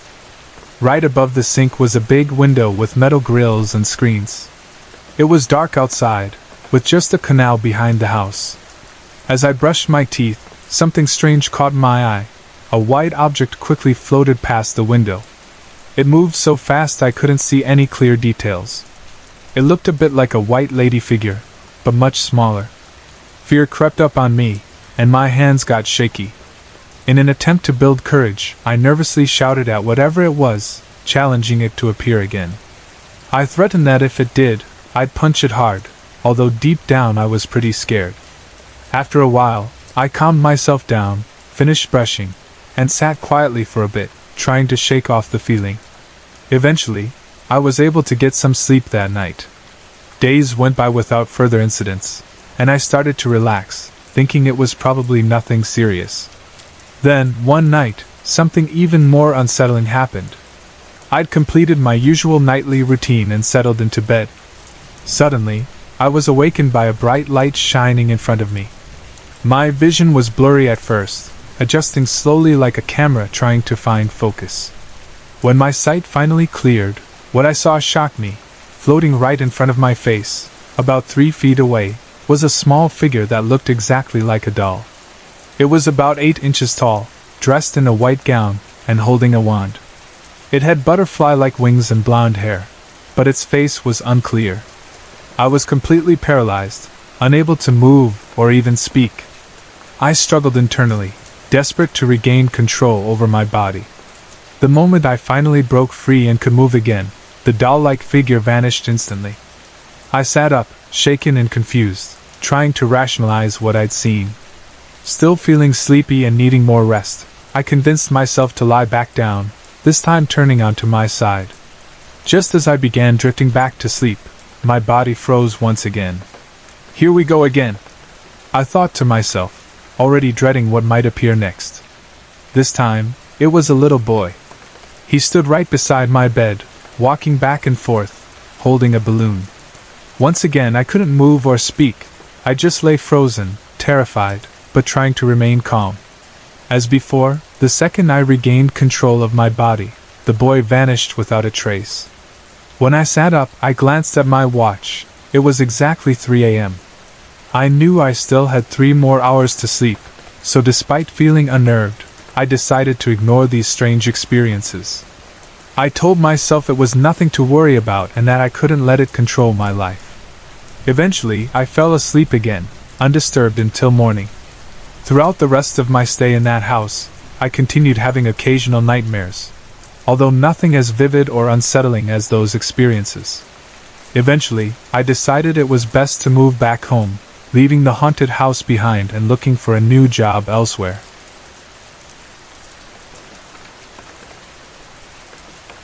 This experience happened one afternoon when my mom and I were visiting a nearby town.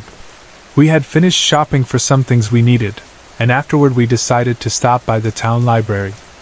This library is very old, at least 100 years, and it has a fascinating history. We didn't have any particular reason to visit that day, other than knowing our favorite library staff would be there. They love hearing about the paranormal experiences my mom and I have had, and we always enjoy chatting with them and sharing our ghost stories. We arrived at the library around 2 p.m. and parked at the back. At the rear of the building there's a small staircase leading up to a back entrance, but nobody ever uses that door.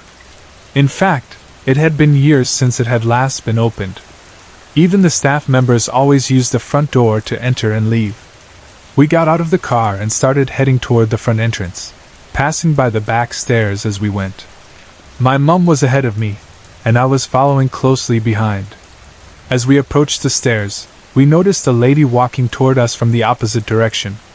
She had short white hair, wore a black coat, and was holding a black bag in her left hand. Just as we reached the bottom of the stairs, this lady started climbing up toward the back door. My initial thought was simply, "Oh, she's just using the back entrance," and I didn't think much more of it. But then suddenly I realized, wait, nobody ever uses that door. How was she planning to get in? Curious, I immediately turned around to look at the stairs again. But to my surprise, the lady had vanished completely. I stood there frozen, just staring at the empty staircase for about 10 seconds. My mum soon noticed that I'd stopped walking, and she asked what I was looking at. I could barely say the words, "Did you just see that?" before she finished my sentence for me. She'd seen the lady too, exactly as I'd seen her, though my mum hadn't noticed the woman start climbing the stairs because she'd been ahead of me. She had also casually dismissed it at first, but now she was equally puzzled. We both stood there staring at the back door, trying to understand how someone could have disappeared so quickly. Even if the woman had somehow managed to unlock and open the huge double door within those 2 seconds, there was no way she could have done it without us noticing or hearing it. Plus, the doors are big, heavy, and always locked securely. Just to make sure, I ran down the street a little to see if the woman had changed her mind and kept walking, but there was absolutely no one in sight. By now, both of us were completely stunned. Without even describing her appearance, my mum perfectly described the lady we'd seen, confirming that we had witnessed the exact same thing. Excited, we quickly made our way to the library's front entrance and burst inside, eager to share our experience. We didn't even greet our favorite staff members properly. We immediately told them what we'd seen. They were amazed and intrigued. They confirmed again that nobody ever used that back door, and that no additional staff were scheduled to work that day. Our friends at the library were thrilled to hear our encounter, but then refused to go anywhere near the back door area for the rest of the day. Interestingly, the back part of the library was already known to have paranormal activity. Staff members frequently reported hearing unexplained footsteps or noticing objects vanish, only to reappear exactly where they had first looked. None of us could offer a rational explanation for what my mum and I had seen. We were just incredibly excited and felt privileged that a ghost had shown itself to us, in broad daylight, no less. Before leaving the library, we went back to the stairs and took some photos, hoping to capture something unusual, but we haven't had the chance to look closely at them yet. I'm still a bit confused about why a ghost decided to appear to us at 2 in the afternoon, but it's an experience we'll never forget, and secretly hope to have again.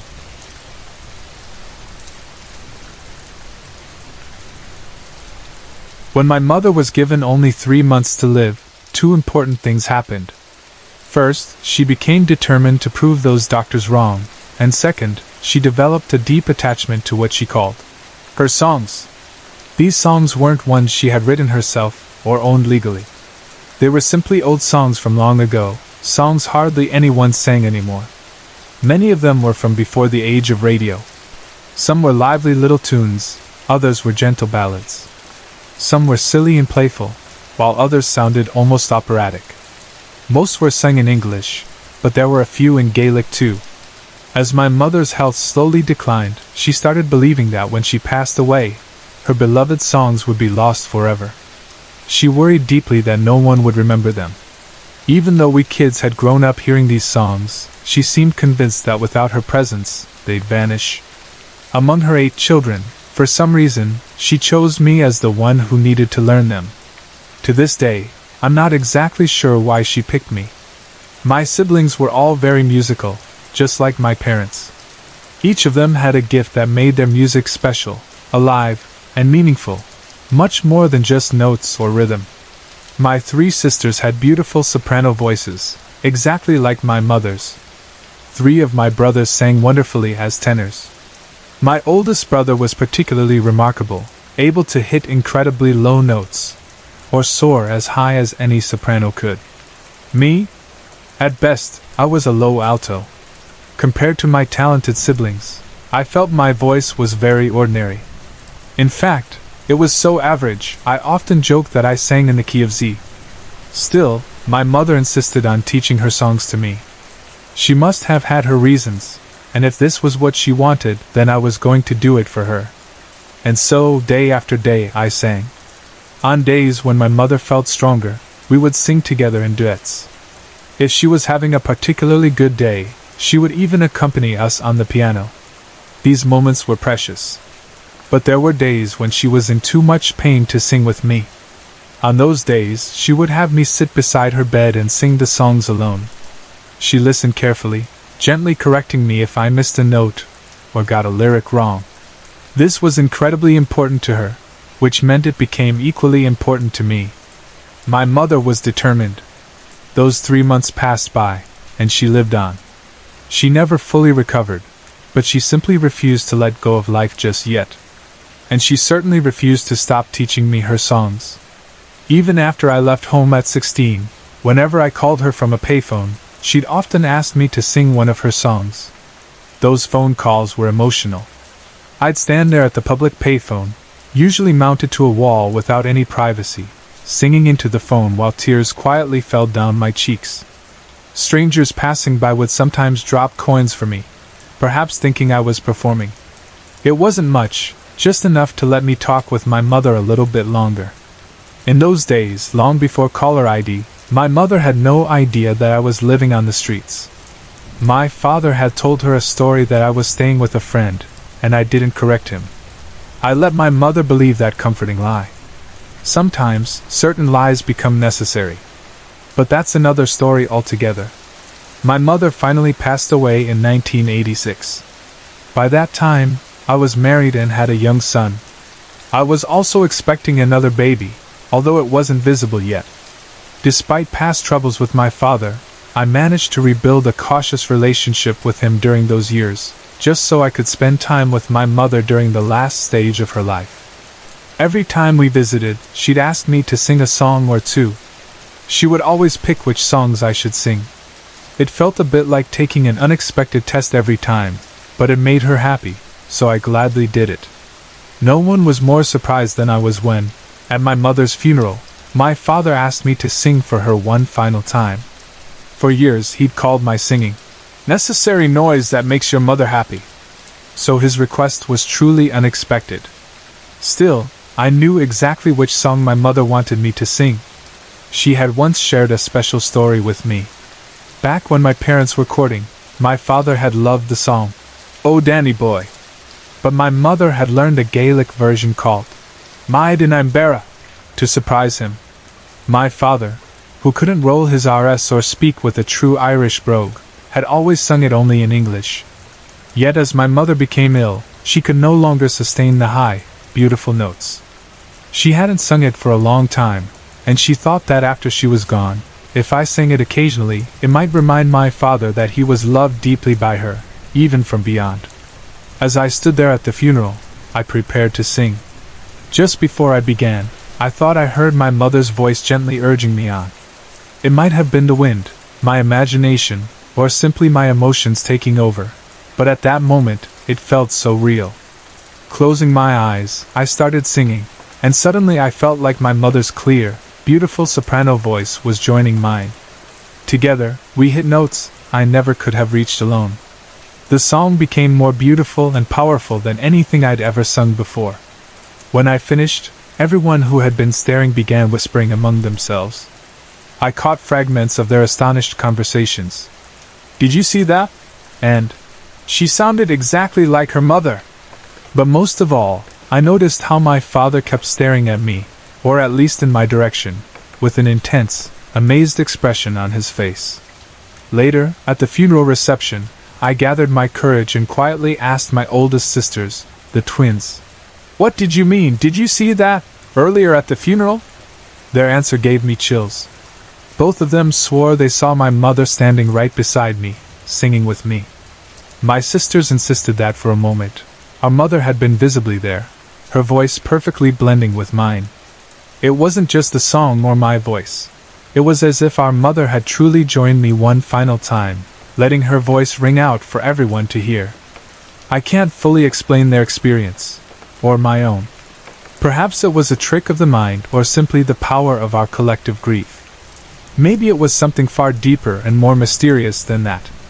But my sisters had no reason to lie or exaggerate. And that feeling I experienced, hearing and feeling my mother's voice next to mine, had been incredibly real and powerful. Even years later, thinking about that moment fills me with deep emotion and wonder. From that day on, whenever I sing any of my mother's old songs, I feel like she is still there with me in some small, beautiful way. Those songs that she feared would be lost are still alive, passed down from her heart to mine. My mother's love, carried in her songs, continues on. It began one sunny afternoon in the summer of 2016. I was relaxing in the living room, watching TV, when I suddenly had the strange sensation of being watched. Instinctively, I glanced toward the window to my right. Standing there, looking directly at me, was a shadow shaped exactly like a man. Even though the figure had no visible features, I could clearly make out its head, shoulders, and torso. It seemed to be observing me intently, without moving or making a sound. Frozen in disbelief, I stared at it for what must have been 2 or 3 seconds before it began smoothly gliding sideways out of view. Just a short distance from the window, along the same wall, there was a large glass door leading into our backyard. Because the shadow had moved in that direction, I expected it to reappear through the glass door, but it never did. Feeling uneasy but also curious, I eventually stepped outside to see what might have caused such a clear shadow. The afternoon sky was perfectly clear and sunny. There were no trees, plants, or structures outside that could cast a shadow of that size or shape. Standing exactly where the shadow had stood, I looked back into the house through the window. That's when it struck me. The ground outside was much lower, coming only to mid-thigh compared to the living room floor inside. That meant that a normal-sized person standing there would only have the top of their shoulders and head visible from inside. Yet, I had clearly seen the entire upper half of the shadowy figure. It didn't make sense at all, and I felt a chill creep down my spine as I pondered it. About 3 months after this unsettling event, another strange thing happened. I was asleep one night when I suddenly woke up with an oppressive feeling that my body was heavy and unable to move. I had experienced sleep paralysis before, and the sensation always frightened me. Despite my fear, I summoned the strength to open my eyes, hoping to reassure myself that nothing unusual was happening. I carefully scanned my room, but everything looked normal. Feeling slightly comforted, I tried to relax and drift back to sleep. Moments later, however, I distinctly felt my blanket being gently tugged downward. Still very sleepy and somewhat annoyed, I tucked the blanket securely under my feet, hoping that whatever was happening would just stop and leave me alone. But before long, I felt something even stranger. My body began to slide gently toward the foot of my bed, as if being pulled. My closet stood at the foot of the bed, and although I couldn't feel any hands gripping my legs, I had a clear sensation that something was pulling me towards it. At this point, my annoyance outweighed my fear, and I opened my eyes sharply to confront whatever was going on. To my shock, my closet door, usually kept closed, was wide open, and standing near my bed were 3 bizarre black humanoid creatures. These beings weren't exactly shadow-like. Rather, they resembled larger, ganglier versions of Smeagol from The Lord of the Rings, except entirely solid black, without any facial features. They appeared startled that I had woken up. I quickly realized that they had probably been trying to move me without waking me up. Oddly enough, I didn't feel genuinely frightened at that moment, just deeply confused and somewhat irritated. For what seemed like forever, we just stared silently at each other, waiting for the other to make a move. One of these beings stood right at the foot of my bed, likely the one who had been pulling me. Another was positioned directly inside the closet, which strangely appeared completely empty of all my belongings. The third creature waited nervously in a far corner inside the closet, where I noticed a faint light shining from below. Somehow, I got the impression that this mysterious light indicated an entrance, or passageway leading downward. Although the creatures did not seem evil, I certainly did not want to find out where they intended to take me. With great effort, I managed to sit up and reach out for my Bible on the nightstand beside me. The moment I grabbed it, the 3 beings hurriedly retreated inside the closet and shut the door behind them. After that encounter, I didn't see or hear anything strange for quite some time. About half a year later, another incident occurred. After taking a shower one evening, I closed my closet doors to hang my towel on the knob so it could dry overnight. Then I got dressed, climbed into bed, and fell asleep quickly. During the night, I had an extremely vivid dream in which a woman tried persistently to invite me somewhere or persuade me to do something. Although the details were vague, I had a strong gut feeling that accepting her invitation was a bad idea. I politely declined, saying I couldn't agree without knowing exactly what she wanted me to do. The instant I declined her invitation in my dream, I woke up and realized something was terribly wrong. Right next to my head, standing beside my bed, was a woman with wild, bushy hair and a long dress. She was completely black, darker even than the shadows in my unlit room, just like the three beings I had seen months earlier. Again, my body felt frozen and paralyzed. When she noticed that I was awake and looking directly at her, she spoke with clear irritation in her voice. "Well," she said, "that's why you have to come with me." As she spoke, she raised her hand and gestured toward my closet. Immediately, the closet door slowly began to open on its own. I didn't wait to see what might emerge. I immediately shut my eyes and started praying silently with great urgency.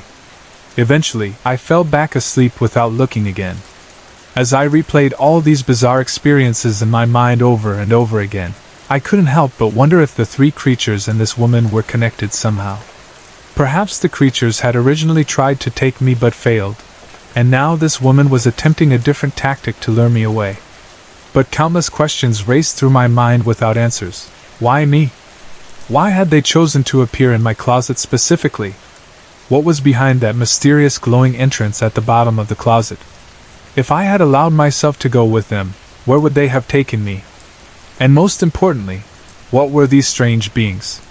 Even though they didn't seem entirely hostile, their presence was deeply unsettling, and I certainly didn't want to find out firsthand what they truly wanted from me.